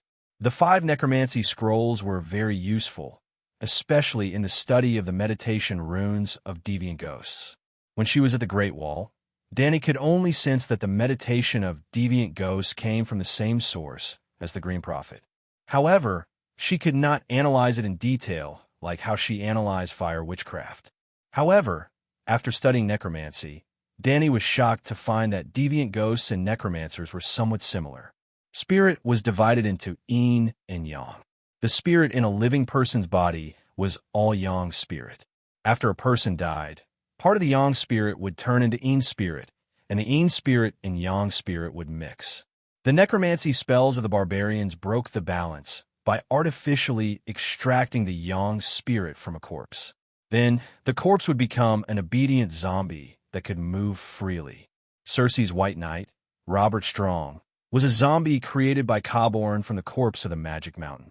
The demonized version of the Magic Mountain was known as the strongest soldier in the world of ice and fire. He had infinite strength and energy, and his body had no fatal weakness. The meditation techniques of deviant ghosts also seemed to have the effect of transforming spirit. The yang spirit in the body turned into yin spirit. A living person was made up of yang spirit, and a dead person was a mixture of yin and yang. A dead person with all yin spirit was a zombie, and a living person with all yin spirit was a deviant ghost. Deviant ghosts were not only related to the Green Prophet, they were also involved in necromancy. This discovery frightened Danny and also gave her a good idea to deal with the faceless. The barbarians all agreed that the Bloodstone Emperor's necromancy had attracted the Long Night. Last time, the Bloodstone Emperor took the blame for the Long Night, and this time, the Long Night was coming. Why not let the faceless be the scapegoat? So, she entered the state of wind song and studied necromancy and the meditation techniques she obtained from the deviant ghosts in depth. Was it possible to create a ghost cultivation meditation technique and let a living person cultivate into a half-human, half-ghost? It was not a deviant ghost, as long as it looked like one. Then the long night came, the house of black and white, for my good boy Jiaquan. Mother Danny had been working hard. Now it was fruitful. You won't have to wait too long. After taking notes, Danny took out the glass candle from the drawer. Silver-gray light filled the wooden house, and Danny sent a trace of her spiritual power into it. Stone Steps Archipelago, Torture Abyss Bay.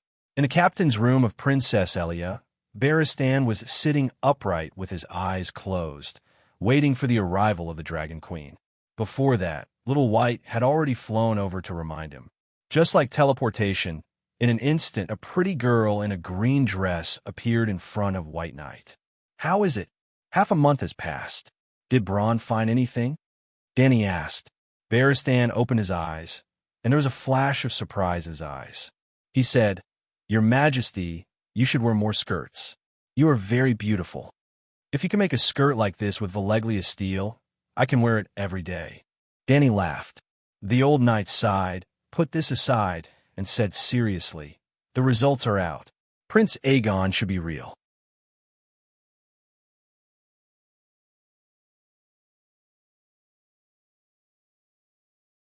Chapter 444. Barristan said slowly, There was a leathersmith named Yale in the Stinky Water Bay, and he died 5 years ago. He had black hair and gray eyes, but he married a lazy prostitute who had silver hair and blue eyes. His wife died in childbirth during the War of the Usurpers. The leathersmith had 2 sons. The eldest had black hair and blue eyes, and he died in the rebellion of the 4 princes. The second had silver hair and blue eyes, and he inherited his father's business. He is now a leathersmith in the steel street of King's Landing. Bronn asked the second son about little Yale in detail, but he didn't know that he had a younger brother, and he believed that his younger brother died with his mother. Dany's eyes flickered, and she asked, "Do you think that this is a flaw? Your Majesty, little Yale is only 19 years old this year, and he was only 2 or 3 years old at that time. It is very likely that he was too young to remember," Barristan said. Dany nodded and asked, "Did you ask witnesses such as midwives and scholars?" Asking scholars to deliver a child requires money, and the women of King's Landing's commoners aren't as delicate as the noble ladies, and they all work while giving birth to their children. Well, it's easier to ask the three-eyed crow about this, but I don't dare to go to him now. I won't dare to believe his words unless I cripple him and put a knife to his neck, Dany said with a sigh. Why do you always doubt Prince Aegon's identity? Barristan asked in confusion. Do you believe in Varys? Dany asked. After a long silence, Barristan shook his head and said, Reason and reality tell me that Varys can't be trusted. It's a bit strange. Dany's expression became strange. Almost everyone thinks that Varys can't be trusted, but you are willing to believe him. We don't trust Varys, but we trust the 8-clawed spider's ability and intelligence. Let's just say that he is real. Dany smiled weirdly. Having a nephew is just having another pair of chopsticks and another bowl. I can afford it. But having an aunt like me, who countless people want to get rid of but can't do anything about, little Aegon will have a hard time in the future. The allies, Faceless One, Lannister, and other enemies would all regard Aegon as Dragon Queen's fatal flaw. Perhaps, with the Aegon's giant shield, he could bring his cheap son back. Ugh. White Knight also thought of Aegon's future situation, and her face could not help but contort. By the way, Knight, are you still passionate? Passion. The old knight was puzzled. Your goddess, Ashera Dane, is not dead. What? Ashera isn't dead? The old knight suddenly stood up, looking excited. Seeing his expression, Dany could not bear to see him like this. The result was too cruel, and old Bart might not be able to accept it. Like John Clinton, she faked her death to avoid everyone's attention and raised little Aegon in the Little Rhone River. Then, Dany told him everything, from when Ashera received Princess Alia's letter to when she went to Astapor with Clinton. But in the end, she looked hesitant. The old knight did not notice Dany's expression. His eyes were watery, and he said with joy and sadness, It's good that she's not dead. That's great. It's been hard on her all these years. The old knight seemed to want to continue being a bootlicker. Dany gritted her teeth and told him the secret of the past. The child in Ashara's belly is Stark's illegitimate daughter, but it's not Ed Stark but Brandon Stark. The nostalgic and sad expression on the old knight's face froze. After a while, he said uncertainly, What did you say? Brandon Stark? Ed's big brother? Ashera was Brandon's lover for a while. But Brandon was engaged to Catelyn Tully for a long time, a sacred marriage contract. Ashera knew about it. Everyone knew about it. The White Knight said blankly.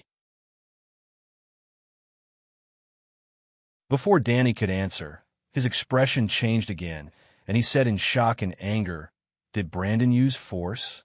He couldn't have used force. After all, he's the heir to the Duke of the Northern Territory, and he has a good upbringing. And Ashara's brother is Daybreak Swordsman. Everyone knows that. A trace of pity appeared in Dany's eyes. The Great Wall was relatively close to Winterfell, and the men in black were very close to Stark, so old Ymont knew Brandon very well.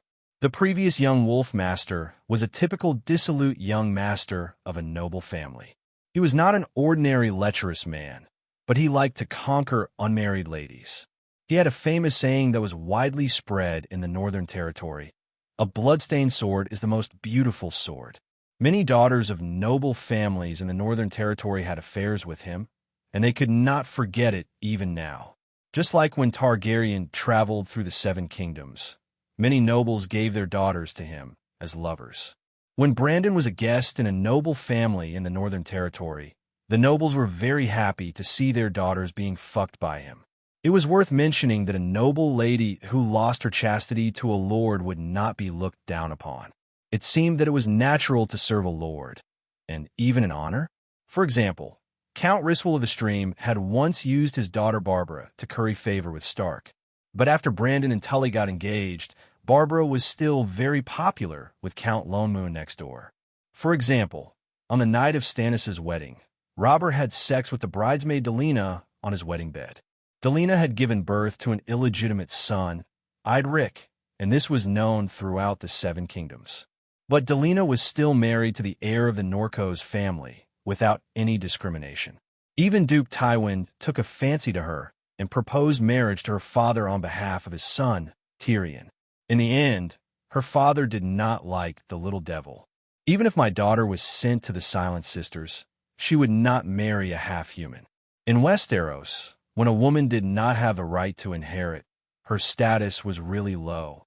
In front of the commoners, they were high and mighty, honorable ladies. In front of a nobleman of a higher rank, the only difference between them and the prostitutes in the brothel was that they could marry, while the prostitutes could not. That was a digression. As for Ashera Dane, the brightest pearl in the tournament at Hellenberg, she had also dyed Brandon's sword red. This time, Brandon had relied entirely on his strength to pick up girls. Stark's identity was not useful in front of Dane. Why would Ashera like him? Barristan's eyes were filled with confusion and pain. Obviously, he would rather Ashera's secret lover be eyed. But I was like Barristan, an honest child, a true gentleman. Since ancient times, goddesses have loved scumbags. An honest person was not even qualified to be a spare tire. Sir, the long night is coming. We should devote all our energy to the great cause of saving the world. Dany's words were unusually childish, but it re-energized the sad old knight. He sighed. His blue eyes, shrouded in pain, became sharp again, and solemnly said, "You are right. You are so young. You should be at the age to enjoy the most beautiful love. Now, for the people of the Seven Kingdoms, for the hungry and cold savages beyond the Great Wall, for the suffering slaves of the world, you put your best years into work. I should learn from you and devote all my energy to serving you. The rest of my life will be the most glorious path of a white knight in history." Sigh. The old knight's words were always so honest. Dany nodded calmly and asked, "Is the blacksmith, Tobu Mott, willing to tell us the secret method of recasting Valeglia's steel? In order to strengthen and improve the dragon crystal weapon industry, Bronn and his subordinates kidnapped a large number of master blacksmiths in Blacksmith Street when Cersei was parading the streets. One of them, Tobu Mott, was the best blacksmith. He had studied in Khal and knew two skills that Dany coveted: coloring metal and recasting steel. House of Stark's Frost Greatsword was smelted and recast by Tobu into Joffrey's Widow's Howl and Brenn's Oathkeeper. The most amazing thing was that he had colored the steel swords. Dany's exclusive armor and weapons were most likely with him. Barristan temporarily put aside the matter of Ashera and began to get into work mode. He said solemnly, he agreed to serve you and recast your steel weapons, but he refused to divulge the secret method of the Khal Blacksmith Guild. Did you beat him? Dany asked with a frown. Beat him? The old knight's eyes widened. Your Majesty, Master Mott is a master blacksmith, not a prisoner. We shouldn't have kidnapped him. How can we torture him? Didn't you hear? He wants to keep the secret for Khal. Khal has joined the United Nations and forged dragon-slaying crossbows for the Allied army. He is our enemy. This, seeing the old knight hesitating and not being straightforward at all, Dany sighed and said, "Forget it. Leave him to me. Let Blackie go to Dragonstone Island and bring Tobu to Bravos. Devil's Tale, Hattar can't deal with a faceless, but can't he deal with a blacksmith? Your Majesty, I have to remind you that a master blacksmith has a very high status and is widely respected by the nobles all over the world. If outsiders know, the long night is coming. Who cares about such a small matter? You could just ask him to recast the steel sword for you. Why do you need his secret method?" Barristan was puzzled. Dany said helplessly, "I also want a set of strong and light steel armor, but the dozens of swords are not enough to kill the deviants. How can they melt the swords to make armor for me? I want to try and see if I can deduce the technology of making steel through the magic spell of melting steel. If I succeed, we will all be wearing steel armor and holding steel swords. Not to mention deviant ghosts. Even Frost God and El Hiller could be killed if hundreds of armored knights charged at them together. Dany was so excited that her cheeks flushed. There was one more thing Barristan told Dany before he ended the conversation. Your Majesty, Blackie's words were too shocking. The people of King's Landing were shocked by the Megalosaurus's magic, and they all believed his words. Only people will lie.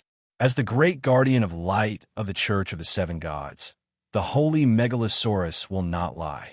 Everyone thinks so, and the sparrows also spread the news. As a result, the news that the Great Sparrow was the holy son of the Church of the Seven Gods spread wildly in the Seven Kingdoms, and the Church of the Seven Gods became more and more popular. Every day, a large number of productive knights, and the second sons of earls rushed to King's Landing, put on the seven-pointed cloak, and swore to the seven gods to become the children of war. Because of this, the Great Sparrow's position in King's Landing became more and more popular. The church not only obtained the logging rights of the imperial forest, but also recently intercepted one-third of the customs duties of the Blackwater Bay Pier. The Great Sparrow also accepted your proposal to request the Iron Throne to increase the number of seats in the Imperial Conference by 2. One belongs to the nuns, responsible for educating the nobles of the Seven Kingdoms and regulating the behavior of women.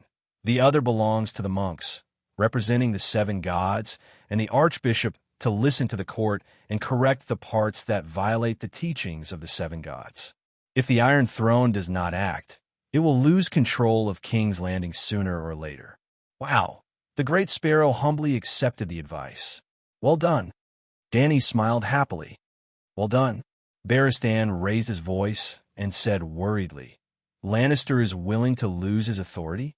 Sooner or later, there'll be a big conflict between the two sides. The church seems to be prosperous, but in the end, its foundation is weak.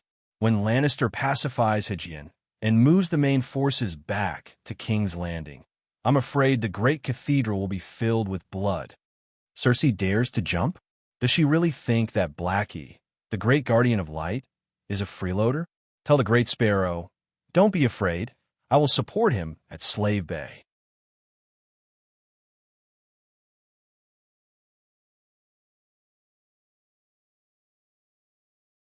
Chapter 445. Barristan touched his nose and said helplessly. In addition, the Great Sparrow also officially announced the girl of the seven gods as the Light Freedom Maiden. The holy light symbolizes purity and freedom. The Seven Gods Church has always been against slavery, so of course it is freedom. Even the Church of the Seven Gods had added the prefix light. The seven gods as one is the Church of Light. Very good, very good. Dany clapped her hands and sighed. The Great Sparrow is a good church member. By the way, did he promote my idea of the Glorious Night? She asked again. No, I don't think he will promote the Glorious Night for you, unless you have to be anointed with holy oil before being promoted to a glorious night.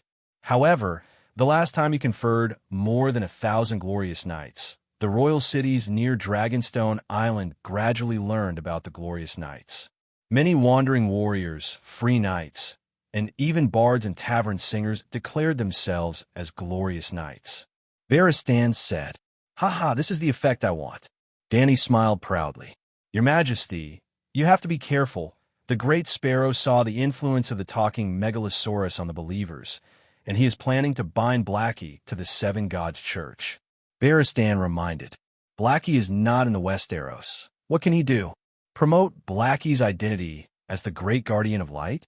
Dany asked curiously. He is recently gathering stonemasons to build a statue of the Great Guardian of Light in the Great Cathedral of Baelor. Blackie's statue will be below the seven gods. The Great Sparrow even wrote a letter to ask if the White Dragon can also join the Seven Gods Church and form a black and white left messenger with Blackie. This way, the left and right statues will be more symmetrical. Black and white left messenger. Dany's mouth twitched. Only he can think of it. Your Majesty, don't you see? The Great Sparrow wants to use the name of the Megalosaurus to establish the sanctity of the Seven Gods Church of Light. Barristan emphasized, "It's just a name. It's not bad for me.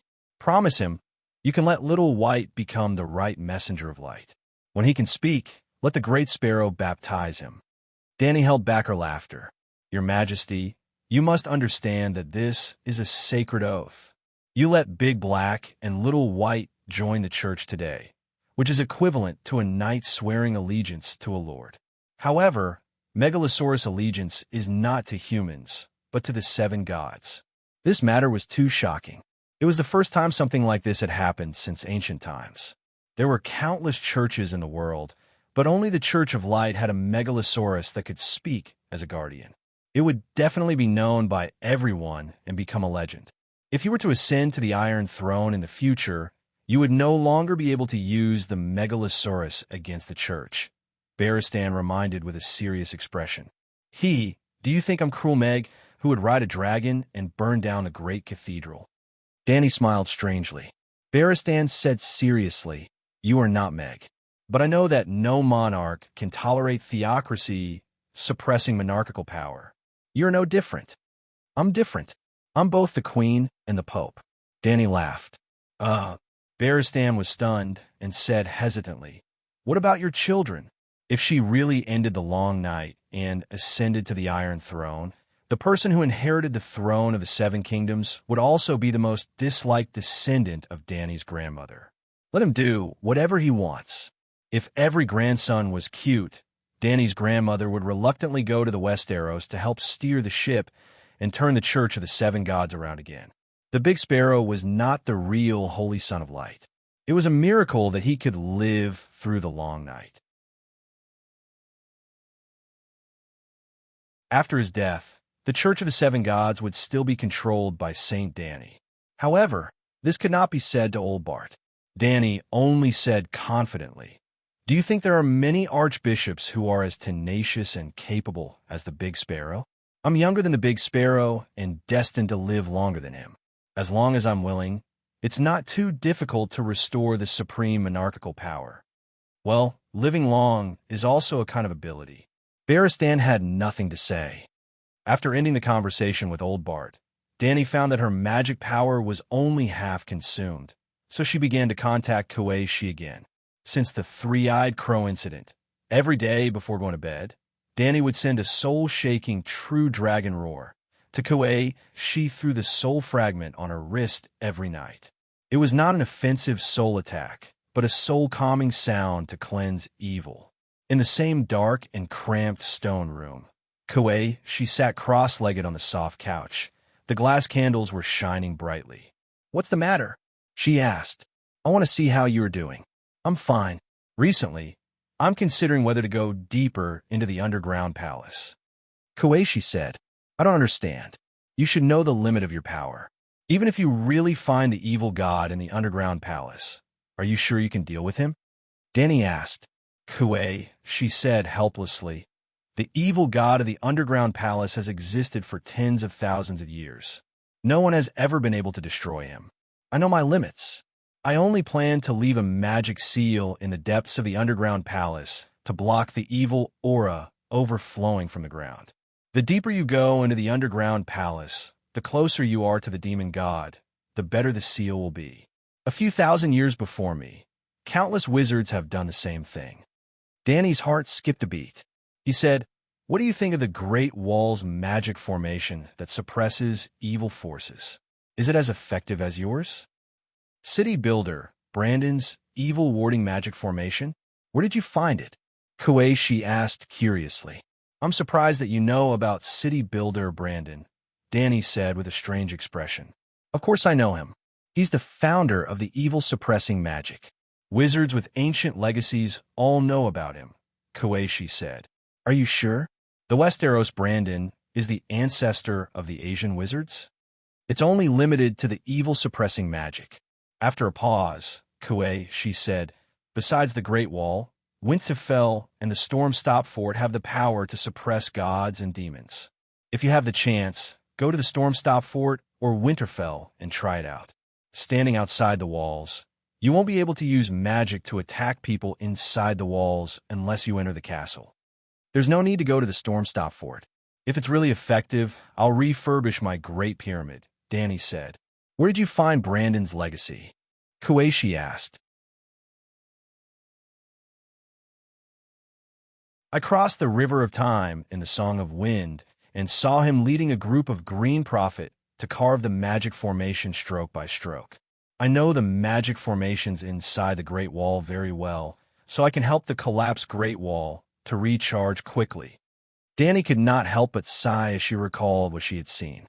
What song is the Song of Wind? How can you cross the River of Time? Kueishi asked in surprise. It seems that you don't know everything, ha ha ha. Danny laughed proudly. I never said that I know everything, Kueishi said coldly. All right, it was my assumption. I thought you were a big shot and knew everything. Sigh. Unknowingly, I become a big shot.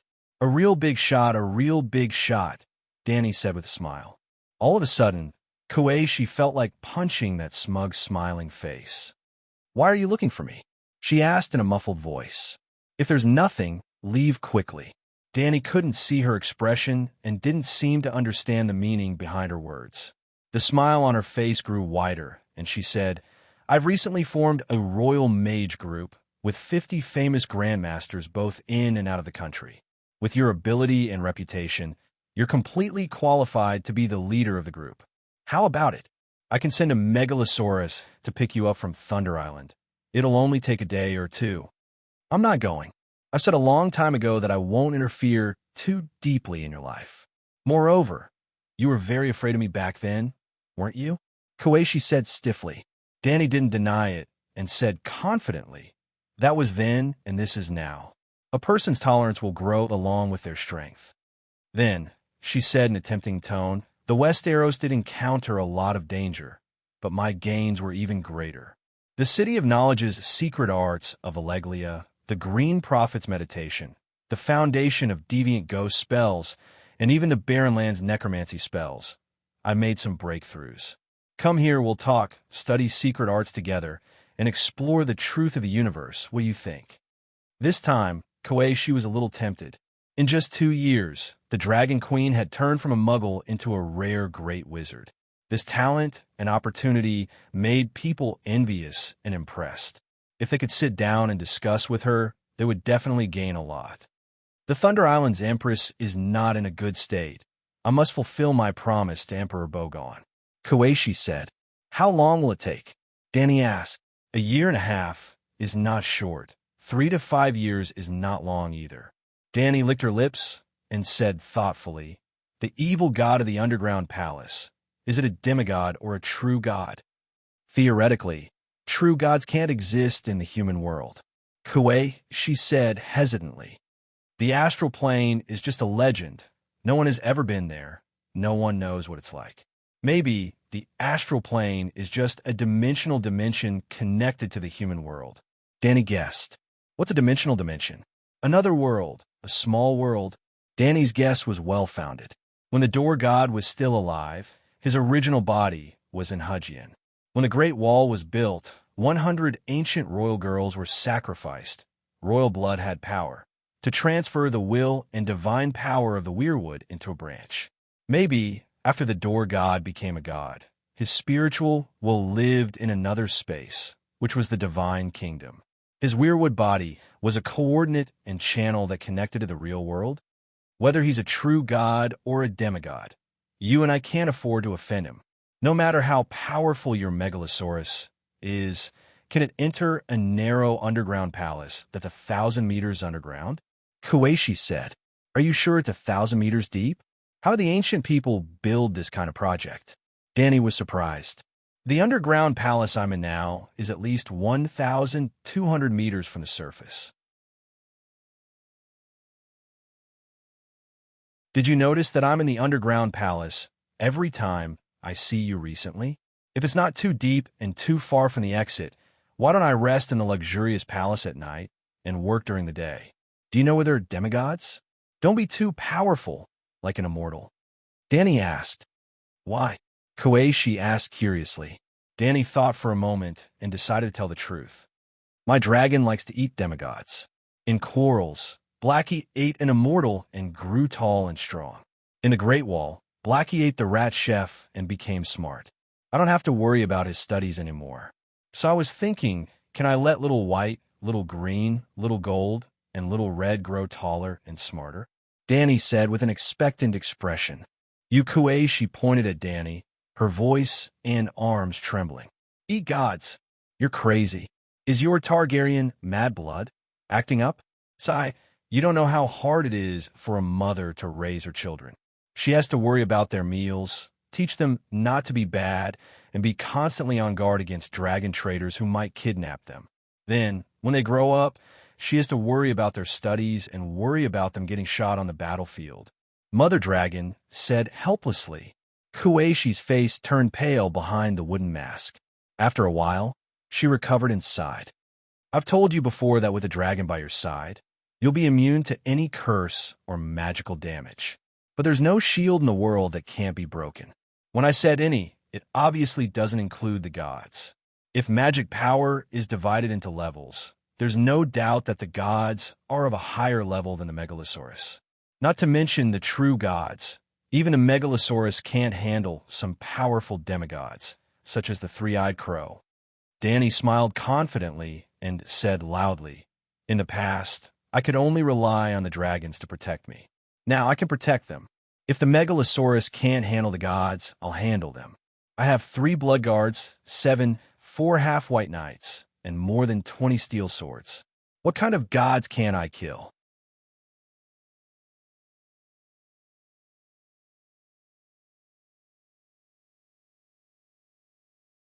Chapter 446. Kueishi agreed to spend 2 hours every day to exchange spells with the Dragon Queen. Yes, the Brandon Evil Suppression spell formation contained a lot of information. It involved the ancient language and green prophet runes that she could not understand. Danny had to teach she many times before she could learn it. At the same time, she would also teach the Dragon Queen and herself the Thunder Island Queen Suppression spell formation. The Thunder Island's underground palace had influenced the Thunder Island Queen for thousands of years. During that time, she had accumulated a lot of evil suppression spells and formations. This was also one of the rewards that the Thunder Island paid to Kuei-shi. The evil suppression spell formation could only be considered as a bonus for Danny. Her main purpose was to ask Kuei-shi about the problem she encountered when she was researching dead spirit spells. The matter about the magic jar spirit Hades was a top secret. Before she completely destroyed the black and white school, Danny did not intend to tell anyone. The three-eyed crow might know. She knew that he knew. Hence, she would kill him sooner or later. When she ended her conversation with Kuei-shi, the sky outside was already filled with the glow of the setting sun. It was almost dusk. Autumn is here. The wind is blowing so hard that it ruffles the corners of my clothes and my hair. Danny stood behind Blackie. She listened to him, stumbling as he finished reciting a text. Very good. Blackie, you're smart and hardworking. You'll definitely become a dragon god in the future. She stroked Blackie's hot nose and spoke with satisfaction. When she talked to Blackie, she used the Eastern Dragon language. It was just like when she was learning English. She could practice her oral English by communicating with foreigners every day. She was not afraid that he would not understand. A human and a dragon were both in the dragon spirit state. Even if he did not understand the language, he could still understand it. In fact, every time he encountered a new word, he would be able to learn another one. Dragon God. Blackie repeated her words. Its blood-red eyes shone with the brilliance of humanity. She patted Blackie's forehead and said with a smile, Go to Dragonstone Island and bring the blacksmith Tobu here. Blacksmith. Blackie stood up and jumped down from the cliff beside them. It flapped its wings and quickly stabilized its body. Then, it sped up and entered the huge red sun in the west like a small black dot. Little Gold, come here. Let me see how heavy you are now. Danny withdrew her gaze and waved at the golden dragon who was lying on the stone slab and staring into the distance. Hiss! Xiao Jin screamed at Danny and crawled to her side, rubbing its head against her chest. The golden dragon was less than half a year old. It looked very long, about 7 meters from head to tail, but its slender neck and tail took up most of its body. Its body was like a skinny donkey. Danny put her left hand under Xiao Jin's neck and reached her right hand under Xiao Jin's leg. With a sudden push, she lifted Xiao Jin up. Wow, you're almost 200 pounds now. You're growing really fast. Danny's cheeks were slightly flushed, but it wasn't too strenuous. Squeak. Xiao Jin felt very uncomfortable. He wanted to struggle, but he was worried that he would trip his mother, so he could only stretch his neck and cry like a caught goose. Ha ha! Danny was amused. She flung him hard and threw him off the cliff. Plop! Xiao Jin rolled several times in a row in a cloud and disappeared from Danny's sight. Squeak! After more than 10 seconds, he was seen soaring into the sky like a flying crane, emerging from the mountain fog dyed red by the sunset. His cry was clear and melodious. Let's go back. Danny climbed on a little green's back and said with a refreshed expression, Astapor. The full moon hung high in the sky, and the lights in the city were as thin as the stars in the sky. Most of the residents who were tired from the day's work had fallen asleep. Only the dock area was still noisy, and the chaotic sounds drifted with the sea breeze into the ears of the people at the top of the Great Pyramid. An orange-sized dragon flame fireball hung in the air, casting a bright red light on the map on the long table. After taking a bath, Danny, who had changed into a beige linen dress, stood by the table and drew a circle on the map of Slave Bay with a red pen. She said to the Blood Alliance Guard, From tomorrow onwards, Jogo will lead 1,000 men under your command north to Serene. In the future, you will be nomadic between the edge of the Dothraki Sea and Borash, monitoring Khalasar from the Great Sea of Grass and the vanguard of the Alliance Army. Khaleesi, do you suspect that Akal has joined the Alliance Army? Jogo asked in surprise. It's better to be safe than sorry. It's only 1,000 men. If they really encounter Khalasar, I'm afraid they won't be able to withstand it. There's even a possibility that they will be swallowed by the enemy's light cavalry, Clinton said with a frown. Although Clinton was a little inflexible during the Battle of the Ringing of the Bell, he was, after all, an orthodox noble officer. He had commanded tens of thousands of troops and had experience in large-scale battles. In terms of military quality, Barristan was probably the only one who was better than him, and Jorah Mormont was a little worse. Danny gave him the position of a military advisor and asked him to teach the new freedmen generals about the military knowledge of the combination of heavy cavalry and infantry. Well, Danny knew that her new freedmen had almost no military quality. After taking down Astapor, she set up a training course for famous generals and let Jorah Mormont, Grey Worm, and Barristan be instructors. It was probably a super low-level version of the Huangpu Military Academy. In fact, all the generals in the army had received Barristan's teachings and could be considered as students. As for the Dragon Queen, not only was she not the principal of the school, but like many illiterate freedmen, she also learned the ability to lead troops and fight from Old Bart. Knight, you're talking about conventional warfare. We have dragons, so we don't fight conventional warfare. As long as the main forces of the Alliance Army with dragon-slaying crossbows have not entered Slaver's Bay, no one will dare to surround my men. Danny smiled. Clinton frowned and asked, Can Astapor receive Knight Jogo's request for help in time? Of course not. It was more than 1,000 kilometers, and it would take about 2 days to send the message by Raven. 2 days was enough for Jogo's 1,000-men cavalry to die several times. Danny explained, When the vanguard of the Alliance Army leaves Materis and enters Slaver's Bay, I will announce that Slaver's Bay is in a state of combat readiness. At that time, there will be dragons patrolling the area around Slaver's Bay every day. There won't be a situation where our troops are suddenly surrounded and quickly wiped out.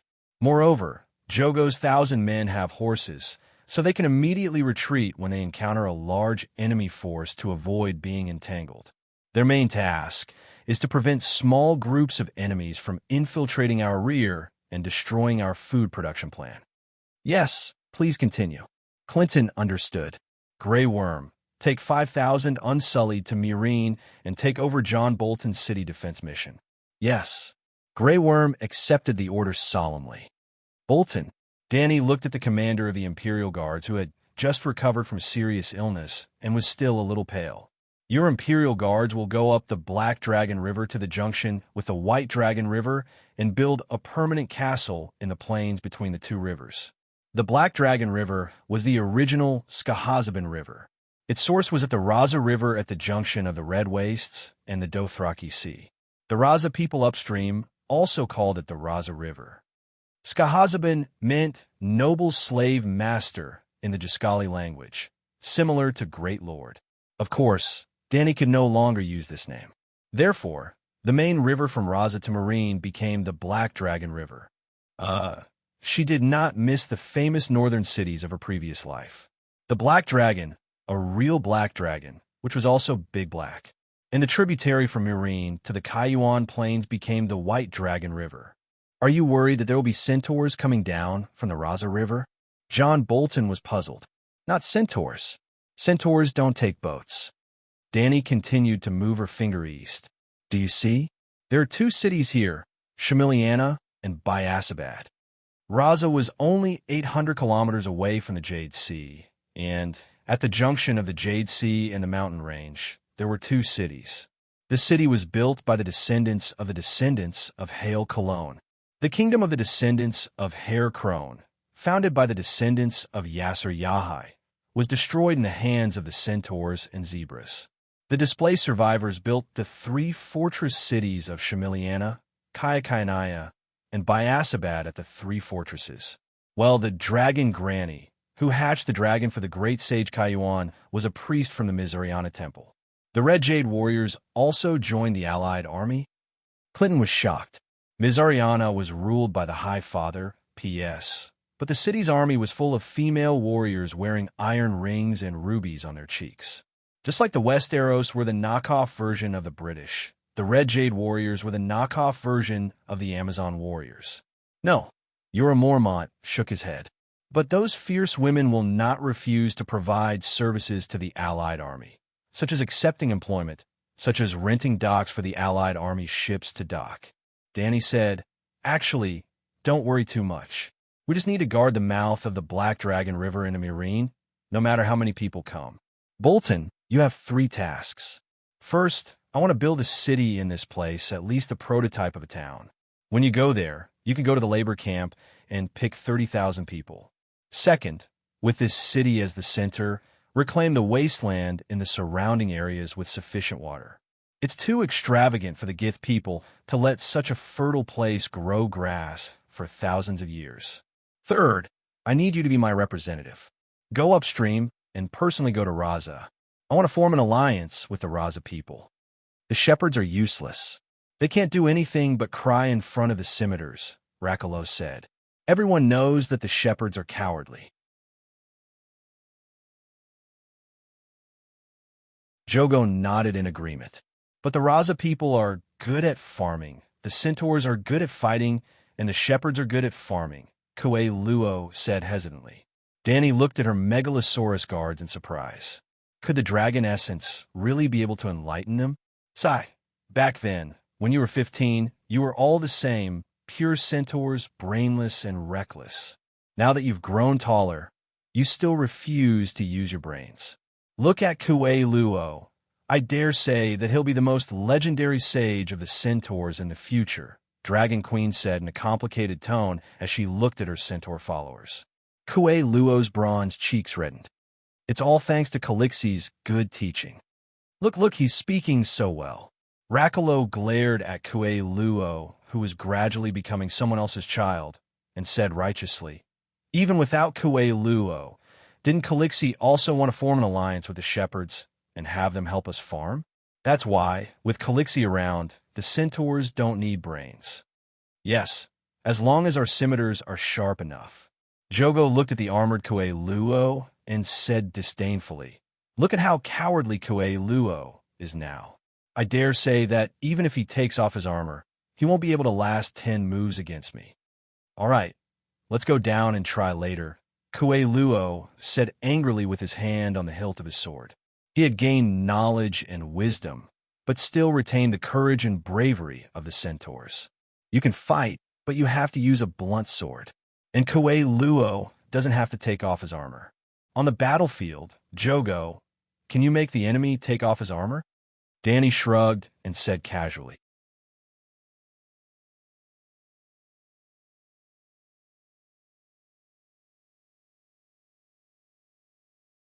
Chapter 447. Danny said, John, your mission isn't just to form an alliance with the Leza.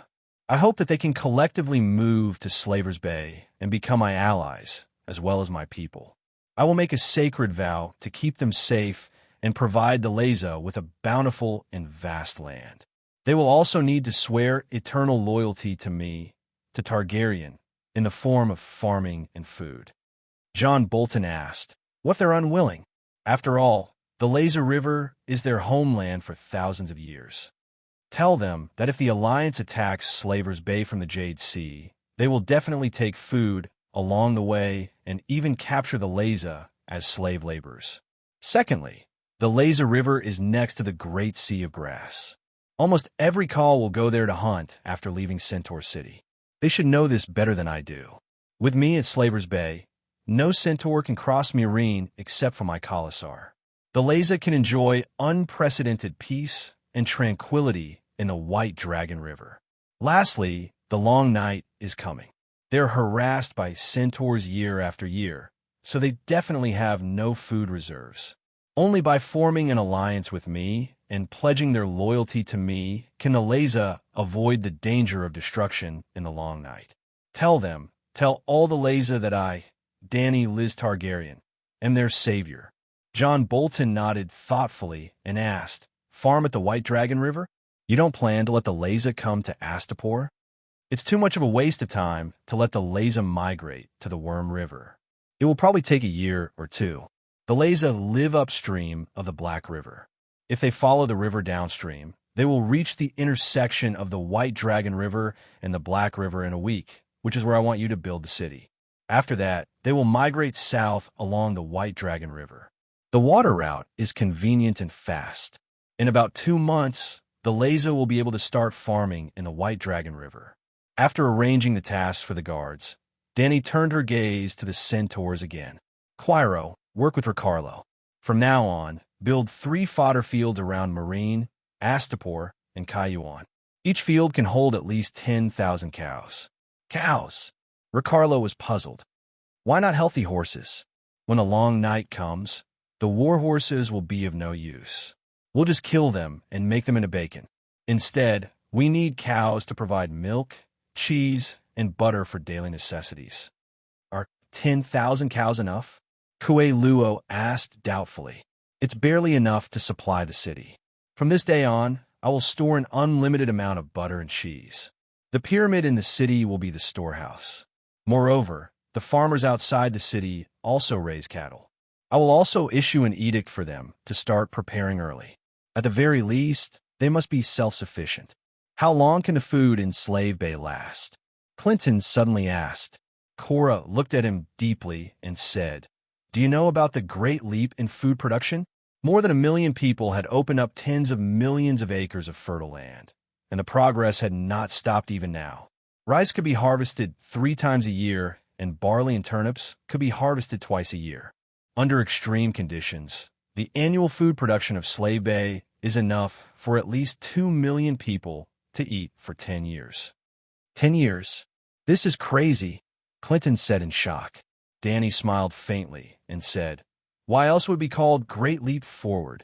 1 million people only grow food, rest for 2.5 days a week, and repeat the cycle of reclamation and farming.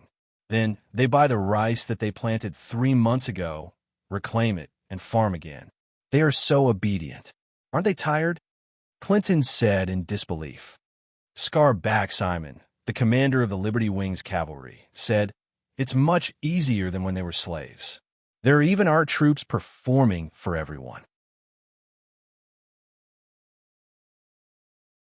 Who knows how prosperous their lives are now?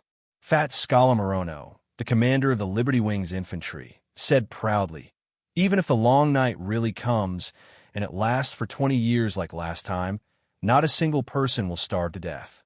20 years. In just 2 years of winter, more than half of the people in the Northern Territory will die. If this continues for 4 years, 70% of the Westeros will die.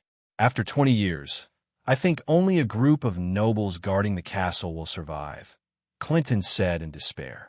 Dany prepared a batch of food, about 200,000 tons, and stored it on Dragonstone Island. Old Yimont's voice became softer and softer as he spoke. Finally, he sighed. Silence did not speak. If this long night was really like last time and lasted for a generation, close to 20 years, then 2 million tons of food would not be able to save the Westeros. This long night will definitely not last for 20 years. Jorah Mormont looked at Dany and said confidently, "With Her Majesty the Queen, 5 dragons, 20 tile swords, and 2 sets of tile armor, we will be able to kill the deviant Ghost King no matter what. There is also the Lightbringer. That sword is able to suppress deviant ghosts. After Stannis dies, Dany can inherit it," Old Yimont said excitedly. "Old Master, why do you think Stannis will die?" Dany's mouth twitched. He is not the true owner of the Lightbringer, but he has the Lightbringer. If he doesn't die, where will the child of prophecy get the sword? Yimont said confidently. What he said, it seemed to make sense. The Lightbringer is nothing. Dany smiled proudly. I have recorded 70% of the magic runes in the sword. In 2 days, Big Black will bring the blacksmith Butto back. When I master the magic spell to reforge the tile swords, I will immediately melt down all 20 tile swords and reforge them. All of us will have a Lightbringer made of tile swords. We are all saviors. Everyone was surprised and happy, but old Yimont fell into a daze. If everyone had a Lightbringer in their hands, then how much would the child of prophecy, who had been devalued by the Dragon Queen, be worth in the future? Can ordinary people use magic swords? Jorah asked doubtfully. I will try and see if I can make you become a magic swordsman. Let's test your talent first. If you have extraordinary talent, you can learn fire magic directly. If you don't have talent, maybe we could try to create talent with blood magic, Dany said uncertainly. Blood magic? Dany, you know blood magic? Old Yimont frowned. Dany shook her head and said seriously, I saw Jenny in Materis. She has Balerian's spirit in her body. I plan to find a chance to kill her and steal her treasure. She must know the most advanced blood witchcraft. Clinton, old Yimont, John Bolton, everyone was stunned. They looked at the serious Dragon Queen with their mouths wide open. Kill. Balerian? Old Yimont's face turned pale. His body swayed as he supported himself on the table. He said in a trembling voice, That is the ancestor god of Aleglia. We Targaryens have believed in her for 6,000 years. She is already with the allies. Of course, she must be killed, Dany said firmly. But she is a god, old Yimont murmured, as if he was about to break down. How can a human fight a god? What are you saying? Have you forgotten about the rat chef? The meeting ended, and everyone dispersed. When Dany was about to return to her room to rest, little Aegon came to the top floor and found her. Little Aegon and Tyrion had just arrived at Slave Bay. They did not understand the situation and did not have the position of commander, so they did not participate in this war mobilization meeting. Aegon looked around at the people who were packing up the map and preparing to leave. He said, And Dany, I want to talk to you alone. Your Majesty, I'll take my leave first. Take your time. Old Aemon took the lead and was the first to bid farewell. Although the others wanted to watch the show, they also hastened their footsteps. Soon, only Dany and Aegon were left on the top floor. Little Green, Little Gold, and Little Red were sleeping on the thick wall. What do you want to say? Dany picked up a glass bottle from the table and poured herself a glass of pink peach blossom wine. Aegon stood upright, looking at the Dragon Queen who was sitting leisurely on her throne. I want a dragon, he said stiffly. I want to be a dragon. I want to be a dragon knight. A Targaryen without a dragon has no right to be a king. Dany smiled meaningfully and asked, Didn't we agree to wait until the long night is over before we consider the Iron Throne? Anyway, I promise that if we really meet the king of deviant ghosts, I'll definitely give you my head. This has nothing to do with me becoming the Dragon King. With a dragon, I don't need your help to kill the king of deviant ghosts. Aegon pursed his lips and said stiffly. Dany shook her head and sighed. Your thoughts are very dangerous. You don't know how scary deviant ghosts are, and you don't know how dangerous Westeros are. I know that Westeros have dragon-slaying crossbows. I'll be careful, Aegon said. Dragon-slaying crossbows? Hee. The Dragon Queen's scornful laughter made Aegon's handsome face turn red.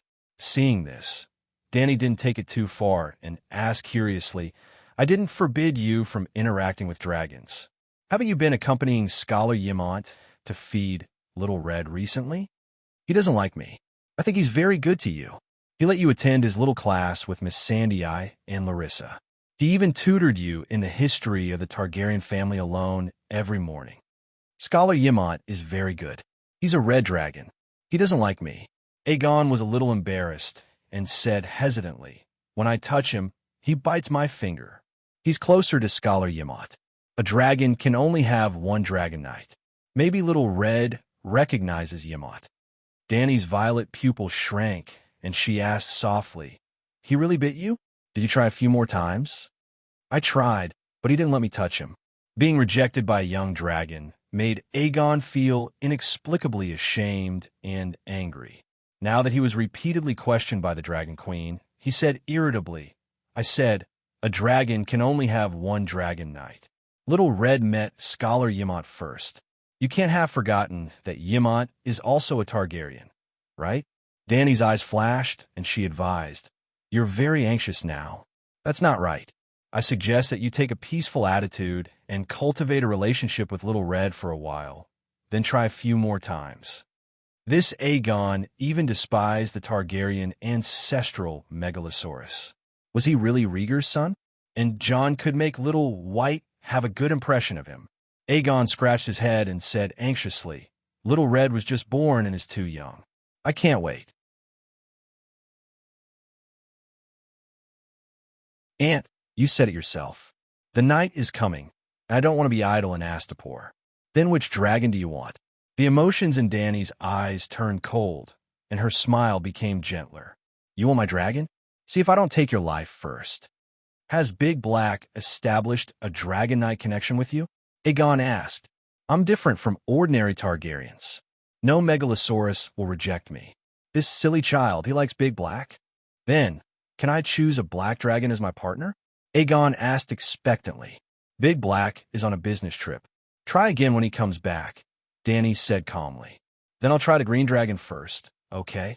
Aegon sighed and turned his gaze to Little Green on the wall. As if sensing his gaze, Little Green's emerald green vertical pupils suddenly opened. Aegon took a step back in panic. Hee. Dany took a sip of the peach blossom wine and laughed like a bell. He didn't even have the courage to face the might of a true dragon, and he wanted to subdue a Megalosaurus? Aegon's face flushed red, and determination flashed in his purple eyes. He strode forward and said loudly, Little Green, I'm the son of Rhaegar and Ilya, Aegon Targaryen. I have the blood of a true dragon. Be my partner. You're tuning in to the Warrior Lore YouTube channel. Don't forget to subscribe and join us on this journey to catch the most captivating stories.